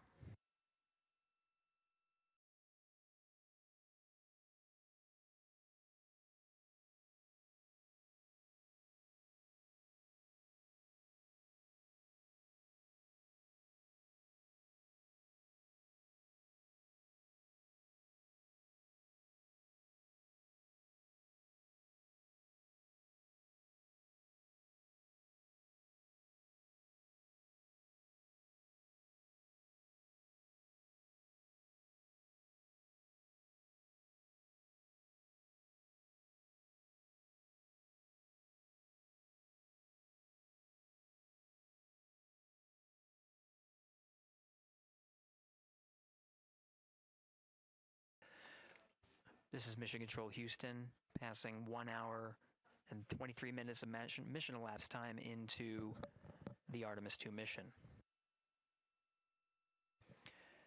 The Integrity crew, about 800 statute miles over the Earth, currently passing over Australia. Commander Reed Wiseman confirmed that pass over Australia, they were able to peek out the windows and see that view from an altitude that is higher than any of them are used to. Jeremy. Integrity Houston for GNC, we are taking channel 1 to unfiltered and BFS. Also for the solar array indication we saw earlier, we think that when the brake originally set, it was like on a tooth, and that when the engine lit for PRM, it slipped one tooth. That brake is now showing nominally.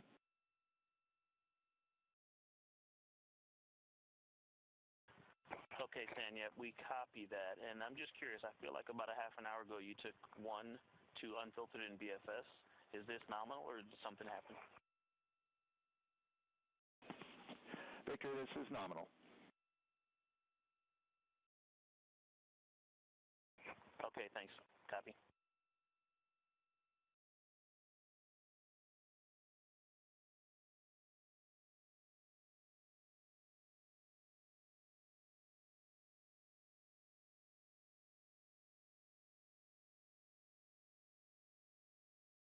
Now 7 p.m. Central Time at a mission elapsed time of 1 hour 25 minutes. An update for viewers. We are continuing to cover the Artemis II mission and see live views from the solar array wings.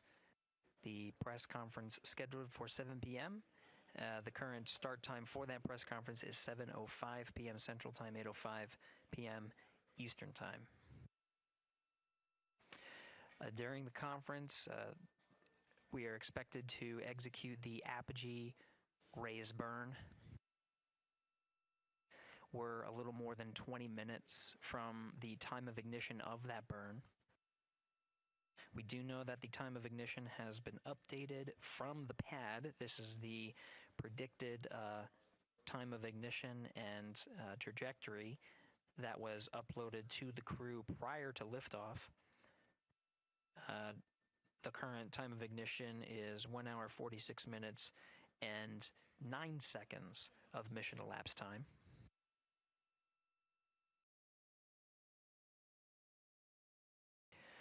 The duration of the burn at the pad was 17 minutes 52 seconds.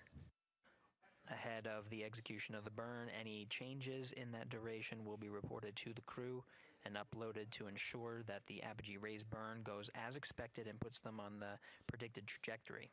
That trajectory being 43,730 miles by 0 statute mile orbit. This high Earth orbit will take the crew of Integrity past the tracking and data relay satellites that are positioned about 23,000 miles away from the Earth.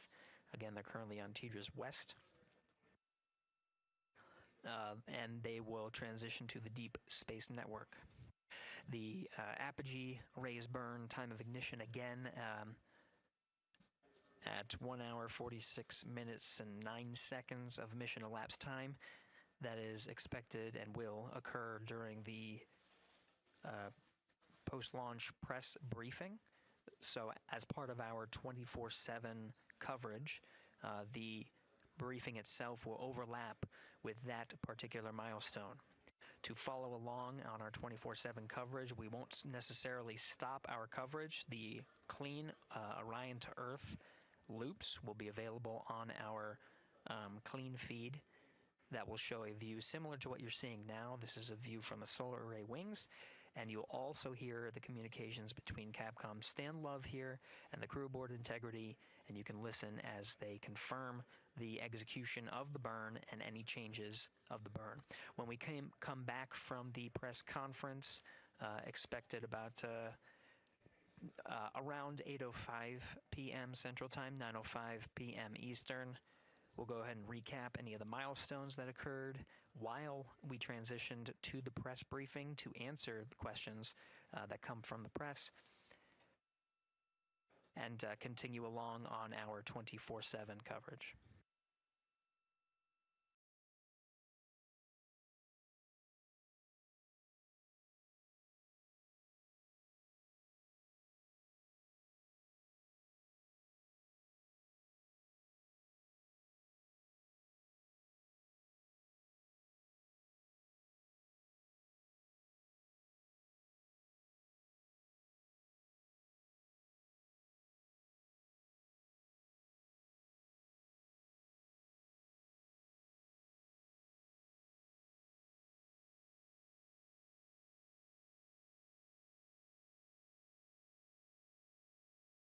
Houston Integrity for CFC install.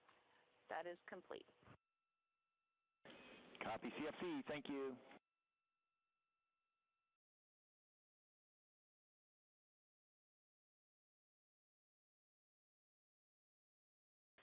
And Houston, just want to let you know, since we're running a touch behind timeline, we have not yet started suit doff for any of the 4 crew members. We'll get to it in a bit. Copy, thank you.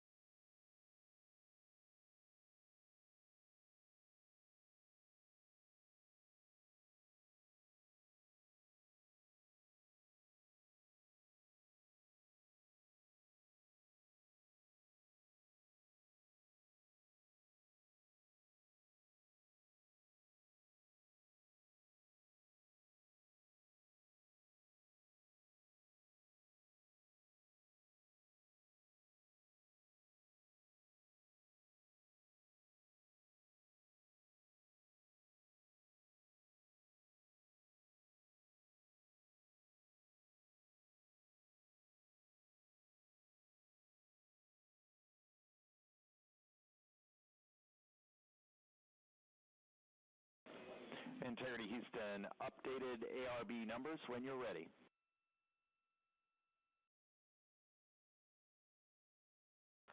Stan, we are ready. And sorry, false alarm. Still integrating on the ground. We'll be back with you shortly.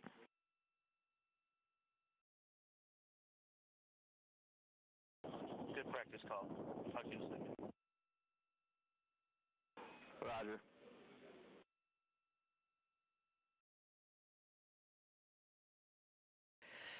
This is Mission Control Houston. For those still with us, the press briefing that was scheduled to begin at 7:05 will begin shortly. They're just getting set up, and just stay tuned until we are able to transition to beginning. Activity on Jeremy's timeline is complete.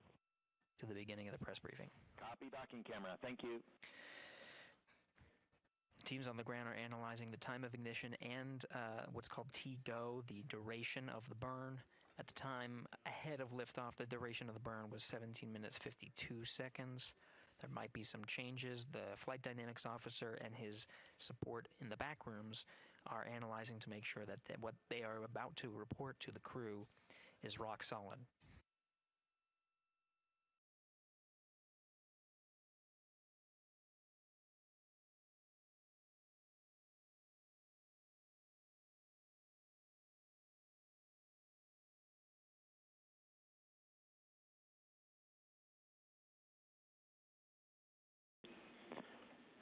Integrity Houston with new ARB numbers for real this time.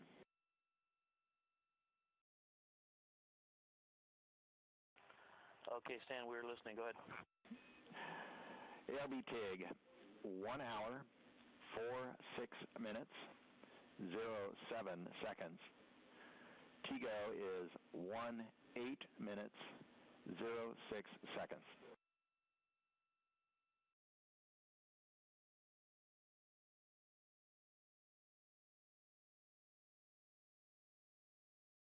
Okay, Stan, we copy and have entered 1 hour, 46 minutes, 7 seconds for TIG, and TIGO, 18 minutes, 6 seconds. Thank you for that. With that, we also have an updated time for the handover from TDRS west to east. That is going to be over 6 minutes earlier than what's on your pad. You can expect that at MET 2 hours, 03 minutes, 04 seconds, 2:03:04.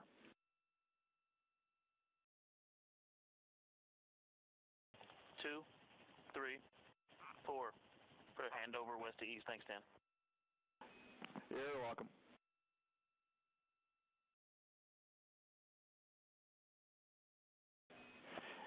And Integrity, 2 minutes to maneuver. PFE is reading 3, which is nominal. Copy PFE.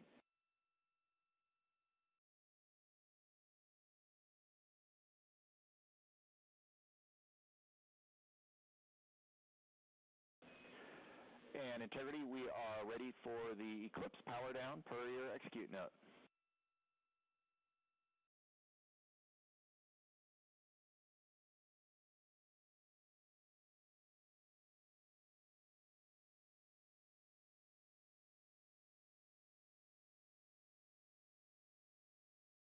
All right, as we've continued to follow along on the mission here in Mission Control Houston and on the Orion to Earth loops, we'll take you over to the beginning of the press briefing, the post-launch press briefing over at the Kennedy Space Center.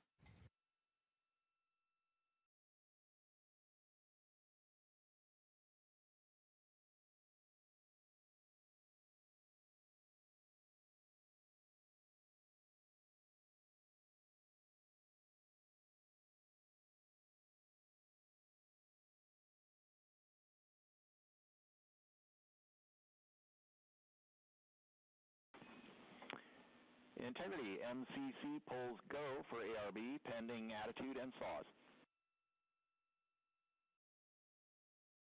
Integrity.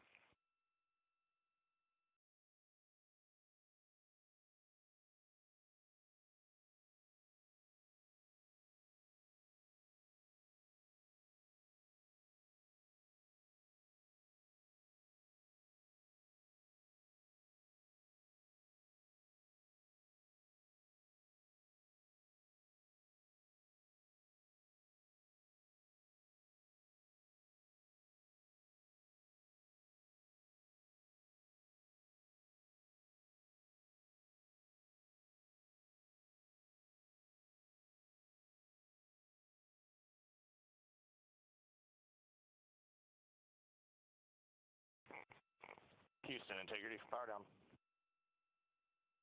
Go ahead.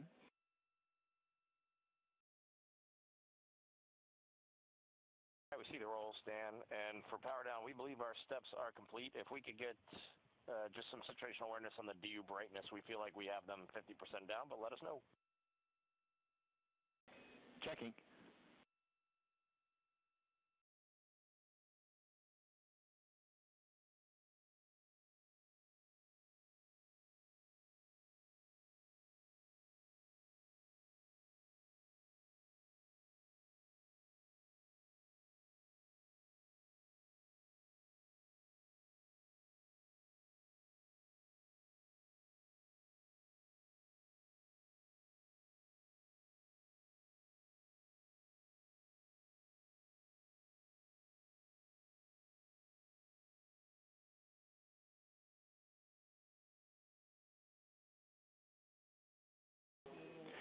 Integrity, we see DU3 right at center. We see DUs 1 and 2, a couple of clicks above center. We're checking power draw now.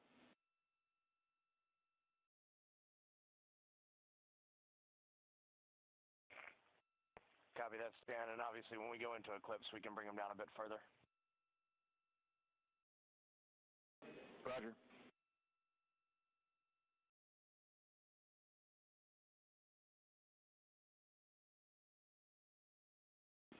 And Reed, when we get into eclipse, we would like those extra clicks on DUs 1 and 2.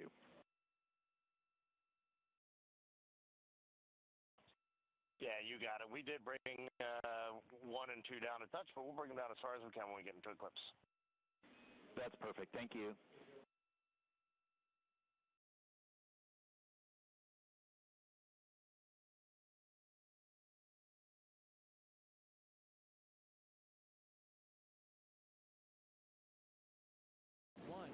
Booster ignition, and liftoff.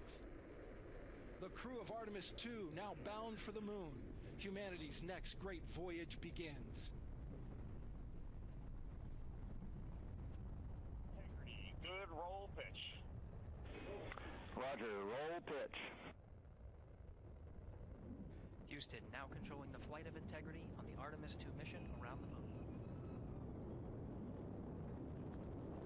Integrity, AMT high. AMT high. On time, passing 30 seconds into the flights. Integrity passes the alternate beacon. Target milestone. Mission Control Houston seeing good performance on the 4 main engines. Space Launch System core stage. Integrity, 3 miles in altitude. Traveling more than 1,200 miles per hour. Good evening and welcome to NASA's Artemis II post-launch news conference. I'm Bethany Stevens, Senior Advisor and Press Secretary, and I will be your moderator today. I am joined by Administrator Jared Isaacman, Associate Administrator Amit Kshatriya, Acting Associate Administrator for the Exploration System Development Mission Directorate, Dr. Lori Glaze, and Director of Flight Operations, Norm Knight. Administrator Isaacman will give opening remarks, and then we will open the floor to questions. If you are dialing in to be with us here today, please press *1 to get in the queue. And with that, Administrator. Thanks, Bethany. Good evening, everyone. So today, April 1st, 2026, 6:35 p.m., NASA's Space Launch System rocket lifted off the pad with 8.8 million pounds of thrust, carrying the Orion spacecraft and the Artemis II crew out to Earth orbit and beginning America's grand return to the moon. Now, about 51 minutes into the flight, during a planned handover between satellites, the Orion spacecraft underwent a communications issue, leading to a temporary partial loss of comms. The uplink from Capcom to the crew was being heard by the crew, but we cannot hear their responses for a brief period of time. There were no issues with the vehicle itself. Comms with the crew have been restored. We're actively working the issue, and we'll keep you informed. The Orion spacecraft has successfully separated from the core stage, and its solar arrays have been deployed as planned. Soon, the crew will execute the apogee raise burn, placing the spacecraft into a stable, high Earth orbit as we prepare for the translunar injection and the journey into cislunar space. NASA astronauts Commander Reed Wiseman, pilot Victor Glover, mission specialist Christina Koch, and Canadian Space Agency mission specialist Jeremy Hansen are safe, they're secure, and they're in great spirits. We will continue to monitor their health and the status as we move into the next phase of the Artemis II mission. So after a brief 54-year intermission, NASA is back in the business of sending astronauts to the moon.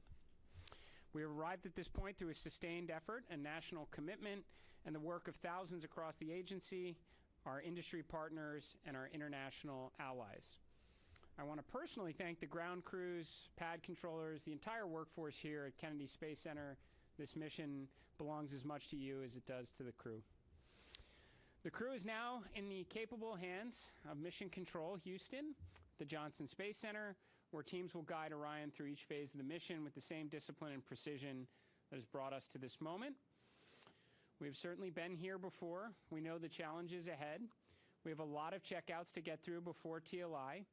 And when, if all goes well, everything is go, Artemis II will be moonbound. You have our commitment to keep the public as informed as possible on this historic mission. And we will celebrate when this crew, we will hold our celebration until this crew is under parachutes and splashes down off the west coast of the United States. Thank you. So with that, we will open this up to questions, and we will start here in the room if we have any takers. We'll start right up here. Congratulations to all of you on a successful launch so far. My name is Jim Siegel. I'm with Florida Media Now. And I'm curious about when the astronauts will have their first meal on this mission. And secondly, is somebody on the Earth here, back in Houston or somewhere, keeping track of what they eat during this entire mission? And how do they go about doing that? Do they tell them what to eat, or do they kind of select what they want? What do you think? Well, let's see. I'll jump in on this one. Well, what I'll tell you is they do have planned meals, okay? So they have a planned meal today. I will tell you they're very busy. So Ascent Day is very tough. It's tough physiologically, and it's tough from a workload issue as well. And so this timeline between now when the crew goes to sleep, so MET of about 8:30 is pretty packed. They're going to snack. They probably have some pre-positioned meals. I know they did in their flight suit. Some of the snacks that they can use if they need. But I will also tell you that flight day 1 and flight day 2, you might not feel like eating a lot. And that's just part of it. Your body is acclimating to 0G. Your physiology is transitioning from a 1G environment to 0G, and it takes a little bit of adapting. So right now they're working hard. They are doing what they need to do. They sound great on the loops. That was really a good signal to us that they're feeling well. But just know that that's part of the equation, when they get on orbit. As far as the food being tracked, yes, we have a food lab, and we have folks at the Johnson Space Center tracking what they eat, the nutrition, the calories. It makes a difference. They do this on Artemis. They do it on Space Station as well. So we're well versed in that.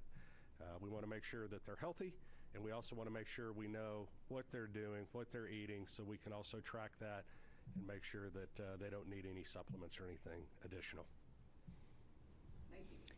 We'll head over to Joey.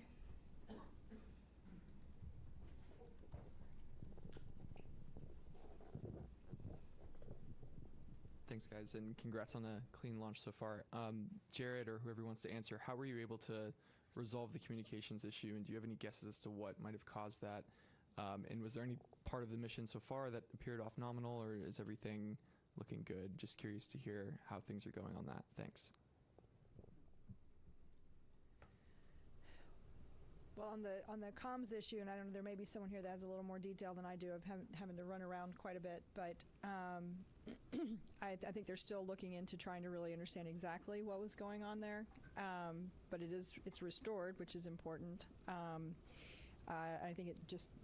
It was during handover to Tejas West. Sometimes that's squirrely ground configuration. You gotta get that right. So hopefully that's what it is. But we'll chase it down. But they were able to recover. They had intermittent forward and return links, so the burns that they needed on board it was never an issue. It was unusual for it to be dropped out for a couple minutes. So that's what we're telling you. We had a controller issue with the toilet when they spun it up, so we got to work through that. That's going to take maybe a few hours to troubleshoot. So there was also a water tank valve. There's 4 water tanks on Orion. There's a crossover valve that connects the 2 gangs of tanks. It's supposed to be open to ensure maximum flow. It was closed during Ascent. You know, when you shake the thing, things like that happen. So they're going to reset the valve. And then they had a recurrence of on Artemis 1, we had a latching current limiter failure on a piece of electronics, a transient failure when it gets exposed to radiation. They took 1 hit of those. We took about 24, 25 of those during Artemis 1. Again, normal, the onboard fault detection cleans that up, but we're just getting started, Joey. Just to be clear, right, this is a flight test, and a lot of what we're doing here is exactly this, trying to test out all of the things that require the crew interaction, right? And so we anticipate to have a lot of these. Well, that's what we're here for, work through them. Sawyer? Importantly, apogee rays burn. We're go. So they're going to stay in space. Sawyer? Thank you, Sawyer Rosenstein, NSF. I noticed that the slide wire baskets happened to deploy during launch. Is that something that was expected? And can you give any initial reports, at least what you've seen from the cameras, of how the mobile launcher is doing, given the hope to be able to quickly turn it around? Yeah, you have something on the baskets. I can talk about the turnaround. The baskets they're supposed to get out of the way. That's part of the plan. So otherwise they take plume loads, and we don't like that. So I can tell you on the mobile launcher, our team has already been looking at a lot of the imagery that we have that was taken both during and after, and assessing that, trying to get the condition. We've got teams, I believe, going out there. They might already be out on their way to take a real look. Some of the good things that we've seen relative to Artemis 1, one of the issues we had was that the water that was supposed to be spraying down the launch pad, so that there were some issues there that didn't happen. We saw a lot of corrosion. The water was working, so things were getting washed down. We're still also going to remove some of the parts so that we can do some of that cleaning to make sure we don't have those corrosion issues. We haven't seen evidence of things like after Artemis 1, like the elevator doors were blown off. We haven't seen that. We're optimistic, but we got to get out to the pad. We got to look. We did a lot of changes after Artemis 1, trying to harden the systems so that we can turn it around faster. We do anticipate there will be some items that'll need to be replaced. It's a pretty violent environment. But we're hopeful that that's minimized, and as soon as we have more information on that, we'll definitely let you guys know where we stand and how quickly we think we can get it turned around. Thanks. Lauren?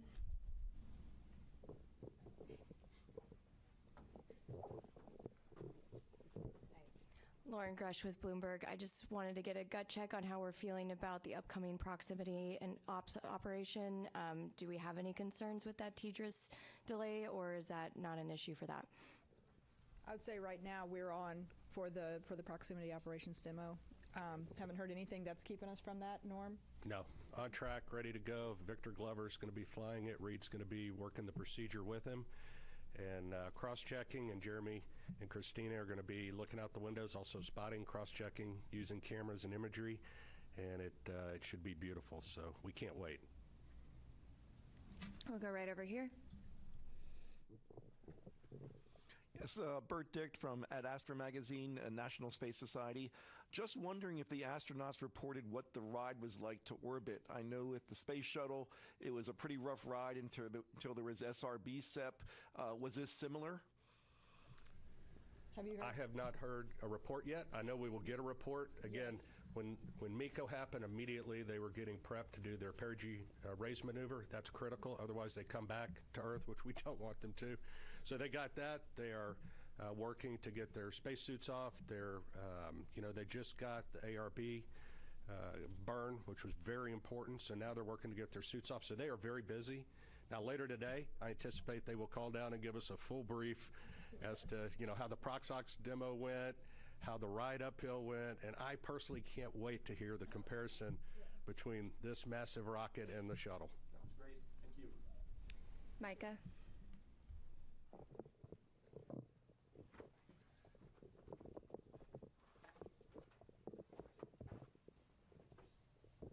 Thanks, Bethany. Micah Maidenberg, Wall Street Journal.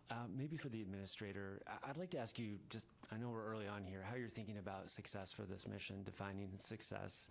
A lot of tests ahead. And just what happens if you don't kind of meet that standard as the flight unfolds? Thanks so much. Well, I mean, to me, success is undershoots and in the water safely after a 10-day mission duration. So no early off ramps there. I think right now we're already getting good ECLIS data. We've never flown Orion with crew on board, so that's pretty important. I mean, understanding the Orion spacecraft is, it's paramount in this one to progress on to integrated operations of Orion with a lander. Every day we're getting data. It says, it was mentioned from the get-go, this is a test mission for sure. No crew have ever ridden this before. We'll keep gathering data over the next 10 days. We'll share updates, but we'll call success when they're in the water safely, and we'll start working on the next mission. Jackie. Hi, right here. Sorry if I missed it. I just wanted to check in on the status of the Perigee and apogee burns. Are those both finished at this point? And then I also wanted to check how the best way to explain to the audience why we're doing that apogee raise maneuver and why we go into that high Earth orbit. Thanks so much. Do you want to take that? I mean, I can certainly say we've completed the Perigee raise maneuver. That was done pretty quickly, as you heard, and the apogee raise burn should have already happened. That should have been happening while we sat here. They were getting ready as we were walking in. And then if you want to talk maybe about the rest. So we go into a high Earth orbit. Roughly, the Perigee is about 1,000 nautical miles, rough give or take, of the Earth, 25,000. So it's pretty elliptical. That's getting us, everything we do is getting us set up for the translunar injection burn. And so it's getting these burns, it's all converging down to what we call TLI. So we got to get the ECLIS system checked out. We got to make sure we have our redundancy. We got to make sure these burns go off where they should go off and get Orion and the SM configured exactly where it needs to be. So when it comes around and it's time for the translunar injection burn, off we go. And that takes us really, that puts us outbound to the moon. That's a real big commit point. And so you'll be hearing more about that tomorrow. You might mention it not only sends us outbound to the moon, but it also sets us up for the gravity assist that brings us back. So we are set all the way. Yes. Once we make that burn. Go right back here. Hi, TG Mosquera with the Epoch Times. Thank you all so much. Something that hasn't been really talked about is that the Space Launch System predates the Artemis program, going all the way back to 2011. So 15 years really invested in this. And just how does it feel to finally see it launch with the human crew on board? Yeah, I mean, right now, like I said, we're focused on the next 10 days. But I mean, I'll tell you, I'm incredibly proud of the folks that worked on this machine for as long as they did. And one thing we didn't talk about earlier was, one of the big objectives is getting the organization and getting our qualification standards and getting our certification rigor up to the standard for crewed flight. That's a big, even though the mission is a complicated mission, moving the entire organization to a mindset of thinking about risk in the right way to fly crew is a big deal. And making sure that the way we've gotten the machine configured to fly crew with the resilience and the reliability we care about is also a big deal. So it takes time. I mean, we got a lot in front of us, but I mean, it's for the guys that were out there, there's a big celebration in launch control for the rocket guys. The rocket guys can go out and play now, but the spacecraft guys got a lot of homework. So they're going to go work on that. But yeah, for them, I can see it on their faces.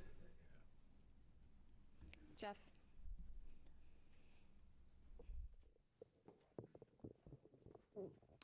Jeff Faust of Space News. During the countdown, we heard controllers working through a few issues, one with the flight termination system, one with the launch support system battery, and it sounded like there was a brief telemetry dropout. Wonder if you could provide a little bit more details about those issues and how you resolved them relatively quickly. Yeah, so Jeff, the FTS issue was we were doing an end-to-end test. We typically have to confirm that we can get a signal from the range to the machine and then back. We weren't able to close that entire end-to-end loop. But the guys at the range, they were really quick on their feet. They swapped to a different range receiver, which is a slightly different heritage, but has the same fundamental algorithms on it. And they were able to switch over to that and able to confirm a good end-to-end signal, which is really clever. We had thought about getting a receive-only box that we had in the VAB and shipping that over to Patrick quickly so they could do it, but they were able to fix it on the fly over there, so that was good. And once we knew we could confirm the end-to-end loop of that command, then we didn't need that we don't need to do that test more than once. We just need to verify the commands get on board. And so once we confirmed that command was there, then we met all of our public safety risk. For the launch abort system, we had a battery, so 2 batteries, several temperature sensors on both batteries. We had one poke out of family. We want to make sure all of them are tracking within certain limits, but we could confirm, given the locations of the temperature sensors, where they are on the battery itself, that the reading was instrumentation, because there wasn't a credible physics-based explanation for why that sensor would be that far high. It was an order of magnitude off scale high from the rest, and so we were able to quickly vote that sensor out. So that was two of the major issues. But again, the team, this is what the training is for. This is what the practice is for, is to go into those things and knock them out quickly. So they did really well. We'll go right over here. I noticed there was a lack of public address announcing outside, and there was a lot of going back and forth when we realized there were some issues, and we had to go back inside to find out, or we had to have our phones. Why was there no public address system available with loudspeakers outside? I'm not sure what you're referring to. We're not sure what issue you're talking about the public address. Okay. Available to people outdoors, and I thought that was a lacking. We'll take a look into that. We'll definitely look into that. I wasn't aware that happened. So thank you for that information. That's new, and we'll definitely look into it. We'll go right back here.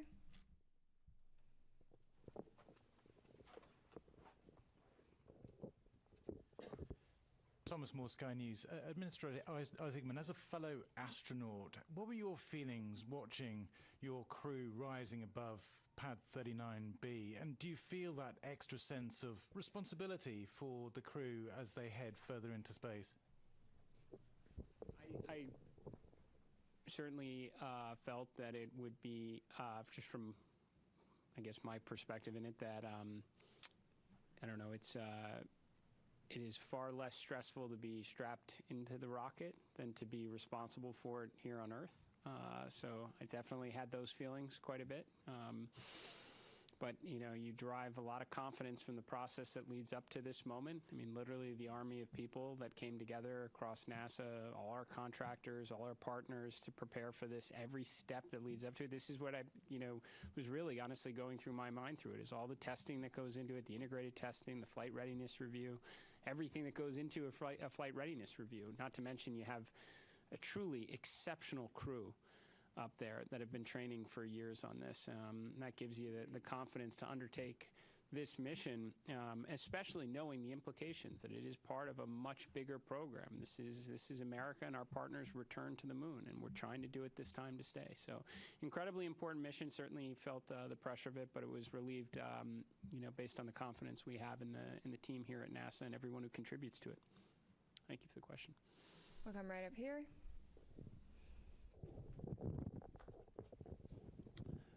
Frederic Castel with France 24. First, of course, congratulations to NASA for the grand return to the moon. Mr. Administrator, I have this question that they ask me constantly in Europe and in the States. In the 60s, NASA was using just the slide rule to go to the moon, and they could launch almost every 3 months. Of course, they had more money probably, but what happened in 50 years? Why is it so difficult to make it again? What has changed? Thank you. Well, for sure, we knew. Look, it's a very fair question. I know a lot of people ask it, not just in your country, but here in the United States. Certainly, financial resources are part of the equation. NASA's budget, if I recall, was somewhere between 4 and 4.5% of the discretionary budget during the space race. About a quarter percentage of that today. And I mean, to be very honest with you, I think competition is a factor in this as well. it's a great way to mobilize the resources of a nation and concentrate on something extremely challenging, and that's what we did in the 1960s. And I think with absent some competition, we focused a lot on partnerships and all that we could do collectively with respect to science and discovery. But competition can be a good thing, and we certainly have competition now. I think that's why you're seeing us start to concentrate our resources back to the objective, and do it with a great coalition across the NASA workforce, our contractors, all our partners that have come together, our stakeholders in Congress and the administration who came here to witness this launch, is because they know we have competition, and this one's going to be close. And I think as a result, you're going to see a lot more progress, more so than you have in since when this was originally conceived under Constellation. We're going to get back into the business of launching rockets on a regular cadence, and we're going to bring the world along with us. So. We're going to take a couple of phone bridge questions for just a moment. Reminder that you can join by pressing *1 to get into the queue. We're going to start with Will Robinson-Smith from Spaceflight Now. Hi, thank you, Bethany, and congratulations, everyone, on a good mission so far. Question about the upcoming TLI burn tomorrow. At what point during the day will the team conduct a poll on readiness to proceed into the TLI, and what are the main criteria that you'll be assessing to make that final determination? Thank you. Okay, well, the TLI burn actually happens about the time that launch happens, so it's one day into the mission. So tomorrow, Eastern time, would be about 6:35-ish. Obviously, those burn times can change, so check that before tomorrow. But what are the teams looking for before TLI? We're looking to make sure that the life support systems work, that the vehicle's healthy, the life support systems have been checked out, they're ready to go. We assure that those are functional, because once we commit to TLI, they have to function. And so we want to make sure. So that's why we spend a day checking out the systems. Ascent is, you shake, rattle, and roll a little bit, the vehicle. You saw that today. And you can imagine what that does to the systems. The systems, though, are performing very well. We anticipate that they continue to, but we want to get some track record on them before we do that. We also want to make sure we have redundancy in the system for comm, for environmental life support, propulsion, those type things before we embark on that TLI mission. So that's what the mission control team in Houston will be doing tomorrow. Jeff Radigan and his team, as the lead flight director, will be well into that. The teams are well versed on it. They have trained for it. They work very closely in conjunction with the engineering team, the mission evaluation room in Houston, where the engineers that have the intricate knowledge of Orion come together with the operations team, and together they work with the crew to make sure that the vehicle, is doing what we want to and accomplishing the mission objectives that we need to. But it always comes down to crew safety, vehicle safety, and mission objectives in that order. I might also mention, as those teams are checking out all of those systems, there will also be a meeting of the mission management team that's led by John Honeycutt, whom I think many of you have seen before, and they'll be meeting tomorrow afternoon to hear all of the results from what's happened over the last day, in preparation to make the decision on whether or not we proceed with the TLI burn. We will next go right back here to Manuel. Thank you so much. Manuel Massanti with Exploración Espacial. I understand that the CubeSats are going to be deployed like 5 hours into the flight. Is there any chance we're going to see live images of the deployment? And then when is the crew, I know they're super busy right now, but when are they going to start using the flywheel machine? On its way to the moon, when everything is more like... The second question was to do when they start doing the manual as far as... Flywheel machine. Oh, the flywheel machine. Sorry, thank you, the exercise machine. I guess after the TLI. I'll do this exercise. Yeah, I'll hand that to you, but I can answer the CubeSats. So the CubeSats are installed in the Orion stage adapter, which is actually a part of the upper stage piece, right? So once Orion separates from the upper stage, we'll do the ProxOps demonstration, right?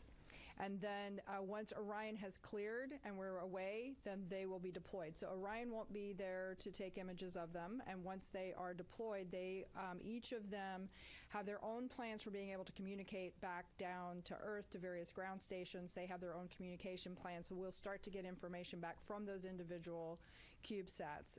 So that's kind of the plan and the path forward on the CubeSat deployment and what you can expect. We're going to take one more question from the phone bridge from Christopher Mick of the Hudson Star Observer. Thank you very much. Congratulations to all the teams thus far. I had a question from an earlier media availability with Jeremy Hansen. He made mention of if the mission launched on April 1st, they would be experiencing a lunar eclipse. And I just want to follow up on that, if that's where that would be happening in the mission timeline, and if there would be any video perchance of that happening, or is that just going to be on the astronauts' photography at the time? So you may have to answer the question on whether or not there'll be the availability of the what kind of real time. I'm not sure what we'll have there, but the crew will get to observe the eclipse. This is pretty unique. It's kind of interesting. It actually doesn't happen when they're out of comm, so they will be having communication during that eclipse time. But during the eclipse, the moon will be blocking the sun. They will be able to see the sun's corona, which is kind of cool. So they've been having a lot of science lessons over the last couple of days to learn about that and the eventuality that we actually launched today. So they're prepared to make those solar observations. It'll be a pretty cool and unique opportunity. I'm sure we'll get some images down at some point. I just don't know if they'll be live. Tarek. Thank you very much. Tarek Malik with Space.com for the administrator. There have been a lot of comparisons of Artemis II to Apollo 8, a pioneering mission daring that sent astronauts on an untested crewed vehicle around the moon. And I'm very curious, given last week's ignition event and how that really laid out an audacious and ambitious plan to really explore the moon in a stepping stone approach way, where you see Artemis II in that plan, and basically the importance of riding on this mission before you can make that next step for next year. So, I mean, no matter, I guess, how you slice it, it's the opening act for sure. I think there are areas where we're clearly combining, Apollo 7, Apollo 8 into a single mission. Which we should be able to do. There has been, to your question earlier, there's been substantial progress, over the last half century. We have tools. We've certainly been there before, so I would expect us to be able to get some, mission efficiencies through. But I would say that what we learn from this, for sure, will inform how we think about Artemis III. Now, there's certainly big picture objectives in that. We'd like to get the lander together. We'd like to test that out in Earth orbit before we go to the moon with it. But if there are things that we don't see, maybe it is comm-related issues, then we're going to try and fix those. And then we're going to want to validate that on the next mission as well. So, and that should be the idea, right, as we progress forward. I suspect when Artemis III comes around, we're going to learn a lot about the integrated operations that we'll want to validate and ensure is rolled into the subsequent missions. But yes, this should be a philosophy that we take across all of the grand efforts that we are pursuing right now, to not necessarily jump to the ultimate desired state, but to build up to it. I'm going to jump right up here.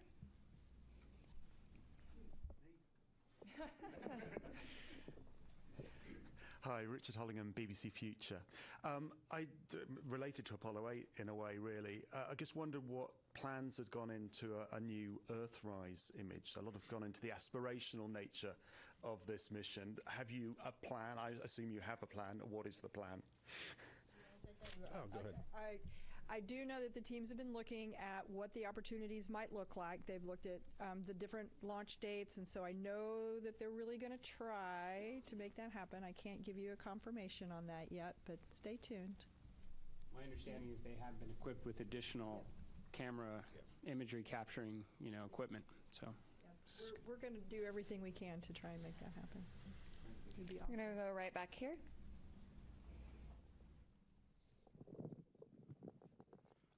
Thank you. I'm from a Japanese news agency, Kyodo News. My question is to the administrator. The United States and China are competing over moon development. What significance does today's launch have for the U.S. and NASA? Thank you. Well, it's certainly an incredibly important step. I mean, this is the first crewed mission into this environment in more than a half century on a rocket that has never flown human beings before, along with a spacecraft. So it's incredibly important because we're going to learn an awful lot from this to inform subsequent missions. So yes, this is the beginning. I can tell you, having had an opportunity to speak with the Artemis II crew after the State of the Union address, we talked a lot about what we wound up sharing with the world at the ignition event about adding additional missions, accelerating production, building out a moon base. I think it was very energizing for the crew because they knew that they were, this is a risky mission for sure. Any type of new test flight mission going in this environment is going to be challenging, and they knew it was building up to something bigger. And I think that it was very helpful for them in that regard. So, and certainly it was very helpful for me to hear their feedback as well. I would suspect a point or two wound up in the ignition event from them. So. I'm going to go back here to the white shirt. Thanks, Denise Chow with NBC News. I think for Lori or Norm, I'm curious what you anticipate could be some of the biggest challenges over the next few days, whether that's from a spacecraft or system standpoint or crew workload. I'll jump in. Flight day one from a crew workload is pretty tough. Between now and TLI, we're working the crew really hard. In fact, when they go to sleep tonight, they're woken up in the middle of their sleep to do the Perigee raise burn, and so their sleep's disrupted. They're hitting on all cylinders. They may not be feeling well. On top of that, so we know that flight day one and flight day two up to TLI is really good. We know it drops off then, and so going into this, we trained for that. We did simulations for this. We put the crew in exactly that state. Now, they weren't on orbit. They probably were feeling great. But we got a good gauge, hey, are we working them too hard? And the mission control team is great because they're watching the crew constantly. They're watching their performance. And we also have a crew that's very good at saying, hey, enough's enough. And so together, we will make certain that we're doing everything in the best interest of meeting the mission objectives, making sure that we're not working the crew so hard that, they make mistakes or something of that nature. And again, we work as a collective team going forward. So this is our best opportunity, and they may add more stuff to the timeline before it's all done, and they may take some stuff out if we need to, but we adjust all the time on those things. So that's leading up to TLI. That's probably one of the bigger challenges, making sure we get those done. I'm going to go right up here. Hi, Robert Perlman with CollectSpace.com. For the administrator, you mentioned the 53-year hiatus, and in that time, now most of the world's population wasn't alive for Apollo, like I think you and me. And I wonder if you have a sense of, if even this early in the mission, that this has captured the imagination of those people that have never seen anyone go to the moon before on a world level, on a national level, and how important is it to NASA to capture that support from the public? Yeah, I've said it many times. I think it's foundational for what we do here at NASA to inspire. It should be a component of every one of our missions. I've talked about, I think after Artemis II, you're going to have more kids that are going to dress up as astronauts for Halloween. We want to inspire and create interest in the next generation to grow up and contribute to this endeavor. Now, how have we done so far in captivating the world's interest in America's return to the moon? I don't know. You have to tell me. We've been rather busy the last couple hours. I would say, and I felt this way going into it, that when we got down to T0, a lot of people would be paying attention. I suspect when some of the imagery starts to maybe come back from the moon, that's gonna further bring people into this story, right? And then we bring them home safely, and we start preparing for, again, the next chapter in the story. So. Yeah, I think inspiration is extremely important. I think people, despite, some of the commentary up to now, how many people really know we're going around the moon? I'm willing to bet right now a lot of people do. And I think we'll only draw in their interest further as the mission proceeds. I'm going to go right here.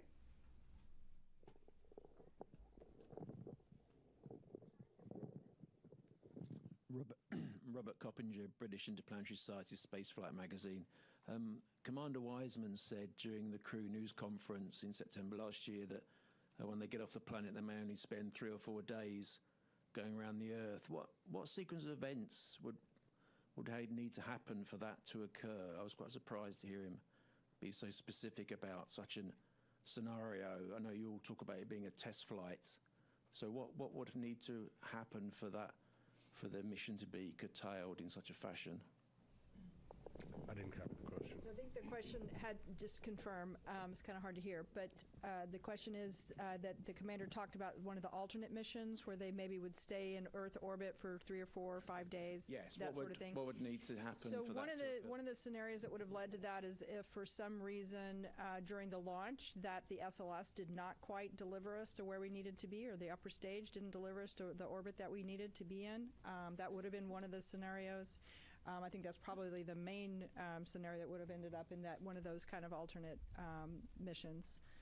Yeah, but I don't think we're going to need to worry about that, hopefully. But the other thing is if for some reason we're able to stay, but we're not able to do the TLI burn, we would stay in Earth orbit. So there's a couple of scenarios where that could happen. You're right back here. Hi there, Joey Vars with the Gabber for anybody. In the weeks leading up to the launch, we were talking about some of the distance records and altitude records and speed records that would be achieved that were contingent on the specific day and time of launch. I was wondering if we had a better concept of what those might be now that we are successfully off the ground. Thank you. Norm has that data for you. Well, based on the predicts right now, assuming all the burns go as planned and the timeline is executed as we think it's going to be, it'll be on flight day 6. At an MET of about, 18 hours, 18 and a half hours. And again, check that as we get closer because burn durations and things like that matter. But that's where we will exceed or beat the Apollo distance record, or at least that's where we believe that's going to happen. So that'll be an exciting day, and we'll stand by to see what transpires. You're right here. Hi, I'm Hanju Yang from Kumin Daily in South Korea. And first of all, congratulations on today's successful launch. And my question is for administrator. And this mission also carried a Korean satellite on board. From your perspective, why does a crewed lunar mission like Artemis II matter not just for United States, but for the global community? I think we say often that when we undertake these type of endeavors, we never go alone.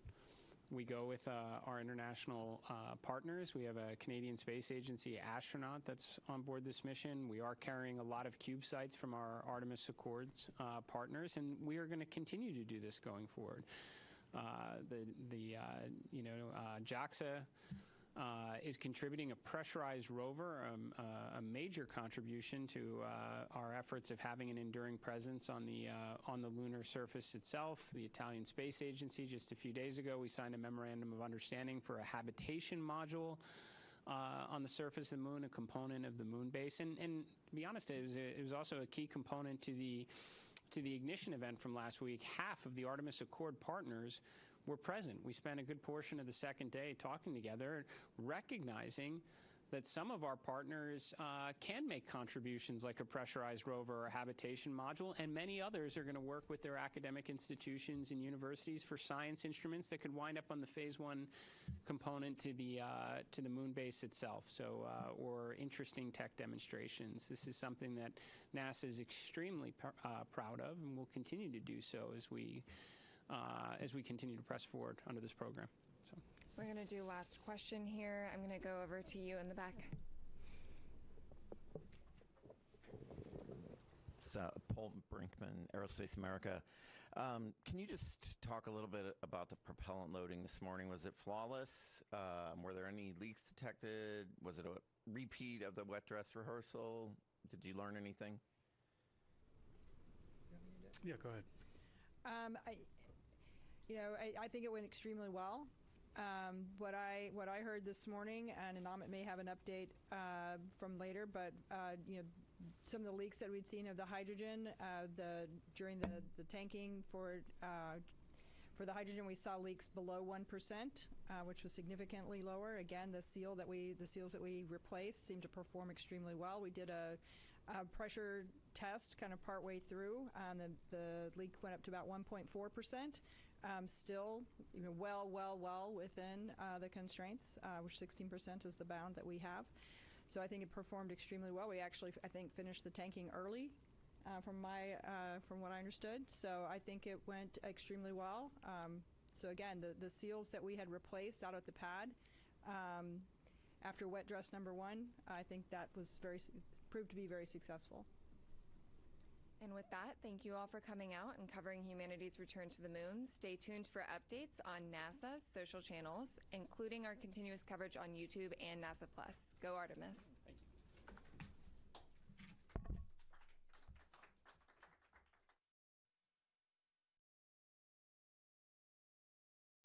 This is Mission Control Houston. Thanks for coming back to us. We are here in the Artemis II flight control room. The White Flight Control Room here in Mission Control Center in Houston, Texas, following along with the mission and 4 Artemis II crew members who are making their way to the moon. For those that were joining on the press conference, we'll do a quick recap of some of the activities that happened over the course of the hour that happened during the press conference. We did have a successful thermal roll ahead of executing the apogee raise burn. The apogee raise burn occurred with an updated time of MET 1 hour 46 minutes and 7 seconds. The duration of the burn was 18 minutes and 6 seconds. At this time, the flight dynamics officer confirms that it was a good burn, so they are on a good trajectory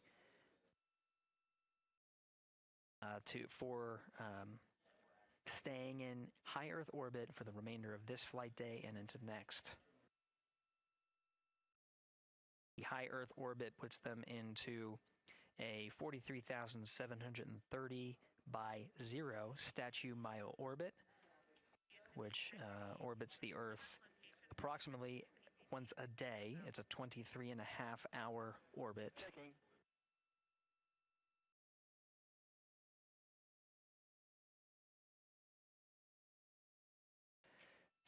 At this point, the crew is working through a number of steps to prepare for their first day in orbit, their first night.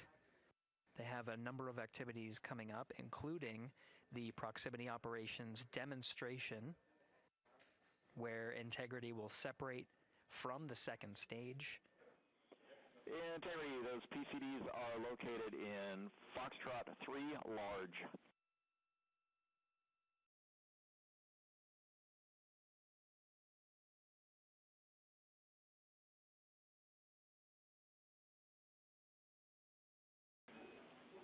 Integrity, good. String 1, helium clearing.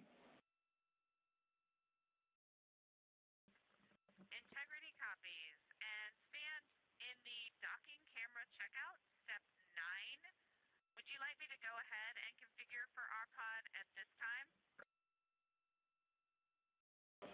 Checking.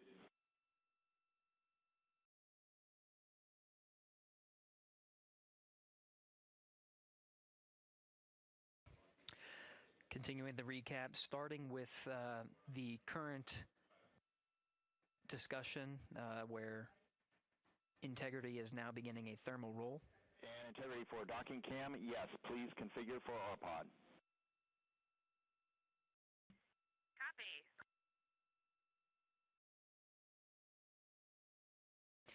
Mission Specialist Christina Cook is setting up the docking camera ahead of the proximity operations demo for later today.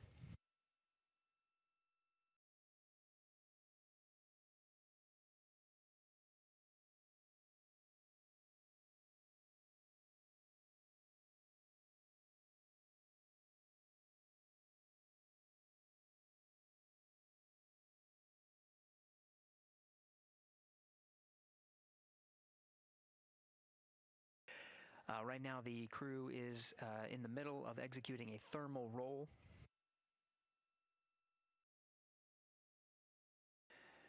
This procedure allows for more even distribution of heating on the interim cryogenic propulsion stage, as well as the Integrity spacecraft.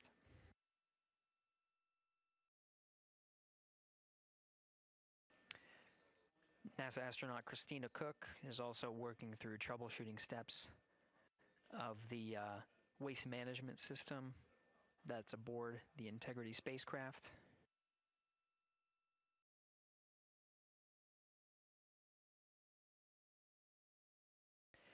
The toilet fan is reported to be jammed.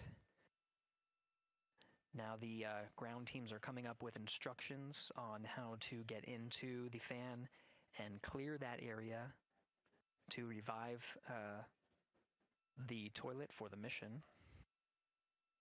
In the meantime, they're getting their contingency, their backup waste management capabilities, specifically for urine.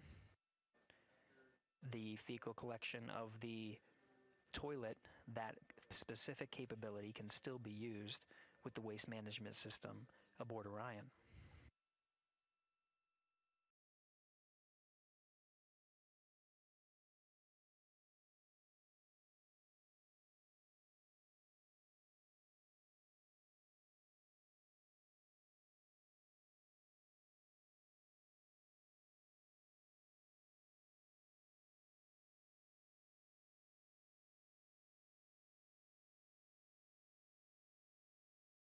At this time here in the Artemis II flight control room, we're beginning the first handover of the mission. The Ascent teams, led by Flight Director Judd Freeling, are handing over to the Orbit 1 shift. You can see Flight Director Jeff Radigan to the left of Freeling. Right now, he is the one conducting the handover with his team, getting a read on all of the activities they have upcoming for the rest of the day. Namely, the one in the near term is a proximity operations demonstration.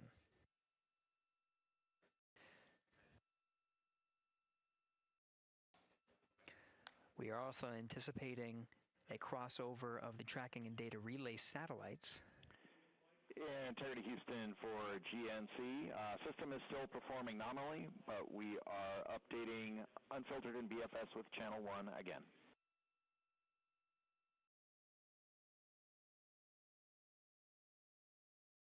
Integrity copies.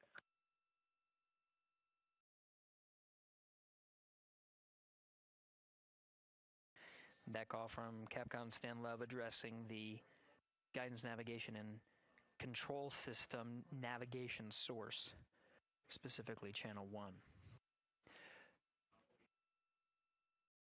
Now, as part of handover to Flight Director Jeff Radigan to begin the Orbit 1 shift on Flight Day 1, they're preparing for the proximity operations demonstration.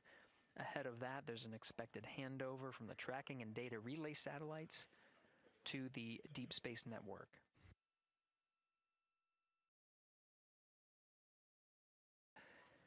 The successful execution of the apogee raise burn puts the crew in the high Earth orbit, which will take Integrity and its crew far from Earth, with the apogee being upwards of more than 43,000 miles. With the geosynchronous TDRS satellite network in a geosynchronous positioning around 23,000 miles, the crew of Integrity will pass the near-Earth network. With that, expected a little less than 24 minutes from now will be a transition from the TDRS to the Deep Space Network.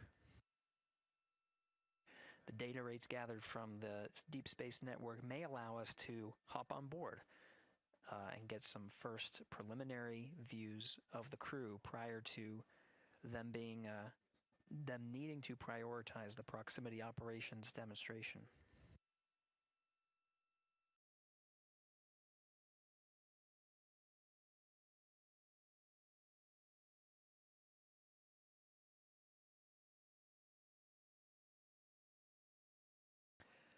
We'll take a pause here and listen for some Orion to Earth communications as the team goes through their handover procedures, so we can listen in on the next steps for the Orbit 1 team.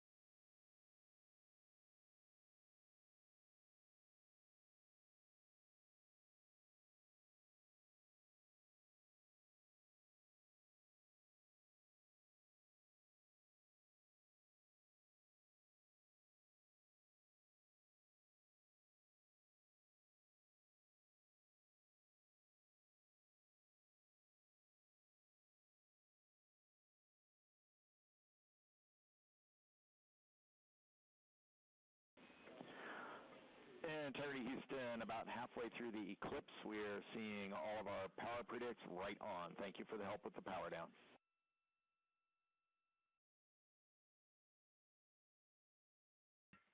Integrity copies.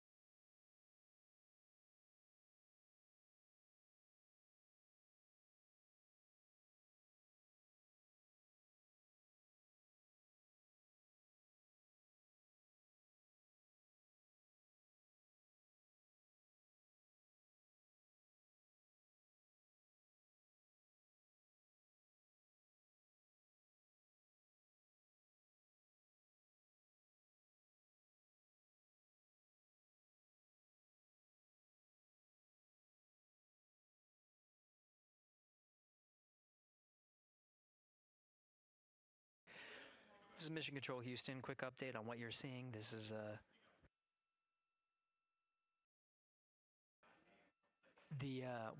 this display is brought up onto the front screen by the control officer here in Mission Control Houston. It's called the Ascent PFD and is available at the first phases of flight. It includes toggled settings between tanking, the Ascent phase on the core stage, and now the ICPS phase. As you can note from the display here, we're in a post-apogee raise burn coast. Right now, the attitude for integrity is... Integrity Houston, 1 minute to string 2 helium clearing. Also, your PCL Rev 1 HEO deorbit burn plan is on board. That's in slot 2.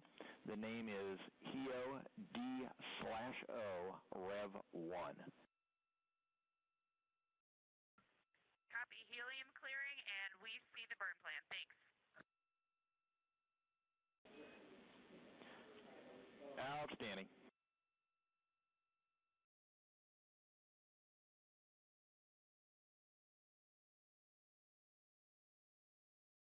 And integrity, 2 minutes to thermal roll. Copy.